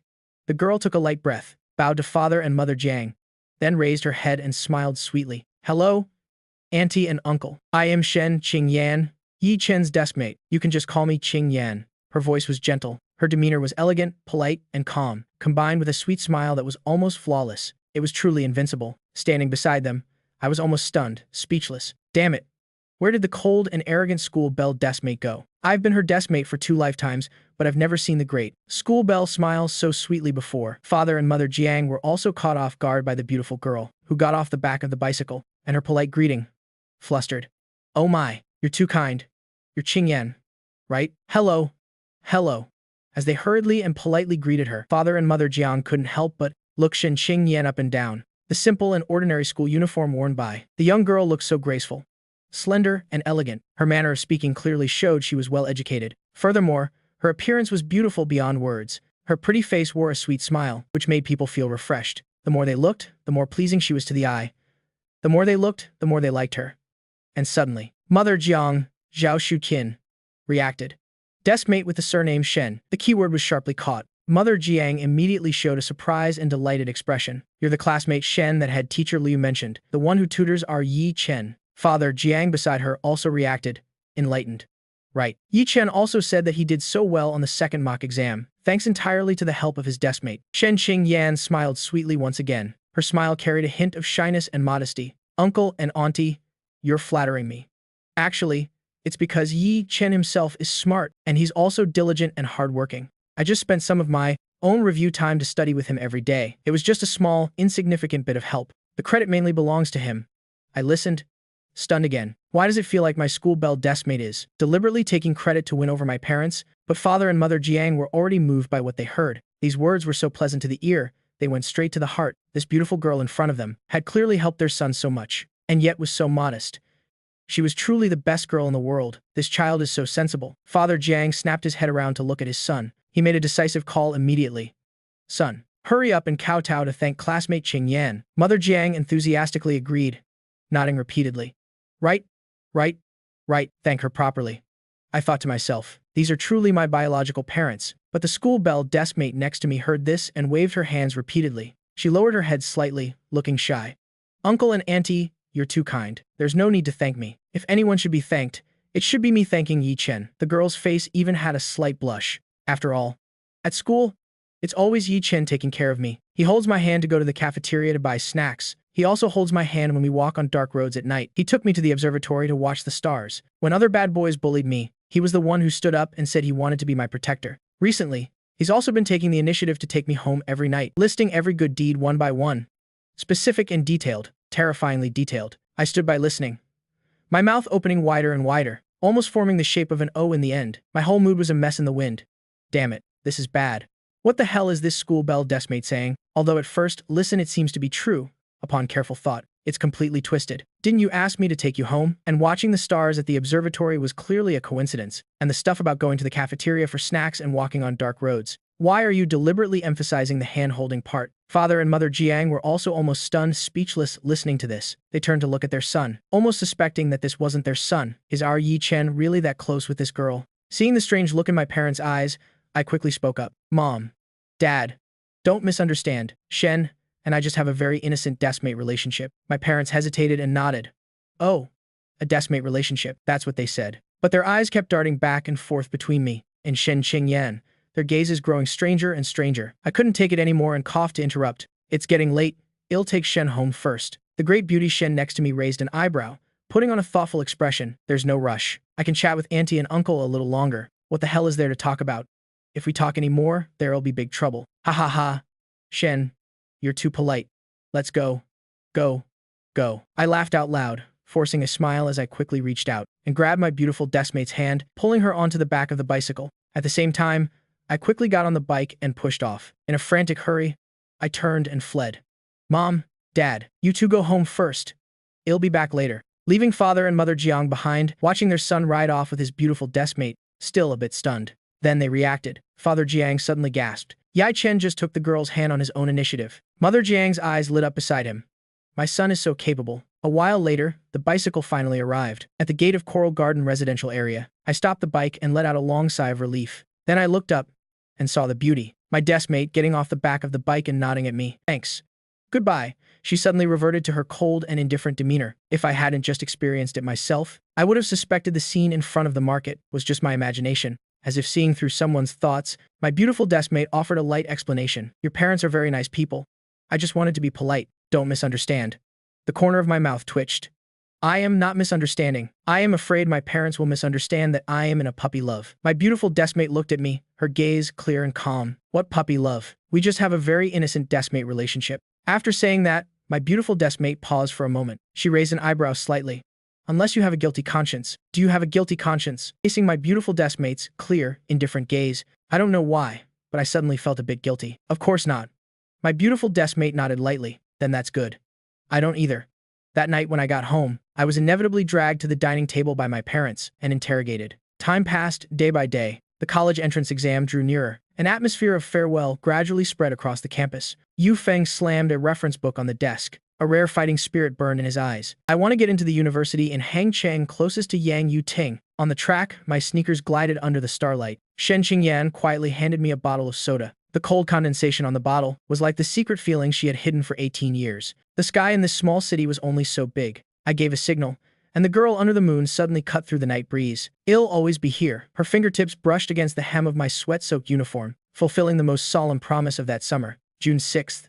The final countdown day before the college entrance exam. Class 12 to 10 classroom. When the homeroom teacher walked in and stepped onto the podium, as the class president, Shen Qingyan, shouted, "Stand up," the whole class stood up in unison. They all bowed deeply to the middle-aged man on the podium.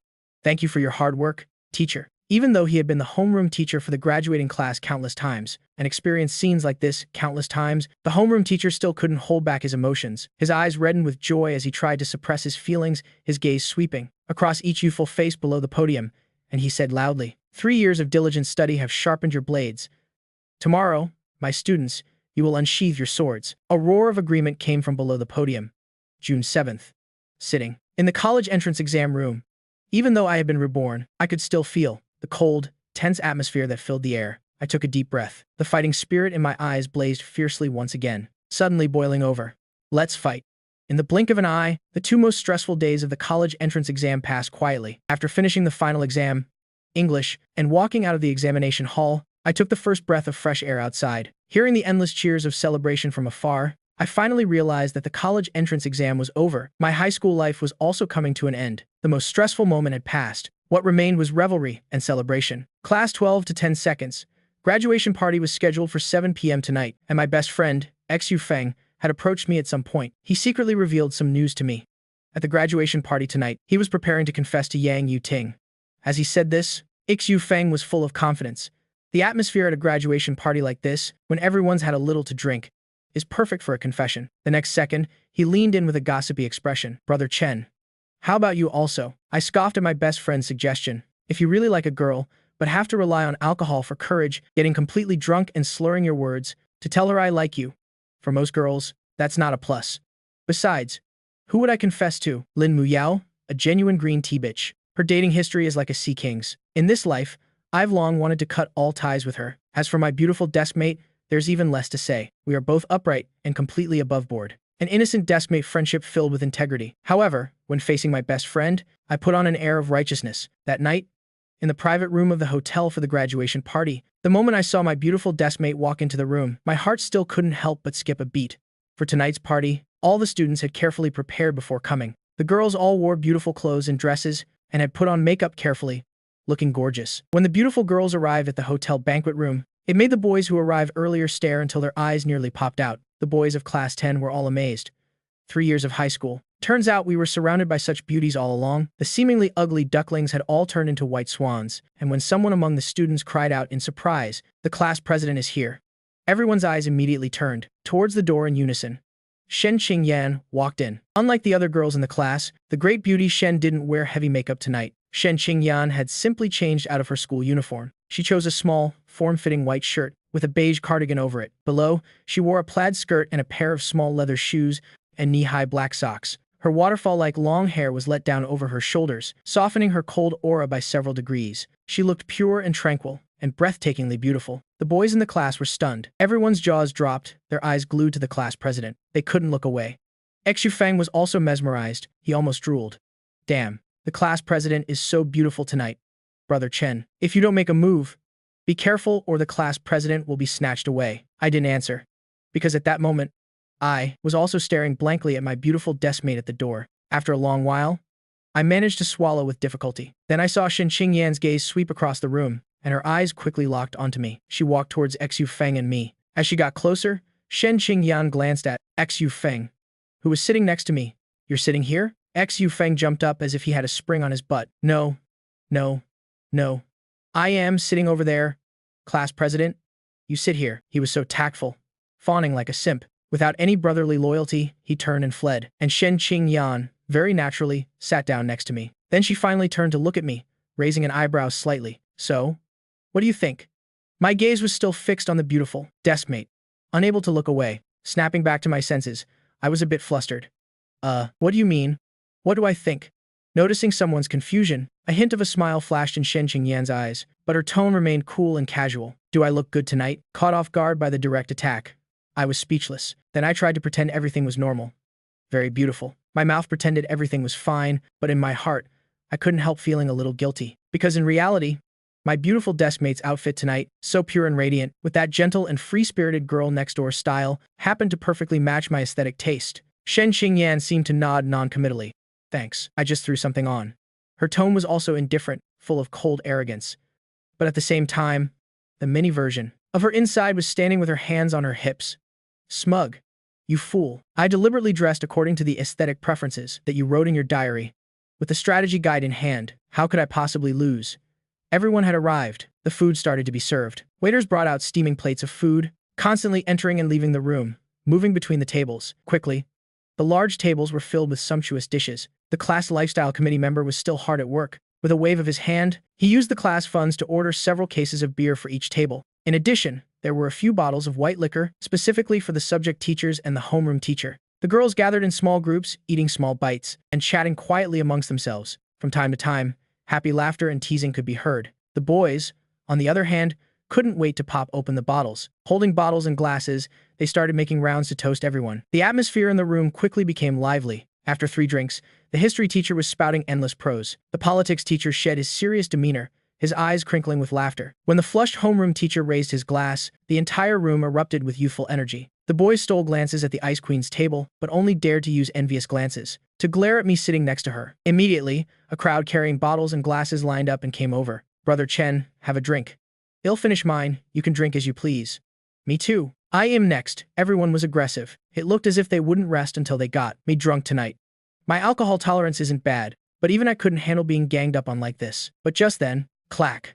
A pair of chopsticks was slammed down by a delicate, jade-like hand. Shen Qingyan suddenly stood up, instantly attracting everyone's attention. Shen Qingyan's gaze was cold. She glanced over the group of male students in front of her and raised an eyebrow. What kind of hero gangs up on one person? From now on, I, his deskmate, will drink for him. A sentence spoken in a light and calm tone, but it caused the entire room to fall silent for a moment. Everyone, including the subject teachers, couldn't help but stare wide-eyed, their faces showing clear astonishment. After a moment of silence, the room erupted into noise again. The girls of Class 10, led by Yang Yuting, all screamed and cheered for Shen Qingyan, and the boys were even more excited. They finally had a chance to toast the class president. We have to step it up. Class president, I am first. I am second. They all fought for a turn. In an instant, Shen Qingyan had already downed 2 or 3 glasses of beer, each one chugged in a single breath. The Ice Queen was rarely so forthright and generous. Seeing this, the students all cheered. I sat beside her, suddenly becoming the object protected by a dark night. Watching my beautiful deskmate drink glass after glass, I was about to stand up. Let me.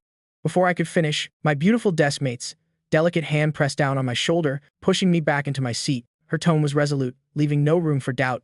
No need. Next, Shen Qingyan went all out. She was no longer passively accepting toasts, but actively went on the offensive. She targeted one person at a time, drinking until they were defeated, then moved on to the second and the third. When 5 or 6 boys in a row were drunk, under the table, or had fled for their lives, the girl was almost the only one left standing calmly in the room. At this moment, Shen Qingyan, wearing a pure white shirt, had casually tied up her waterfall-like black hair. Her waterfall-like long black hair in a simple way. She exuded a sharp and capable aura.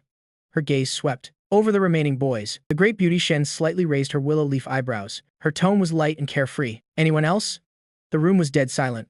No one dared to speak. Xu Feng watched with his eyes wide and jaw dropped. Coming to his senses, he roared, "Class president is awesome." The next second, the entire room erupted in cheers and applause. I also looked at Shen Qingyan as if she were a goddess. My beautiful deskmate can drink this well? And amidst the cheers and applause, Shen Qingyan's eyes swept over. Noticing my astonished, goddess-gazing expression, the corner of the girl's mouth tilted up slightly. In my past life, I was the female CEO of a listed company in Nan Province, dealing with people, socializing at the dinner table.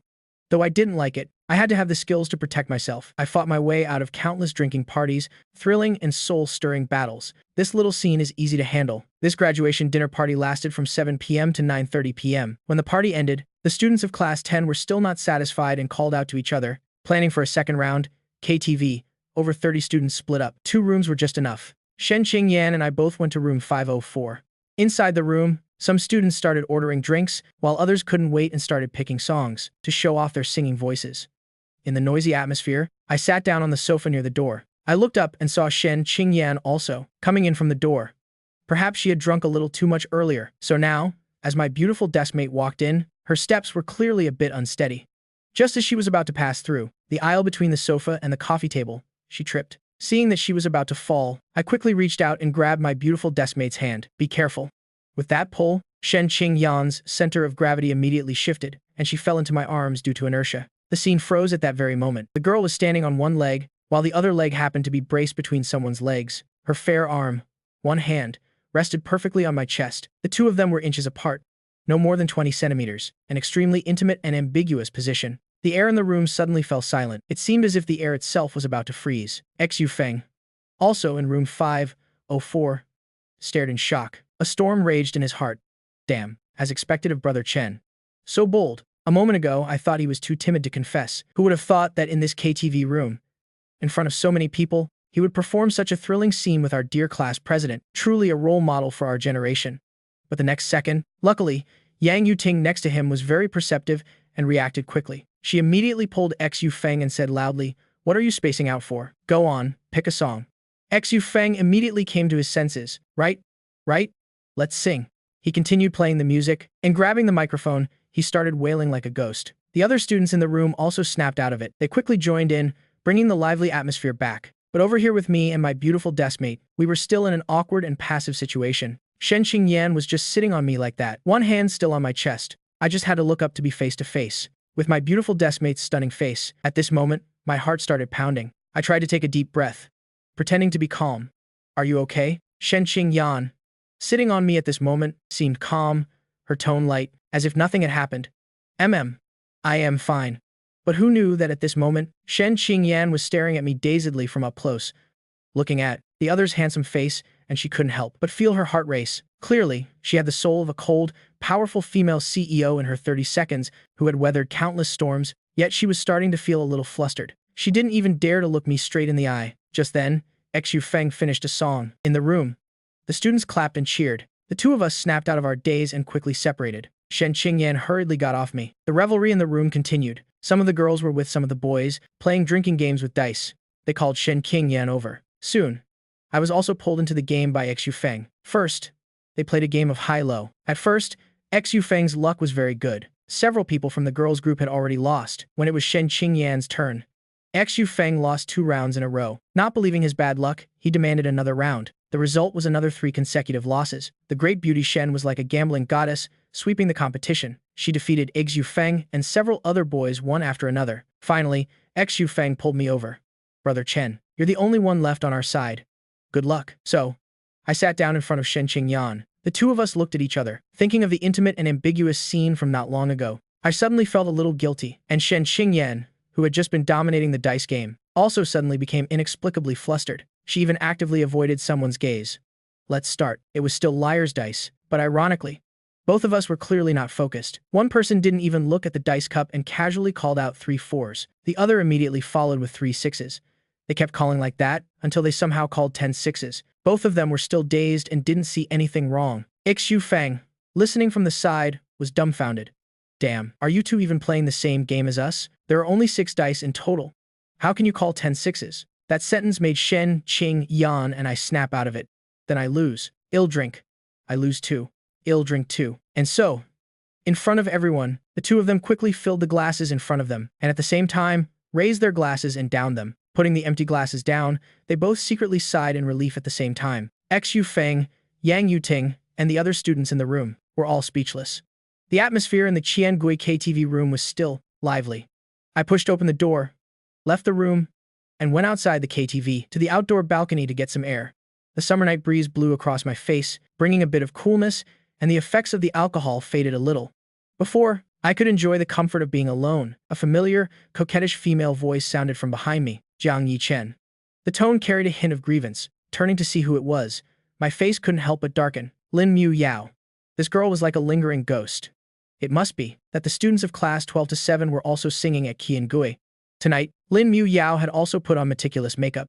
A small, pink dress with white bubble socks accentuated her cute and lovely appearance. At this moment, she widened her sparkling eyes and looked at me pitifully. I sent you so many messages on QQ. You didn't reply to any of them. I looked at the beauty of class 7 inches front of me as if she were an idiot because I deleted you. With this IQ, she probably didn't do well on the college entrance exam. Lin Mu Yao was choked by this sentence, unable to speak for a long time. The rims of her eyes turned red again. I know I was wrong. Please don't treat me like this. Okay? I agree to be your girlfriend now. Can we start over? Her tone carried a sob. The cute, sweet-looking girl with red-rimmed eyes, her hands clasped together, looked like she was about to cry. Guests from other rooms saw this scene and couldn't help but show concern and sympathy. Even the onlookers. Besides feeling sympathy, when their gazes shifted to me, they also carried a hint of dislike and blame. But I could clearly see in Lin Mu Yao's eyes a small glint of triumph. A green tea is always a green tea. To put it elegantly, a leopard can't change its spots. I chuckled and looked at Lin Mu Yao calmly. You don't know you were wrong. You just found out that someone is too lazy to spoil you anymore, so you can't bear it. You can't stand it.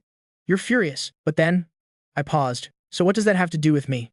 Seeing you upset actually makes me feel quite pleased. Lin Mu Yao's pretty face immediately flushed red. Her voice trembled with angry sobs. How could you be like this? I feigned ignorance. Why couldn't I? After all, we're not close. I looked at Lin Mu Yao again and added, oh, right. Please stay away from me from now on. I am afraid my girlfriend might misunderstand. Lin Mu Yao was struck by lightning, frozen on the spot. Girl.friend. Since when do you have a girlfriend? As she spoke, she seemed to realize something and looked at me in shock. Is it Shen Qingyan? I nodded matter-of-factly.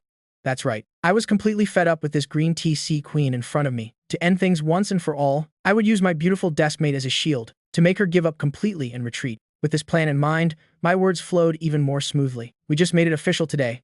The homeroom teacher officiated. Our classmates were witnesses. We're registering our marriage in a few days. We're getting married on Qxi Festival. Yang Yuting is the bridesmaid. Xu Feng is the best man. Only family and friends are invited to the wedding. You don't need to come. If it's convenient, just send a gift. Lin Muyao couldn't help but take a few steps back, her voice sharp with shock and anger. Impossible. I don't believe you. You're lying to me. Her words were laced with sobs again. You two are obviously just acting. Besides, in what way am I inferior to Shen Qingyan? Why did you choose her? Why? I was all too familiar with this question. I could answer without even thinking. Student Shen is tall and beautiful, and her voice is pleasant, unlike you, who's short and looks. Before I could finish, Lin Muyao heard this and couldn't help but scream.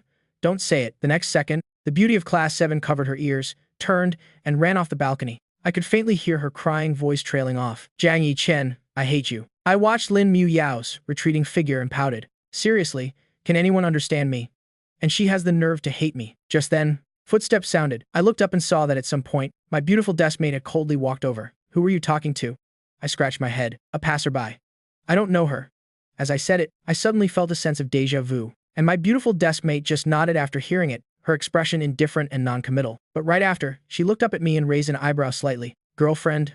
Official? Marrying on Kikshi. These words were spoken lightly, casually, but they almost made my heart stop. Damn it. The person herself heard me. The soul of a man over 30 couldn't help but blush at this moment. I was a little flustered and hurriedly explained, no. I was just trying to get rid of Lin Muyao. I guiltily glanced at my beautiful deskmate in front of me and quickly found another reason.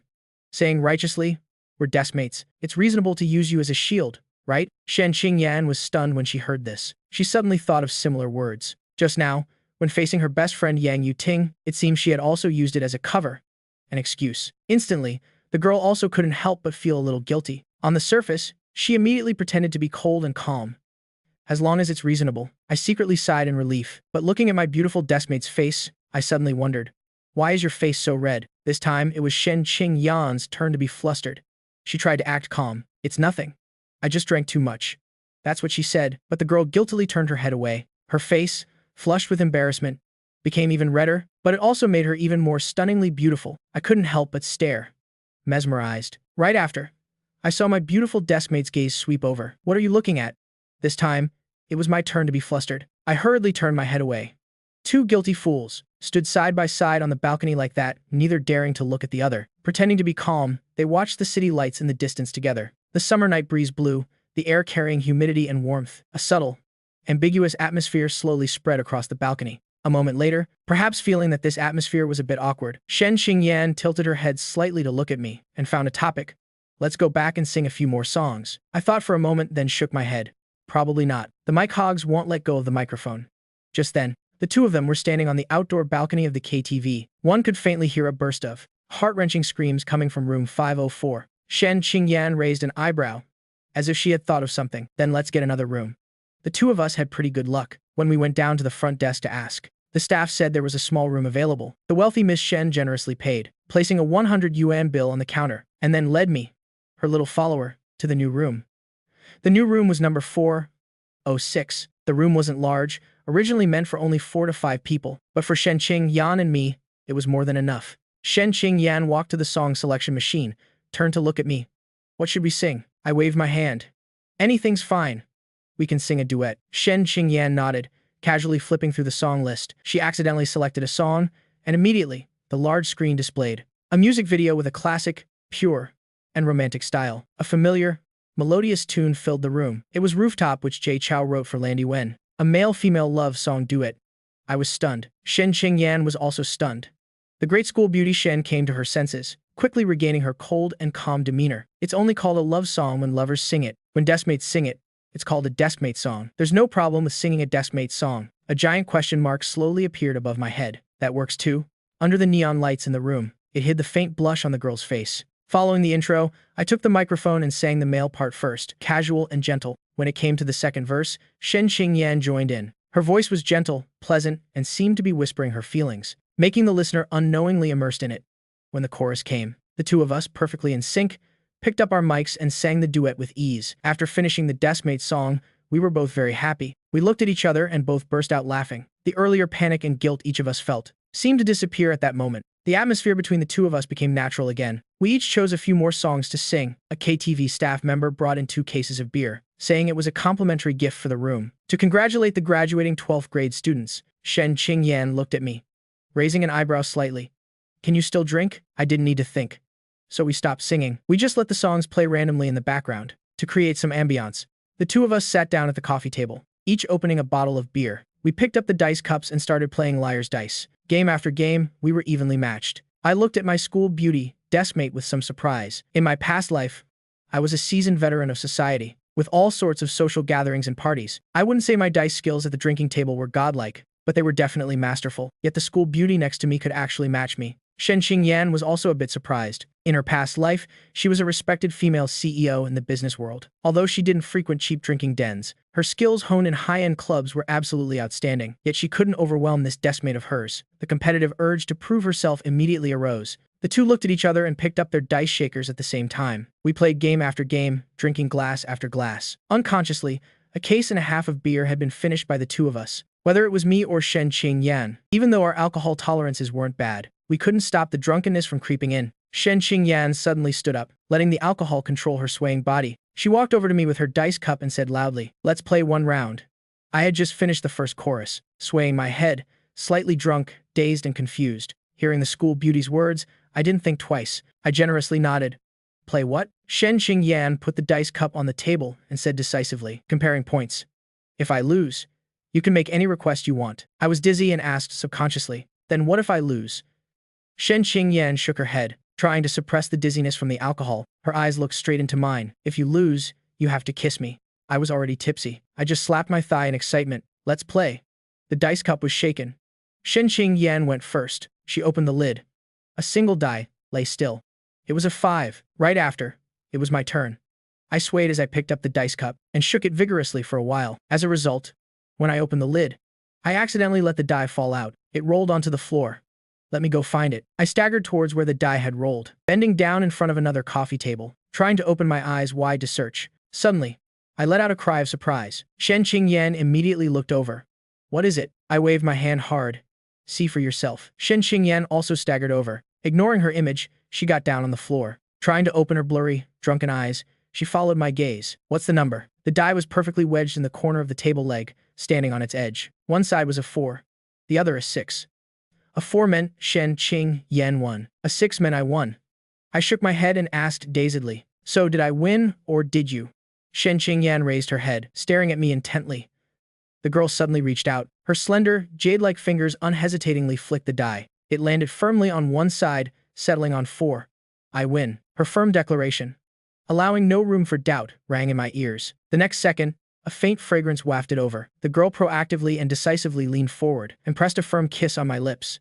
In this moment, time and space were separated, but fate had crossed mountains and seas. The high school days of the boy and girl in this life had graduated in a grand and romantic fashion. When I woke up the next day, I just felt my head pounding like a hammer. I struggled with all my might to sit up in bed. Looking around, I realized I was back home. But how did I get back? I frowned, trying hard to remember. I tried to recall what happened afterwards, but I couldn't remember anything. I opened the door, left my bedroom, and went to the living room. Mother Jiang, Zhao Shuqin, was at this moment cleaning the living room.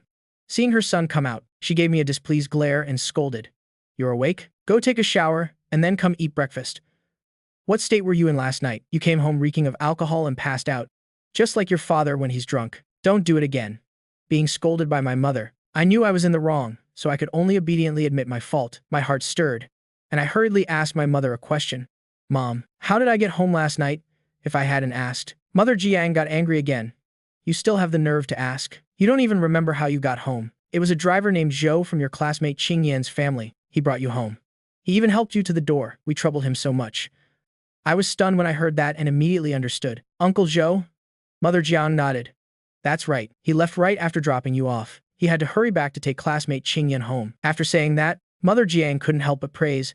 I didn't expect it. Classmate Qingyan even has a private driver to take her around. Her family's situation must be quite extraordinary. That driver, Uncle Zhou, is a really good person. You can tell he's upright and trustworthy. After saying that, Mother Jiang suddenly wondered. There was just one strange thing. At that time, I asked him, "How is classmate Qingyan?" His eyeballs trembled like there was an earthquake. Unable to get more information from my mom, I went to the bathroom first. I took a hot shower, washing away most of the lingering smell of alcohol from last night. After changing into clean clothes and finishing breakfast, the discomfort from the hangover had subsided. My mental state was finally a little better. Then I went back to my room to check my phone. I found several unread messages and missed calls from last night, and most were from ex Yufeng. I thought for a moment and called him back. On the other end of the line was a weak, dying voice. Xu Feng sounded like he was about to die. Hello? This kid must have been dead drunk last night too. Xu Feng's voice on the other end was extremely frustrated. Damn it, I was originally going to confess to Yang Yuting last night, but then I ended up with Zhang Qi, Sun, and the others, playing dice and drinking games. I got so drunk I forgot the main event. Then he changed the subject, and asked me suspiciously, Brother Chen, where did you go last night? We couldn't find you in either room. Our class president disappeared too. Me, Yang Yuting, and the others texted you too, but neither of you replied. I answered honestly. She and I went downstairs and got another room to sing. Xu Feng was utterly shocked. What? Got a private room for just the two of you? As expected of my brother Chen. Fess up. Did you manage to win over the class president last night? I was annoyed. What are you thinking? We just sang normally and had a little to drink. Nothing else happened. Xu Feng's voice was full of suspicion. That's it? Nothing else? I said sternly. Of course. If something else happened, how could I not know? As soon as I said it, I myself hesitated. A few vague, hazy images from last night flashed in my mind. I really couldn't remember clearly. In the villa at Coral Garden, Shen Qingyan sat at the solid wood dining table, imported from Italy in the living room, also frowning. She massaged her temples. A hangover was not a pleasant feeling. Beside her, a housekeeper in her 50 seconds named Feng brought over a bowl of pumpkin millet porridge and placed it on the table in front of Shen Qingyan. Her tone was both pitying and concerned. It must feel awful drinking so much, right? Eat some porridge to sober up. Shen Qingyan picked up the bowl and said thank you, then looked up at Auntie Feng. Did Uncle Zhou bring me home last night? Auntie Feng nodded. Yes. You were completely drunk when you came back last night, when Uncle Zhou and I helped you to your room. You were humming some song. Then, as if remembering something, she added another sentence. Oh, right. When Uncle Zhou brought you back, he mentioned that he saw you at the karaoke bar with a male classmate named Jiang Yichen. You were both so drunk you fell asleep. He dropped your male classmate off on the way. Shen Qingyan was stunned.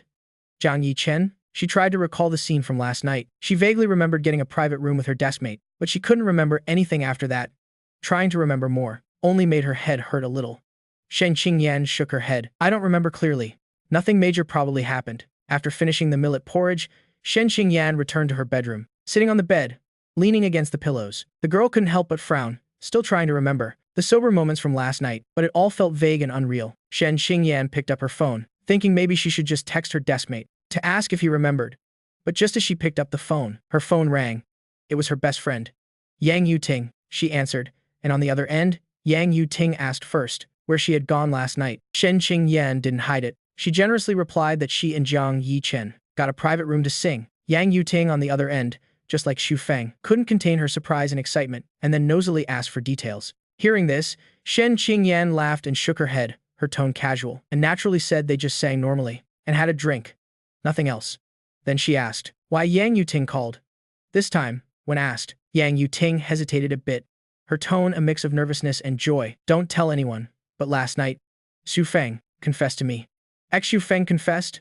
This time it was Shen Qingyan's turn to be a little surprised, her eyes widening. She was a little interested and asked for more details. On the other end, Yang Yuting's voice had a hint of pride. That fool drank a lot of alcohol last night. I guess he was trying to build up courage.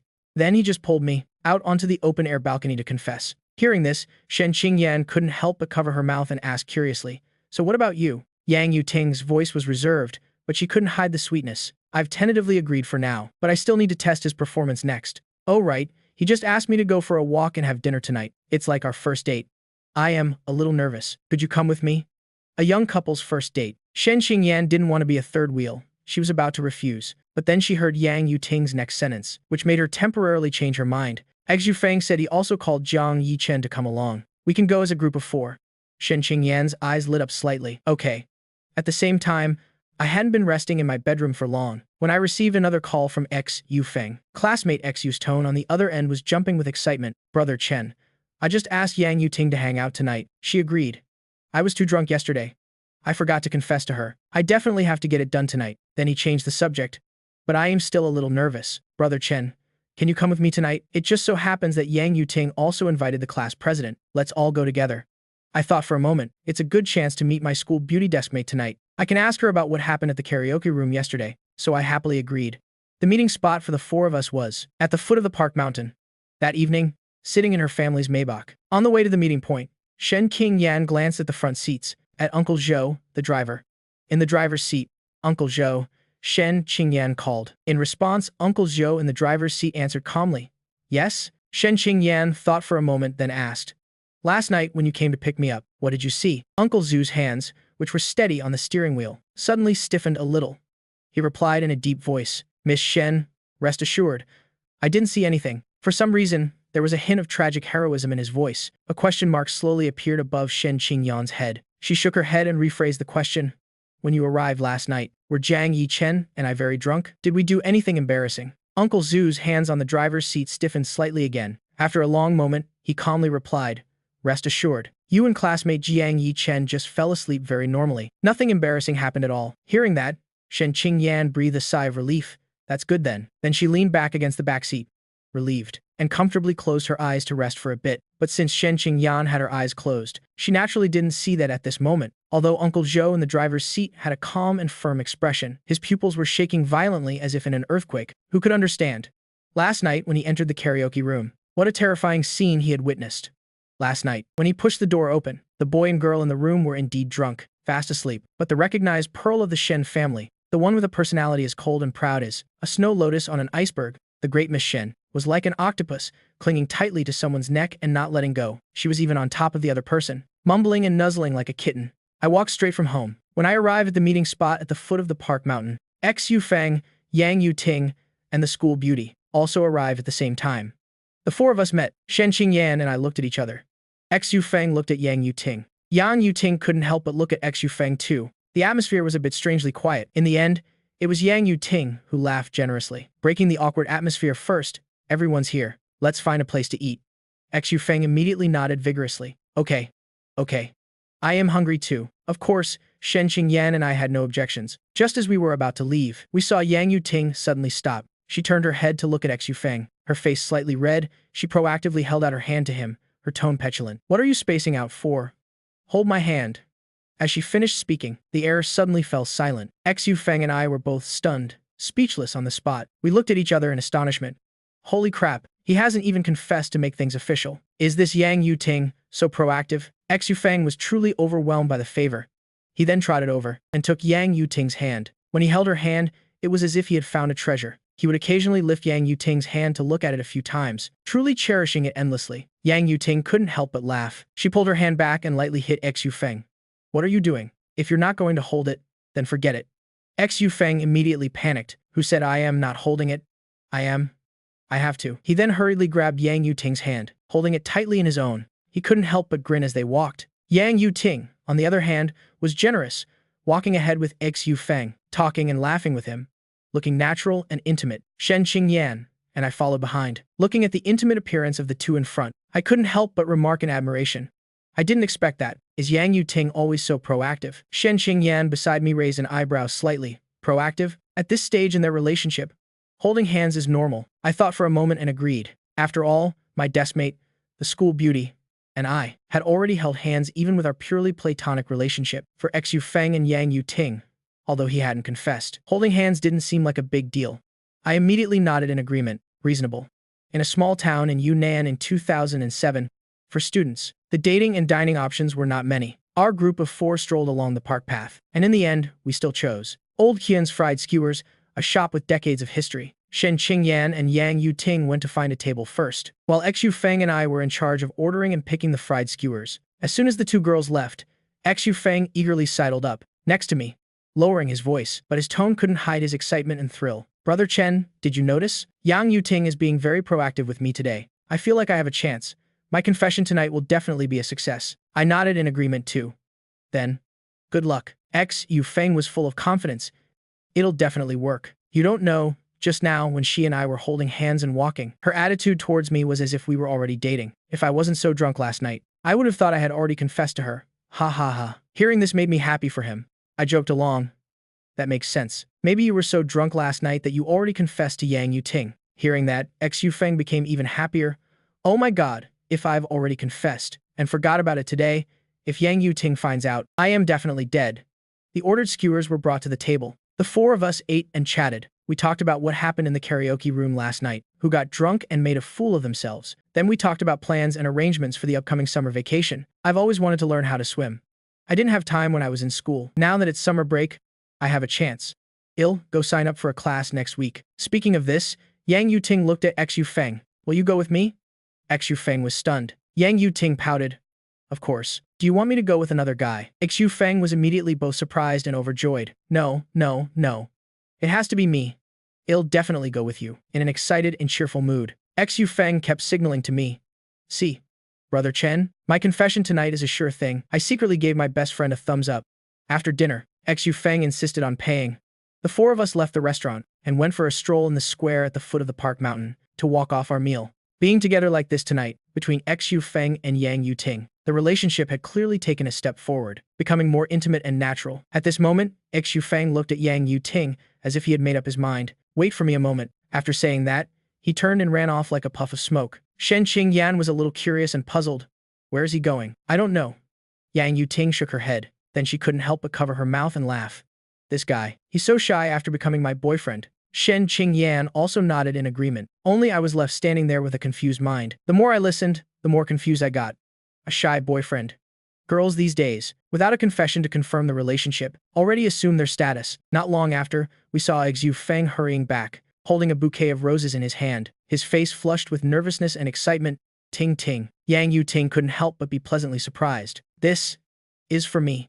Xu Feng nodded vigorously. Summoning all his courage, he looked at Yang Yuting affectionately. It's for you. I've liked you for a long time. Will you be my girlfriend? The air suddenly fell silent for a moment. This time, it was the two girls' turn to be stunned. Shen Qingyan was so surprised her mouth was slightly agape, a rare sight, and Yang Yuting was even more dumbfounded, almost doubting her own ears. Be your girlfriend? Didn't I already agree? Huh. This time it was Xu Feng's turn to be stunned, his eyes filled with pure confusion and foolishness. When did that happen? I haven't even confessed yet. How could you have agreed? The air suddenly fell silent. A vein on Yang Yuting's forehead twitched slightly. She took a deep breath, looked at Xu Feng, and forced a smile that wasn't a smile. So you completely forgot about confessing last night, didn't you? Xu Feng had to move heaven and earth to finally, reluctantly coax his new girlfriend into a good mood again. The price he paid was the soft flesh on his side, after being gently caressed by his girlfriend's delicate hand, was now a tragic sight to behold. Even so, Xu Feng, while hissing in pain, couldn't help but grin from ear to ear while talking to me. Anyway, the result is still good. The four of us walked around for a while longer. Ahead on the roadside, someone had set up a stall for on-the-spot portrait sketches. Xu Feng eagerly pulled Yang Yuting over there, intending to get a drawing done to commemorate their first day as a couple, leaving Shen Qingyan and me to continue strolling in the Gongyuan Mountain Square to kill time. Mentioning how Xu Feng had just been taught a lesson by Yang Yuting, both of us couldn't help but laugh. This guy is really too much. He drinks a little and can't even remember his own confession. Shen Qingyan also nodded slightly, commenting with a nonchalant expression, truly disgraceful. Speaking of drinking, I remembered something. I scratched my head and looked at my school beauty deskmate. Oh, right, last night. The two of us got drunk. We didn't do anything too outrageous afterwards, did we? Shen Qingyan gave a faint smile, her tone casual and confident. Don't worry. Uncle Zhou brought us back. He said, we just got drunk and fell asleep. Nothing major happened. I breathed a sigh of relief. That's good then. At this moment, from a record store, not far away, a song started playing. It was The Fruits of Midsummer by Karen Mok. As if remembering something, I looked at my school beauty deskmate. Did you sing this song last night? Shen Qingyan also recalled a bit. Yes. After that, you seem to have sung a song by Wu Bai. I slapped my forehead. A sudden realization, my train of thought suddenly cleared. The two of us, one sentence after another, quickly pieced together the fragmented memories from last night. After that, you pulled me to play dice, comparing high and low. You even set a special prize for winning and losing. If you lost, you had to agree to any one request of mine. If I lost, then. If you lost, then. Speaking excitedly, we spoke faster and faster, then suddenly both of us froze. In our minds, the forgotten memories from being drunk quickly returned. This time, what finally happened last night, we both remembered everything. It was that stunning kiss to fulfill the bet. My train of thought returned to the present. At this moment, the air seemed to freeze. The whole world fell silent. I was stunned. Shen Qingyan was also stunned. The next second, the two of us suddenly calmed down and looked at each other, staring wide-eyed at each other. I took a deep breath, trying to compose myself. What was I supposed to do if I lost? I forgot. Shen Qingyan also took a deep breath, trying to pretend to be cold and as if nothing had happened. I forgot too. We both breathed a sigh of relief at the same time.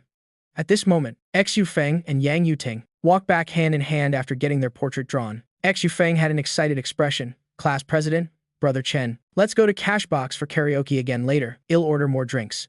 Tonight, we won't go home until we're drunk. The word drinks had just come out, when my school beauty deskmate's eyelids twitched at the same time. He hit a sore spot. I glared at Xu Feng, both angry and regretful. You got so drunk you lost your memory yesterday. What's there to drink? There's something wrong with the alcohol at that KTV. Shen Qingyan commented in a cold, stern voice. Bad alcohol. I am never drinking it again. After saying that, the two of us looked at each other again and nodded seriously in greeting. Xu Feng and Yang Yuting were stunned. They looked at each other, then back at their two best friends in front of them. A giant question mark slowly appeared above their heads. What's wrong with these two all of a sudden? That night, after returning home, entering the bedroom, closing the door, Shen Qingyan threw herself onto the bed and started rolling around without any regard for her image. The female CEO of a listed company, the school's proud ice queen, with just a little alcohol, her image completely collapses. In the end, Shen Qingyan still sat up, went to her desk, turned on the computer, and prepared to play a song to distract herself. The computer started up. She moved the mouse to open the TNT music player. Back then, this was the most popular music software. Accidentally, Shen Qingyan scrolled and saw a song on the playlist. A song was there, Reunion Once More. She was stunned. She moved the cursor to it and pressed play. As the singing began, it couldn't help but bring Shen Qingyan's thoughts back to last night. Under the soft, dim light, Shen Qingyan was a bit dazed. Unknowingly, her mood gradually calmed down. At first, she felt that last night's kiss was an impulsive and rash act due to the effects of alcohol. That's why she felt ashamed and embarrassed. But now, thinking back seriously, she realized that before she had even noticed it herself, she had gradually fallen for him. Last night's kiss, although catalyzed and prompted by alcohol, was also what her heart wanted, a natural progression. Having figured this out, a smile finally returned to Shen Qingyan's face. If you like someone, of course, you should be open and honest about it. How could a single kiss throw me into such disarray? Next, things will go on as before. I still have to keep taking the initiative. Thinking of this, Shen Qingyan suddenly felt a surge of interest. She took out her phone, found a number in her contacts, and dialed. Very quickly, the call connected. My voice came from the other end. Hello? What's up? There was a clear hint of guilt in my voice. Shen Qingyan couldn't help but let the corner of her mouth curl up. This guy, he really does remember what happened last night, doesn't he? And he's still pretending. At the same time, she outwardly pretended like nothing was wrong. She spoke in a casual tone. It's nothing. It's just that. About what happened later last night, I seem to remember a little something. A mischievous glint flashed in the young woman's eyes. The punishment for you losing was to kiss me, right? Thud. The sound of someone falling off the bed came from the other end of the line. Shen Qingyan tried to hold back her laughter. She continued to pretend to be nonchalant. Of course, I am not too sure either, so I wanted to ask if you have any impression of it. On the other end of the line, that handsome guy scrambled to get up and pick up the phone, opening his mouth to spew a string of denials. No, there wasn't. I don't remember anything. You must have misremembered too. How could we casually use that as a bet? Ha ha ha ha. A string of guilty, dry laughter. Shen Qingyan couldn't help but laugh when she heard it. But on the phone, she still feigned doubt. Is that so? But I feel. Before she could finish her sentence, I hurriedly cut her off. Don't feel. You definitely misremembered. It's late. Time to sleep. Good night. He practically hung up the phone immediately, as if he was afraid of being questioned further by his beautiful deskmate. Putting the phone down, Shen Qingyan couldn't help but shake with laughter in her bed. Teasing my little deskmate is just too much fun. Well then, just wait for me to take the initiative and pursue you. With nothing to do in the afternoon, I turned on my computer to go online. As soon as I logged into QQ, I unexpectedly received a series of friend message notifications. I opened it and found it was my middle school class group chat. It was an announcement. Everyone, tonight at 6. It's the Class 9 6th reunion at Hight Seafood City. 70 yuan per person. Be there or be square. Everyone must come. A Class 9 6th reunion. I stared at it, dazed. I vaguely remembered that in my past life, after the college entrance exams, I seemed to have attended, but too much time had passed. I couldn't clearly remember the specifics of the reunion back then. But since I was free anyway, it wouldn't hurt to go. I could see it as meeting old classmates and reminiscing. I made up my mind. So at 5:30 that evening, I dressed simply, said goodbye to my parents, and prepared to leave. At the same time, on the other side, in a villa in the Coral Garden district, Shen Qingyan carefully adjusted the hem of her pleated skirt. She twirled in front of the mirror, revealing a satisfied smile. At exactly 6 p.m., I arrived on time at the middle school reunion venue. It was called a Seafood City, but in reality, it was just an ordinary seafood restaurant, a bit more upscale. In front of private room number 6 inches the Tian Wing, I knocked, then pushed the door open and walked in. I saw 2 large round tables in the room. Quite a few classmates were already seated, nearly 20 people. I glanced around and felt that most of the faces were no longer familiar. Even for those who seemed slightly familiar, I couldn't recall their names. After all, including my previous life, it had been at least 16 or 17 years since we'd last met. But for these middle school classmates in the room, it had only been 3 years since middle school graduation. So when they saw me walk in, someone recognized me very quickly, waving and greeting enthusiastically. "Isn't that Jiang Yi-chen? Over here, sit here. We were just waiting for you," I replied and went over to sit down. These middle school friends probably hadn't seen each other in a long time. This reunion was a rare opportunity to chat and reminisce. At the table, everyone was chatting animatedly, and the atmosphere was quite good. I sat in a corner, not participating in the conversation, just observing each of my friends with interest. My middle school was Yunnan No. 4 Middle School. Its ranking in Yunnan town wasn't high. Many classmates went to vocational school after graduating from middle school, or entered the workforce right after graduation to start earning money. Therefore, compared to the recently graduated 12th graders from Yunnan High School, my middle school friends sitting in this room now, most of them dressed in a way that was clearly more mature and worldly. Some of the guys had tattoos, smoked, and had permed hair. They wore gold-plated copper chains around their necks. The girls were all dressed maturely, some even a bit provocatively.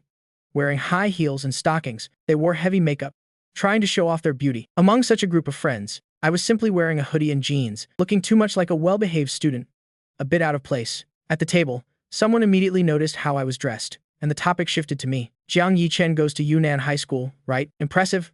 A top student. How were the college entrance exams this time? Did you get into a key university?" As soon as this question was asked, many classmates also looked at me. After this college entrance exam, I didn't deliberately seek out teachers or classmates to compare answers and estimate my score, but I estimated in my head that I had basically maintained the level of my second mock exam. But now, facing a group of middle school friends, I didn't intend to show off, so I just smiled. "I'll only know when the results are out." I spoke modestly and politely, but at the table, someone couldn't help but pout. He took a drag from his cigarette and said casually, "In my opinion, studying well is useless. Nowadays, when college students graduate, don't they also have to find jobs as laborers? It's better to enter the workforce early and earn money. Look at me. I started working right after middle school, and I am living quite well now."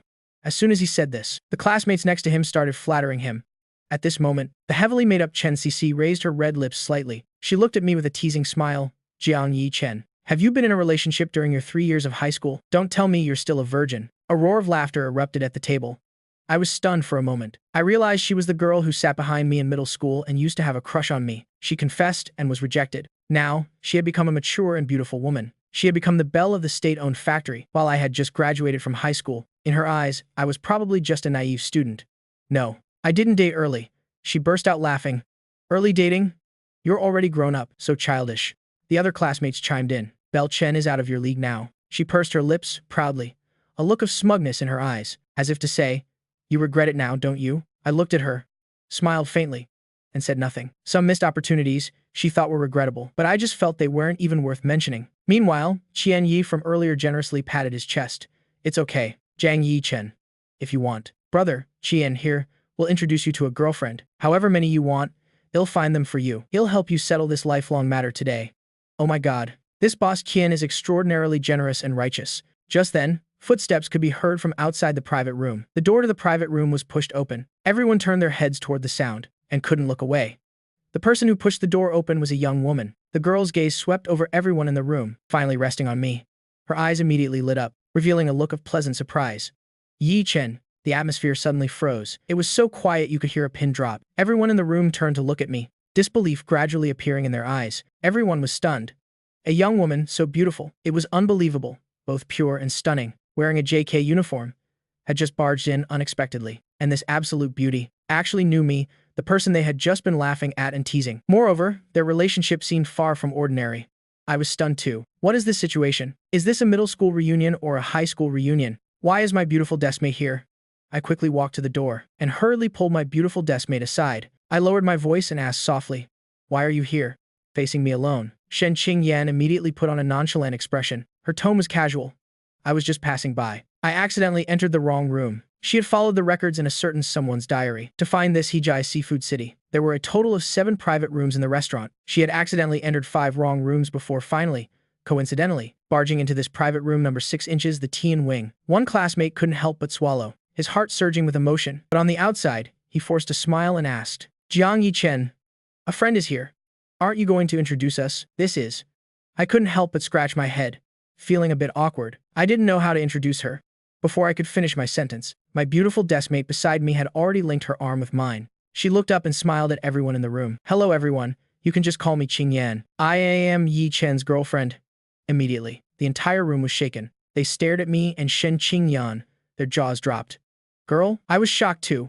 What trick was my beautiful deskmate pulling now? Coming to my senses, I quickly pulled Shen Qingyan aside and lowered my voice. What are you doing now? Shen Qingyan immediately switched back to her cold mode. Her tone was nonchalant. I heard them laughing at you from the door just now. I am just helping you save face. It's just deskmates helping each other out. The next second, before I could say anything, Shen Qingyan had already turned back around. She looked up at everyone in the room and spoke again with great ease. You're all having a class reunion, right? Would it be convenient for me to join? When a beauty makes a request, how could they possibly refuse? Immediately, a group of middle school classmates in the room dazedly nodded, repeatedly saying it was convenient. Shen Qingyan casually walked over and sat down. She even smiled at that kind classmate. Thank you. That classmate's soul nearly left his body from her thanks. You're welcome. Everyone sat down again, but the atmosphere at the table had changed. Qian Yi really couldn't help but ask, Beauty, how did you two meet? Shen Qingyan smiled. Yi Chen and I were deskmates in high school. Chen CC, who was beside her, couldn't hold back either and spoke up. Jiang Yi, Chen, how did he pursue you? Actually, he wanted to ask why Shen Qingyan would even like me. Chen C. Sai also didn't expect that in a small county like Yunnan, there would be a beauty of this caliber. Even the classmates at the next table couldn't help but prick up their ears to listen. But after hearing this, Shen Qingyan laughed and shook her head. He didn't pursue me.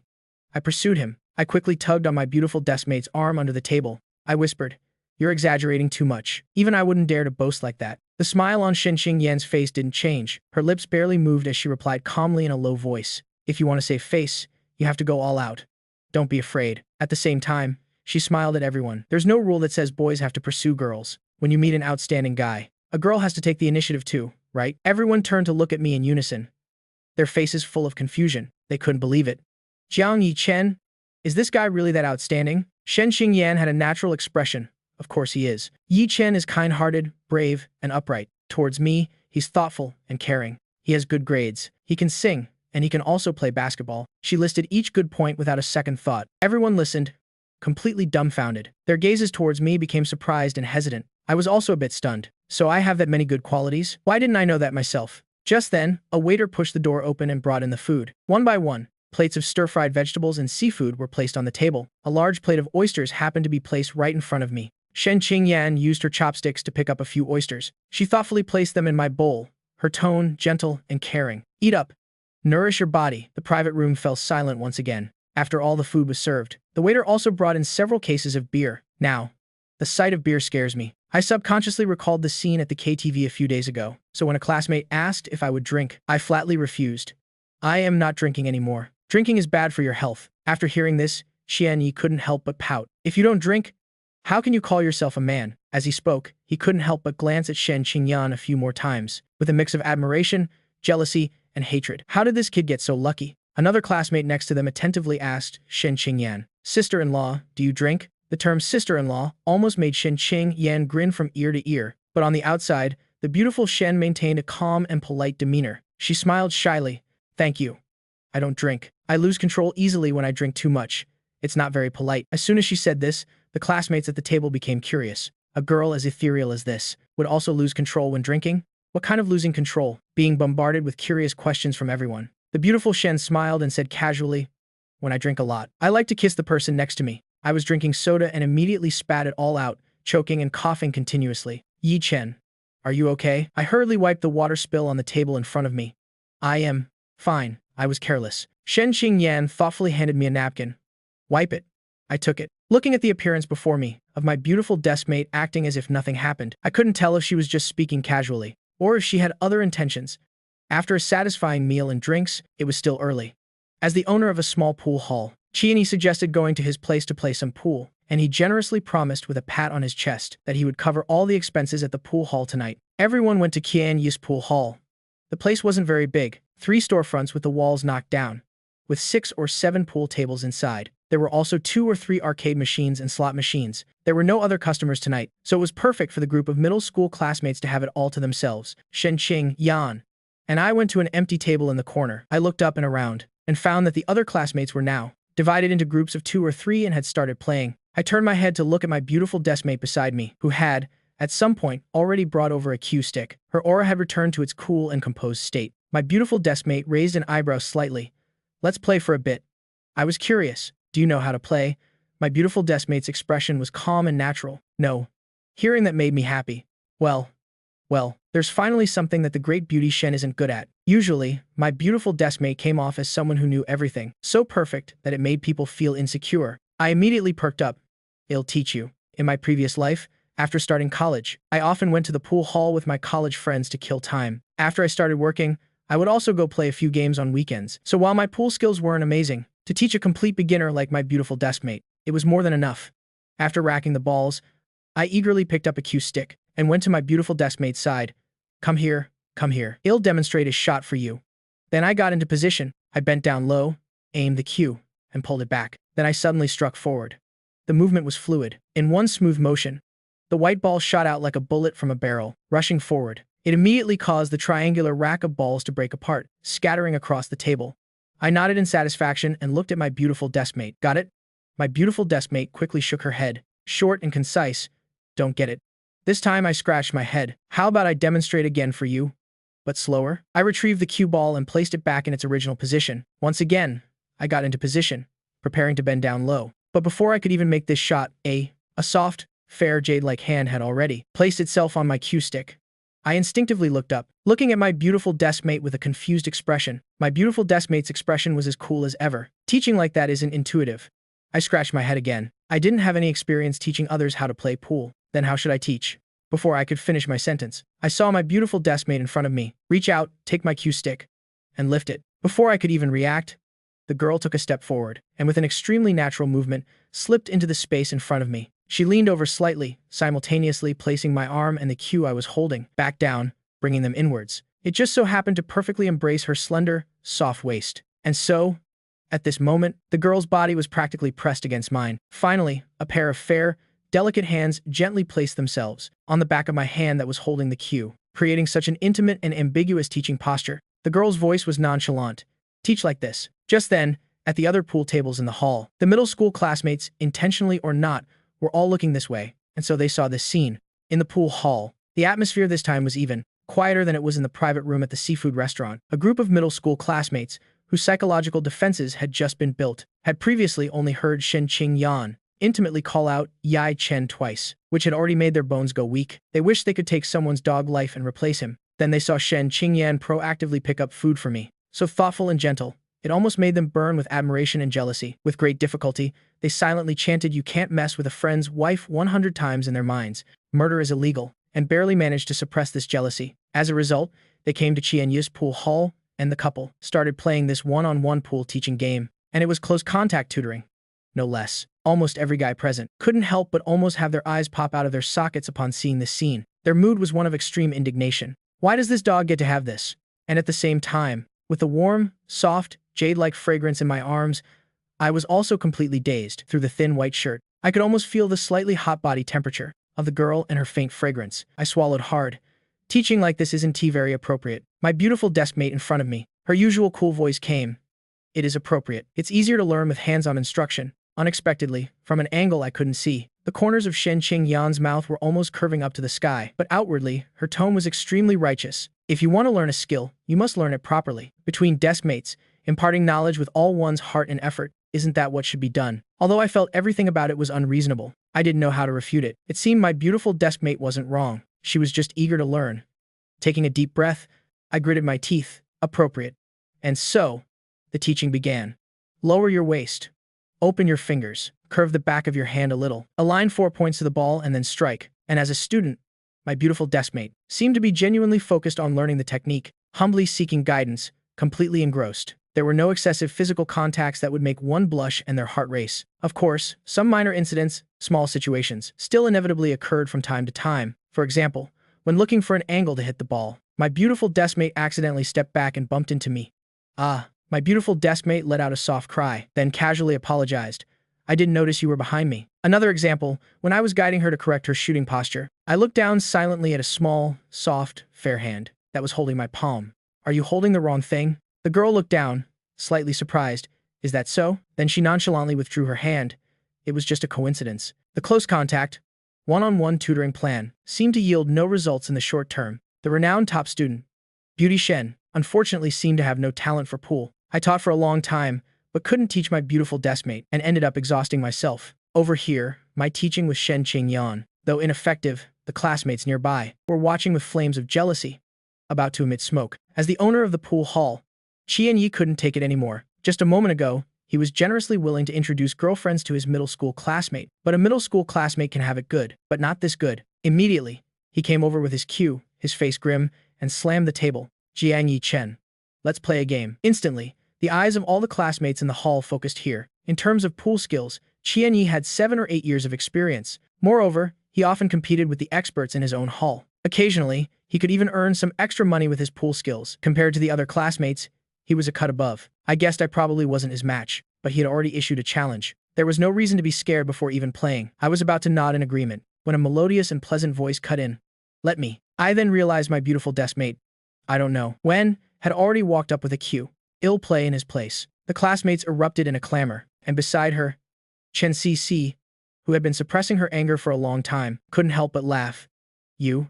In place of Jiang Yi Chen, he himself is no match for Qian Yi. A beginner like you wants to compete with a professional? Shen Qingyan raised her hand, and casually tied her beautiful hair into a ponytail. Her expression was calm. Let's give it a try. Qian Yi couldn't help but glance at Shen Qingyan, thinking that being able to compete with a beauty of such caliber was a rare opportunity, so he readily nodded. All right, you can break.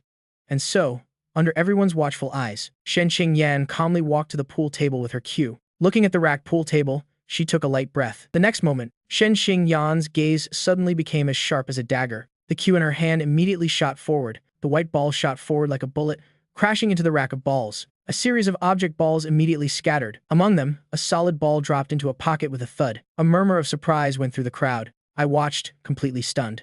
The second ball, the third, the fourth. Under the astonished gazes of everyone in the hall, the girl with the neat ponytail held the cue in her hand. Her footsteps were nimble and light as she moved around the pool table. With every shot, a target ball accurately fell into a pocket, not a single miss, until the final 8 ball was sunk by the cue ball. There were no longer any of the girl's target balls on the table. A clean sweep in one turn. An absolute victory. The entire hall fell dead silent. One classmate watched, dumbfounded. Damn, that's amazing. Is this something a beginner can pull off? Shen Qingyan, without a blush or a flutter of her heart, smiled lightly. A great teacher produces a brilliant student. It's because Yi Chen is a good teacher. Qian Yi was also stunned, feeling like his brain couldn't keep up. Just a little bit of teaching, and she can reach this level? I was also amazed, even having a slight existential crisis. Are my teaching skills really that good? Shen Qingyan raised an eyebrow slightly and corrected. It wasn't just teaching, it was the close contact, one-on-one tutoring that had such an effect. Under everyone's astonished and admiring gazes, the corners of Shen Qingyan's mouth curled up slightly, but she remained extremely composed. The female CEO of a listed company in Nan Province, her rare sporting hobby was precisely pool. She was nicknamed the Little Pool Queen of Nan Province's business world. After the reunion ended and everyone left, Shen Qingyan and I walked along the moat, strolling leisurely home. I have to take the school beauty home first. At first, I found it strange. Where is your family's? Maybach, didn't Uncle Zhou already recover last time? He even drove us back from the KTV. Shen Qingyan didn't blink. Uncle Zhou is sick again. I nodded with an O and didn't think much of it. I just felt that this Uncle Zhou looked quite healthy. I heard he was even a retired Special Forces soldier. I didn't expect his health to be so poor. Well, if I have to take you, I'll take you. But I lowered my head and glanced at the small hand. The school beauty's incredibly soft hand was holding mine so naturally. Is holding hands necessary for this? Shen Qingyan's expression didn't change. Of course. Did you forget I am scared of the dark at night? I recalled for a moment. It seems there really was something like that. Holding hands, walking side by side, strolling along the bank of the Moat River. I couldn't help but glance at Shen Qingyan beside me again. I voiced the suspicion in my heart. You already knew how to play pool. Facing my gaze, Shen Qingyan had a calm and natural expression. I didn't. It was my first time playing. Maybe I am just a fast learner. Those words were so ridiculous that even a fool wouldn't believe them. But Shen Qingyan didn't seem to be finished speaking. The next second, she looked at me and slightly raised her eyebrows. Otherwise, why would I need you to teach me? Could it be that I was deliberately pretending? I was astonished when I heard that. Damn. This is completely turning things upside down. I haven't even figured this issue out yet, and you're the one turning around to bite back. I stopped and looked at Shen Qingyan. Choosing my words carefully, I spoke cautiously, probing. 2 days ago at Qiangi's. What happened after we got drunk in the private room? Did you remember it? After speaking, I stared intently at her face, observing any change in her expression. However, the school beauty in front of me only paused for a moment after hearing it. Then she nodded generously. That's right. I remember. This time, it was my turn to be stunned. I never expected the school beauty to admit it so decisively. It felt like the CPU in my head was about to overload. I quickly calmed myself down, not giving up, and asked again. Are you sure you remember that day? What we did that night? The school beauty's expression was calm and natural. She answered without hesitation. You lost at dice, and kissed me. I was so shocked, I almost jumped up on the spot. No way. This school beauty actually remembers, and she even dares to say it out loud. And Shen Qingyan's gaze fell on me. Her eyebrows raised slightly. What's wrong? Honoring a bet. Isn't that perfectly reasonable? My eyes widened immediately. Of course, it's not reasonable. We're classmates, deskmates. Friends don't just go around kissing each other. After hearing this, Shen Qingyan frowned slightly and asked in return, is friendship really that fragile? Does one kiss break it? I was completely dumbfounded. The next day, I really couldn't take it anymore. I called my best friend, humbly asking for advice, asking for his counsel. It's about relationship matters. Then you've come to the right person. Xu Feng on the other end of the line was thumping his chest, full of heroic spirit. He was brimming with confidence. Ever since he successfully confessed to Yang Yuding and successfully got out of being single, he now considered himself a love expert. Brother Chen, feel free to ask. But after he heard my story, Xu Feng's eyes went wide. What? You've kissed? And it's still just a friendship. Are you trying to fool a 3-year-old? Finally, Xu Feng casually asked another question. Brother Chen, who told you this nonsense? I replied. Shen Qingyan. Xu Feng immediately became righteously indignant. Then the class president is right. You can just consider the words I just said as a fart. I realized it then. This best friend of mine wasn't reliable either. I gave up on seeking further advice from the love expert. I was about to hang up, but Xu Feng suddenly seemed to have a realization. Damn. Brother Chen, don't tell me you and our class president kissed? I almost dropped my phone on the ground. I hurriedly said, seriously, absolutely not. I didn't. Don't talk nonsense. I was just asking for a friend. It has nothing to do with me. Finally, feeling uneasy, I added one more thing. Don't you dare spread this around. Xu Feng quickly agreed. He thumped his chest and swore solemnly, don't worry. Being your brother doesn't have any other advantages. Except for one thing, my lips are sealed. I guarantee it won't get out. I hung up, relieved. For the next 2 days, Shen Qingyan and I didn't contact each other much. I didn't know what she was busy with. As for me, I hadn't been able to sort out my thoughts anyway. After all, I had a guilty conscience. On the other hand, Xu Feng called me often. On the phone, he was always boasting and bragging about him and Yang Yuding being all sweet and lovey-dovey during swimming lessons, and also how his swimming skills had improved by leaps and bounds. Finally, he mentioned something serious. Oh, right, Brother Chen. I heard the water park in the neighboring Qiaotang town just opened. Yuding and I are planning to go. She invited the class president too. You should come with us. The next day, at Qiaotang Water Park, even though I had mentally prepared myself, but when my school beauty deskmate, wearing a swimsuit, slowly walked over under the bright sunlight, it still made my heart skip a heavy beat. Like a lotus rising from the clear water, her high ponytail swung refreshingly behind her head. The swimsuit she wore was just a simple white floral dress, but it still highlighted her admirable curves. Her skin was like congealed fat, whiter than snow. Her radiant and moving beauty was almost blinding. The long legs under the skirt were even more breathtakingly slender. Her lovely jade-like legs stood straight. Yang Yuding pinched her boyfriend's ear with one hand. Who are you looking at? Xu Feng yelped in pain. Honey, you've wronged me. Of course I am only looking at you. Ouch, ouch, ouch. A little gentler. The couple went off somewhere else, still teasing each other, intentionally or not, leaving the space here for the remaining young boy and girl. Shen Qingyan looked at me, slightly raised her eyebrows. Do you know how to swim? I snapped back to my senses when I heard this question. Remembering the scene at the pool hall a few days ago, I immediately became vigilant, so I shook my head decisively. I don't know how. This isn't something I can teach. Unexpectedly, the girl in front of me just nodded slightly after hearing this. Her expression was calm. Is that so? I know how. I'll teach you. Damn it. So careless. I didn't expect this move. Being personally taught how to swim by my school beauty deskmate. What kind of experience is that? For me, the answer to this question is both painful and joyful. Under the brilliant summer sun, the girl in the white floral swimsuit in the pool had a graceful figure and skin whiter than snow. The skin exposed by the swimsuit was smooth and sparkling, attracting countless astonished gazes from the men around. First, learn to hold your breath. At the beginning, the school beauty's teaching seemed very systematic and reasonable. She told me to take a deep breath and then put my head underwater. As a beginner, I obediently followed her instructions, but while holding my breath with my head under the water, I accidentally opened my eyes, and right in front of me was my school beauty deskmates, those long, well-proportioned, slender legs, especially because the buoyancy of the water caused the girl's already short swimsuit skirt to float with the current, bobbing up and down.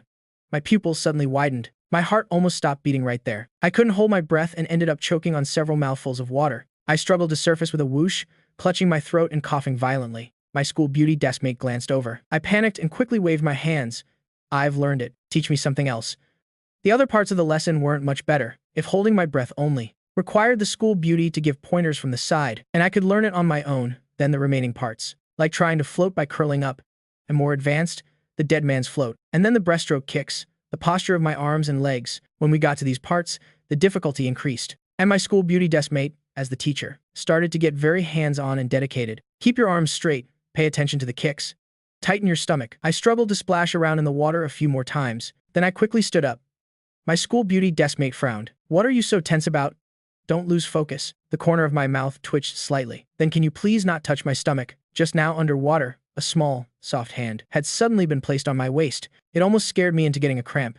The girl raised an eyebrow. Her expression was calm and unchanged. This is to help you correct your posture, I said indignantly. But you just squeezed my butt. The girl didn't blush or miss a beat, her tone still cool. Oh, it was an accident. My hand slipped. How can your hand slip 13 times in 1 minute? Luckily, Yang Yuding came and pulled my school beauty deskmate away afterwards. The two girls went to play on other water attractions, which finally let me breathe a long sigh of relief. Other than that, it was fine. The main thing was that it was too embarrassing. An 18-year-old body, young and full of vigor, having all sorts of close contact with my school beauty deskmate during the lesson, some parts accidentally. Touching was enough to make one's heart flutter. It was fatally charming. And it was very easy to accidentally have an exaggerated reaction from certain body parts. I almost lost face. My best friend Xu Feng, who doggy paddled like a beginner, came to find me. The two of us went to the snack bar to buy 2 sodas. Then we got back in the water, relaxing comfortably against the pool wall, chatting about random things while we drank. Taking a sip through the straw, Xu Feng turned to look at me, winking. Brother Chen, how's the progress? I sighed with a troubled expression. Learning to swim is terrifying. Xu Feng couldn't help but roll his eyes after hearing that. Who's asking you about that? I am talking about you and the class president. It's been so long and you still haven't won her over? It seems people in love are particularly enthusiastic about giving relationship advice to others. You like the class president, and the class president definitely likes you too. Even a fool can see it. Let me tell you, when it's time to make a move, you have to make a move. If you miss this chance, there won't be another. I tried to look serious. Don't talk nonsense. We just have a normal classmate relationship. Xu Feng rolled his eyes to the heavens, still saying normal classmates at this point. You can fool your brother, but don't fool yourself into believing it. I said calmly, we really are just normal classmates. I said that, but I unintentionally turned my head and saw in the pool not far away, playing in the water with Yang Yuding, the figure of my school beauty deskmate. Her best friend playfully splashed a handful of water at her, and the girl laughed, raising her hand to block it. The girl's smile in the pool was gentle. She stood gracefully, her figure slender and elegant. Her refreshing ponytail swung behind her back, full of life. Seeing this scene, my heart suddenly beat a few degrees faster. After playing at the water park all afternoon, the 4 of us happily headed back. In the evening, we found a roadside stall to eat at. We ate and drank, friends talking and laughing. We talked about our future college lives. Soon, once the college entrance exam scores are out, we'll have to fill in our university choices. Yang Yuding was preparing to go to Hangcheng. Her family does business there. As for Xu Feng, as he had told me before, he was also preparing to apply to a school in Hangcheng, trying not to be too far from his wife. When they asked about me and Shen Qingyan, I thought for a moment and said I would probably consider Donghai. My estimated score for the college entrance exam this time would probably barely meet the cutoff for Qingbei, but I might not be able to get into an ideal major. Donghai University is developing very quickly these days. Its domestic ranking is just behind those 2 universities. More importantly, Donghai was the city where I studied and worked, and lived for many years in my past life. It was familiar and dear to me. It's also not far from home. While my parents are alive, I shouldn't travel far. In my past life, I was busy with work and life, and neglected to care for and spend time with my parents. In this life, I want to make up for that regret. Our class president is definitely going to Qingbei. Xu Feng looked at Shen Qingyan, unable to hide his admiration. Yang Yuding also nodded in agreement. Qingyan's estimated score could very well be the county's top score this time. Whether it's Tsinghua or Beta, she's guaranteed a spot. I also looked at my school beauty deskmate. In my memories from my past life, she went to Beta. There probably wouldn't be any surprises this life either. It's just that, thinking about this, my heart suddenly felt a little empty. I couldn't tell if it was disappointment or some other reason. But Shen Qingyan just smiled faintly. I haven't thought it through yet. Well, see. Regardless, it seemed we were all destined to go our separate ways after this summer. There's no feast in the world that doesn't end. High school, best friends, no matter how close, no matter how inseparable, we'll eventually have to say goodbye. The atmosphere became a little sad. Yang Yuding suddenly laughed. It's too early to be thinking about these things. Besides, even if we go to college, It's not like well lose contact. Xu Feng nodded repeatedly. That's right. This summer vacation has just begun. Let's just have fun first and worry later. I laughed too. Cherish the present. Seize the day, right? Shen Xingyan nodded slightly and raised her glass, a toast to seizing the day. Everyone raised their glasses. The glasses clinked together instantly. The following week, the two young couples, the four of them were practically inseparable. Every day, they would meet up to eat, go hiking, stroll through the streets, or camp out in the library to enjoy the air conditioning. That day, the four of them were at the newly built library in Yunnan County. They stayed there all afternoon. In the late afternoon, they said goodbye at the library entrance and went their separate ways. The couple Xu Feng and Yang Yuding left first, leaving me and Shen Qingyan. However, when the two of us were halfway through our walk, a roll of thunder rumbled from the thick clouds in the sky. A moment later, the rain poured down in sheets. Shen Qingyan and I hurriedly looked for a bus stop to take shelter. By the time we ran to the bus stop, the two of us were inevitably more than half soaked. We were still far from the school beauty's house. I hesitated for a moment. Looking at my deskmate, I suggested, "My house is nearby. How about we go to my place for a while?" The girl was raising her hand to wipe the rain from her face. When she heard my words, her movements suddenly stopped. Then she turned her head to look at me. The girl's willow leaf eyebrows rose slightly. Then she softly replied with an okay. Once we got inside the house, it immediately felt much warmer and more comfortable. I let out a long sigh of relief and quickly took off my soaked shoes and changed into slippers. At the same time, I called for my school beauty deskmate to come in behind me. "Hurry up and come in. Don't be a stranger." Shen Qingyan was also soaked from head to toe. She followed me in with a calm expression. "Sorry to bother you." Behind me, the corner of the girl's mouth unintentionally curved up slightly. I didn't notice the change in my deskmate's expression behind me. Right now, I was rummaging through the shoe cabinet in the entryway. "Don't take off your shoes. I'll find a woman's pair for you." That's strange. Where did the guest slippers go? Usually, my mom takes care of tidying up these small things at home, so I couldn't find them right away. Check the cabinet in the bottom right corner. The girl's melodious voice sounded from behind me. I was stunned. I unconsciously reached out and opened the shoe cabinet in the bottom right corner. Inside the cabinet, there were indeed several pairs of unused guest slippers. A huge, absurd question mark slowly formed above my head. I turned my head to look at my deskmate behind me. The girl's expression was calm, as if nothing had happened. I guessed. Slippers are usually kept in the corner. I was half convinced, half doubtful. Although I felt it was a bit strange and hard to understand, but it seemed there was no more reasonable explanation. After all, my school beauty deskmate had never been to my house before. I took a woman's pair from the cabinet and handed the slippers to my deskmate. Shen Qingyan also took off her shoes and socks and changed into the slippers. A pair of simple, old-fashioned pink plastic slippers. She just put them on naturally. On the girl's small, delicate feet, they somehow looked a little cute. I told my deskmate to sit on the living room sofa first. I went into the bathroom to get a towel and returned to the living room to give the towel to her. "Dry your hair. Be careful not to catch a cold." Shen Qingyan nodded. She said thank you naturally and took the towel. Then she carefully dried her own rain-soaked hair. Her hair was considered a little drier, but her body was still soaked. Today, Shen Qingyan was wearing a light-colored dress, which was already thin and sheer. Now the wet dress clung tightly to the girl's skin. You could even vaguely see the outline of her underwear, carrying a hint of captivating charm. But I frowned slightly, only noticing that under the wet clothes, the girl's body was trembling slightly. Even though my deskmate's expression was as calm as usual and didn't show anything, but I knew the girl had clearly been running in the rain just now with me and had gotten cold. This wouldn't do. I looked at Shen Qingyan. "You should take a hot shower first. This dress is all wet. You can't wear it anymore. I'll find you another set of clothes." Shen Qingyan was stunned when she heard this. She was about to open her mouth to say there was no need to trouble me. But before she could speak, she saw me turn around and quickly walk into the inner room. "Hurry up and go to the bathroom. I'll get you a new towel." For once, my voice had a tone that brooked no argument, and looking at my back, Shen Qingyan's eyes grew warm and gentle. The Great Ice Queen was only full of schemes in front of her little deskmate. But today's downpour was unexpected. Just now, sitting on the sofa, wearing the soaked dress, she was a little cold. She had tried to hide it, pretending to be fine, just so the other person wouldn't notice anything unusual and become worried. But she was still found out. The corners of the girl's mouth couldn't help but curve up again. This little fool can actually be quite manly. Huh? This could easily make my heart flutter. The sound of rummaging came from the inner room. My somewhat awkward voice rang out. Wait a moment. I am looking for where the new towel is." My voice trailed off, but my mumbling could still be faintly heard. Strange. I clearly remember there being new towels in the house. Shen Qingyan raised her eyebrows slightly. "Check the drawer in the bottom left corner of the wardrobe." My questioning voice came from the inner room, followed by a rustling sound of searching. A moment later, I came out again, holding a brand new towel in my hand. I looked at Shen Qingyan in shock, as if I'd seen a ghost, facing my gaze. The girl didn't blush or miss a beat, her eyes not even blinking. Towels and such are usually kept in places like that. Just a random guess.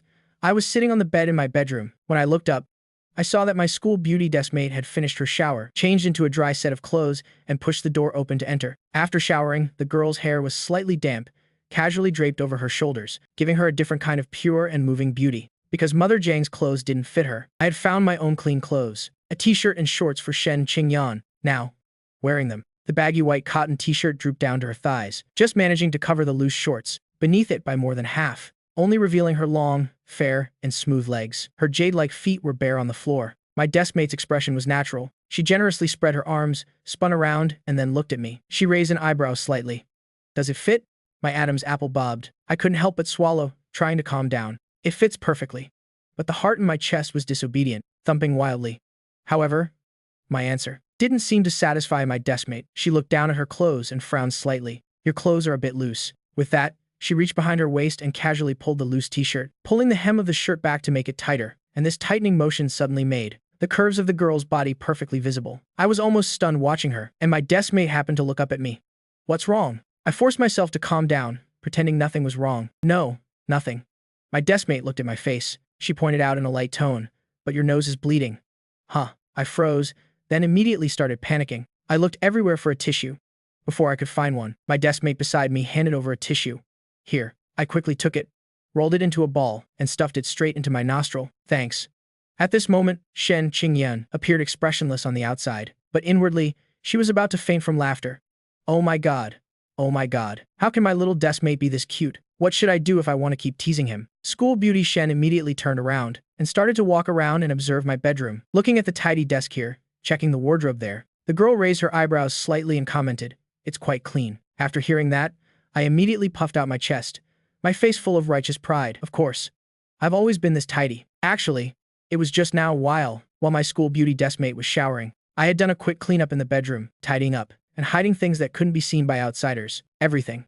Is this what a boy's room is like? My school beauty deskmate seemed to be pondering something. She said casually, "You're not hiding anything that others can't see." My eyelid twitched, and I said with certainty, "Of course not. I am not that kind of indecent boy." The words were barely out of my mouth when my deskmate pulled out a magazine from the corner of the bookshelf. The cover featured a sexy blonde beauty. The title on the cover was very eye-catching, Playboy. Then she tilted her head slightly to look at me, who was momentarily stunned. "What were you saying?" I shot up from the bed. I snatched the magazine and quickly threw it into the nearby trash can. "This is Xu Feng's. He left it here last time he came over. I don't know why. It's a surprise. Just a surprise. There's definitely nothing else." Hey. My deskmate, from the desk next to me, pulled out a pictorial from the gap underneath. The cover featured Asian beauties of different styles. Long Lex package. I scrambled again to snatch the pictorial. I quickly threw it into the trash can again, trying to stay calm. Xu Feng came over twice. The next second, a third magazine appeared from somewhere. Appeared in the girl's hand. Her long, slender, jade-like fingers pinched a corner of the magazine. She waved it in front of my face. "Is this the third time?" Whoosh. The third magazine also went into the trash can. I started spouting nonsense. "This is my dad's." A moment later, the trash can was full of all sorts of magazines. Looking at my calm deskmate in front of me. "Oh. Great school beauty Shen. Are you a female prosecutor here to search my house? How can you be so accurate with every find?" Noticing my gaze, the girl just nodded slightly. "It's just a coincidence. I just flip randomly and there it is." 100,000 question marks flew around in my head. How can random be so accurate? A faint smile appeared on the corner of Shen Qingyan's mouth. And just as she was about to pull her gaze away from the bookshelf, she happened to suddenly notice. In the gap in the corner of the third shelf of the bookshelf, there seemed to be a few old draft papers. The girl showed a slight look of surprise. Her memory had always been very good. In her past life, she had read my diary, and could still remember it clearly to this day. She knew the details of my bedroom like the back of her hand, but this corner of the third shelf, these suddenly appearing draft papers, left no impression on her memory from her past life. Shen Qingyan immediately became a little curious. She reached out, preparing to take out the draft paper, and at this moment, my eyes also happened to scan over, and noticed my deskmate's action. At first, I didn't react either. Everything had been exposed anyway. It was all in the trash can. So, at this point, I had a kind of give-up mentality. Go ahead and look. My biggest and most unspeakable, embarrassing secret was just various beautiful women, magazines plus a few novels. How much more embarrassing could it get? My deskmate also found a piece of draft paper. It seems to be a few lines I wrote back in 10th grade. It was just. A dead memory suddenly came rushing back fiercely. I suddenly remembered the content written on the draft paper. My expression changed drastically in an instant. I shot up from the bed and hurriedly shouted, Wait, don't look. But it was too late. Two slender, jade-like fingers pinched the few yellow draft papers and pulled them out of the bookshelf gap. I turned pale with horror and rushed forward. Don't look. But the girl had already opened the draft paper. The draft papers were filled without a single empty space. It was densely filled with the handwriting of a young man. All of them were the same three words, Shen Qingyan, dense. With flamboyant strokes, the atmosphere at this moment froze. The girl slowly raised her head to look at me, who was completely frozen stiff, tilting her head slightly. Reborn for a new life. A mature soul of over 30 years had seen all kinds of storms. Even if Mount Tai collapsed before me, I could remain unfazed. Until the girl from the bookshelf pulled out a few yellow draft papers, on which were written, densely packed with the girl's name. I immediately remembered everything. This was my masterpiece. Although I had been a simp for Lin Mu Yao for a few years in my past life. But in the beginning, in 10th grade, I was placed in the same class and at the same desk as Shen Qingyan, facing the Ice Queen school beauty sitting next to me. The heart of a 16 or 17-year-old boy couldn't help but sprout feelings. At that time, I had tried several times to gather all my courage, racking my brains to be able to exchange a few words with my school beauty deskmate, but in the end, it always went nowhere. A young man's frustrated feelings suppressed in his heart, silently enduring it alone. Late at night, doing homework at home, doing drafts, taking notes, I couldn't help but get lost in a daze, unconsciously writing. The content had changed. By the time the young man came to his senses, he was stunned to find that, at some point, the paper was filled with the name of his school beauty deskmate. Then I hurriedly stuffed these draft papers into the gap in the corner of the third shelf of the bookshelf, hiding them carefully. That way, it would become a secret only I knew. Who would have thought that across time and space, on a rainy midsummer night at the age of 18 inches this life, it would still be discovered by someone else. And by the person herself. No less. I am screwed. Totally screwed. My toes could dig a 3-bedroom apartment out of the floor from embarrassment. I swallowed hard, trying to stay calm. If I said Xu Feng wrote this, would you believe me? My school beauty deskmate raised a delicate eyebrow, her expression indifferent. Just that one sound instantly made me drop my weapons and surrender. All right, I wrote it. But I was just casually practicing my handwriting. At the same time, I couldn't help but secretly observe the expression on my school beauty deskmate's face. Little did I know, at this moment, Shen Qingyan was about to burst out laughing internally. Ha ha ha ha. What should I do? This little deskmate of mine is going to make me die of laughter. Your little secret has been discovered. Huh? So you really do have a secret crush on me, don't you? If you like me, just say it. I never said I wouldn't agree. The girl's gaze fell back on the draft paper. She picked it up and waved it in front of me. Not bad handwriting. It's mine now. What? I stared blankly at Shen Qingyan in front of me, but the girl had a calm and composed look, a souvenir symbolizing our deskmate friendship. It's perfectly reasonable for me to collect a little something.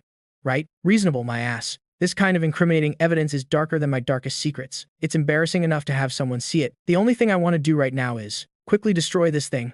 Okay? I looked at Shen Qingyan, my face earnest and sincere. Don't collect this. It'll give you something else some other day. Shen Qingyan's expression didn't change. I am still collecting it. I'll also accept whatever you give me some other day. Woman, thy name is greed. I gritted my teeth in anger. I looked at the draft paper in my school beauty deskmate's hand. Desperate times call for desperate measures. I suddenly pointed out the window. Look, Shen Qingyan didn't even turn her head. She looked at me as if I were an idiot. Look, the distraction tactic failed. My anger flared up, and I decided to act recklessly, preparing to take it by force. Give it to me. I lunged directly at the draft paper in her hand. As a result, the girl, as if anticipating it, nimbly leaned back to dodge. I lunged at empty air. I turned to look at Shen Qingyan. After a long silence, I squeezed out a sentence. Nice dodge. Shen Qingyan nodded slightly, feigning humble pride. You flatter me. I didn't give up and lunged again. The girl nimbly dodged again, and as I once again aggressively lunged towards Shen Qingyan was about to step back to dodge, but didn't notice a chair and tripped. She immediately lost her balance. She let out a small cry and fell onto the bed behind her. At the same time, I couldn't stop my momentum. My forward lunge couldn't be stopped. I ended up lunging right on top of my school beauty deskmate. The girl's slender and soft body was pressed underneath me just like that. This scene seemed familiar, as if replaying the scene from the KTV room last time. Only this time, it was the man on top of the woman. The girl's long, fair legs were pressed against my waist. The faint scent of her after-bath fragrance quietly wafted into my nose. It was intoxicating. One of my hands was braced on the bed next to her face. The other hand was meant to grab the draft paper, but at this moment, it landed perfectly on the most unreasonably lethal part. In an instant, both Shen Qingyan and I froze. A shockingly soft sensation came from my palm. At this moment, my mind, with a boom, went completely blank. Having lived 2 lifetimes, even as a reincarnator, no matter how many great storms I had been through, I never would have expected that I would one day experience a scene like this. I almost braced myself and shut my eyes, my gaze slowly moving down, looking towards the part that was giving off that soft, warm feeling, holding onto a final shred of hope. When my eyes landed where they needed to land, I clearly saw my right hand, resting where it shouldn't be. It's over. Shen Qingyan was also stunned, clearly seeing my right hand resting on her body. She could even feel the burning warmth coming from the other person's palm. In an instant, the girl's cheeks suddenly flushed crimson. The air was so still, it was almost frozen, and the atmosphere in the bedroom became increasingly ambiguous and alluring. The two of them maintained this position, in a standoff, staring foolishly at each other. Shen Qingyan's mind was a little fuzzy. At this moment, the girl felt her body go a little limp, unable to exert any strength. As for me, I didn't even dare to move. I swallowed hard. I looked at the school beauty deskmate beneath me, and spoke with a slight tremble. If I turn myself in now, how many years will I get? That one sentence broke the frozen, awkward atmosphere. Shen Qingyan's mood was originally embarrassed and flustered, but when she heard my words that made one both angry and amused, plus my trembling,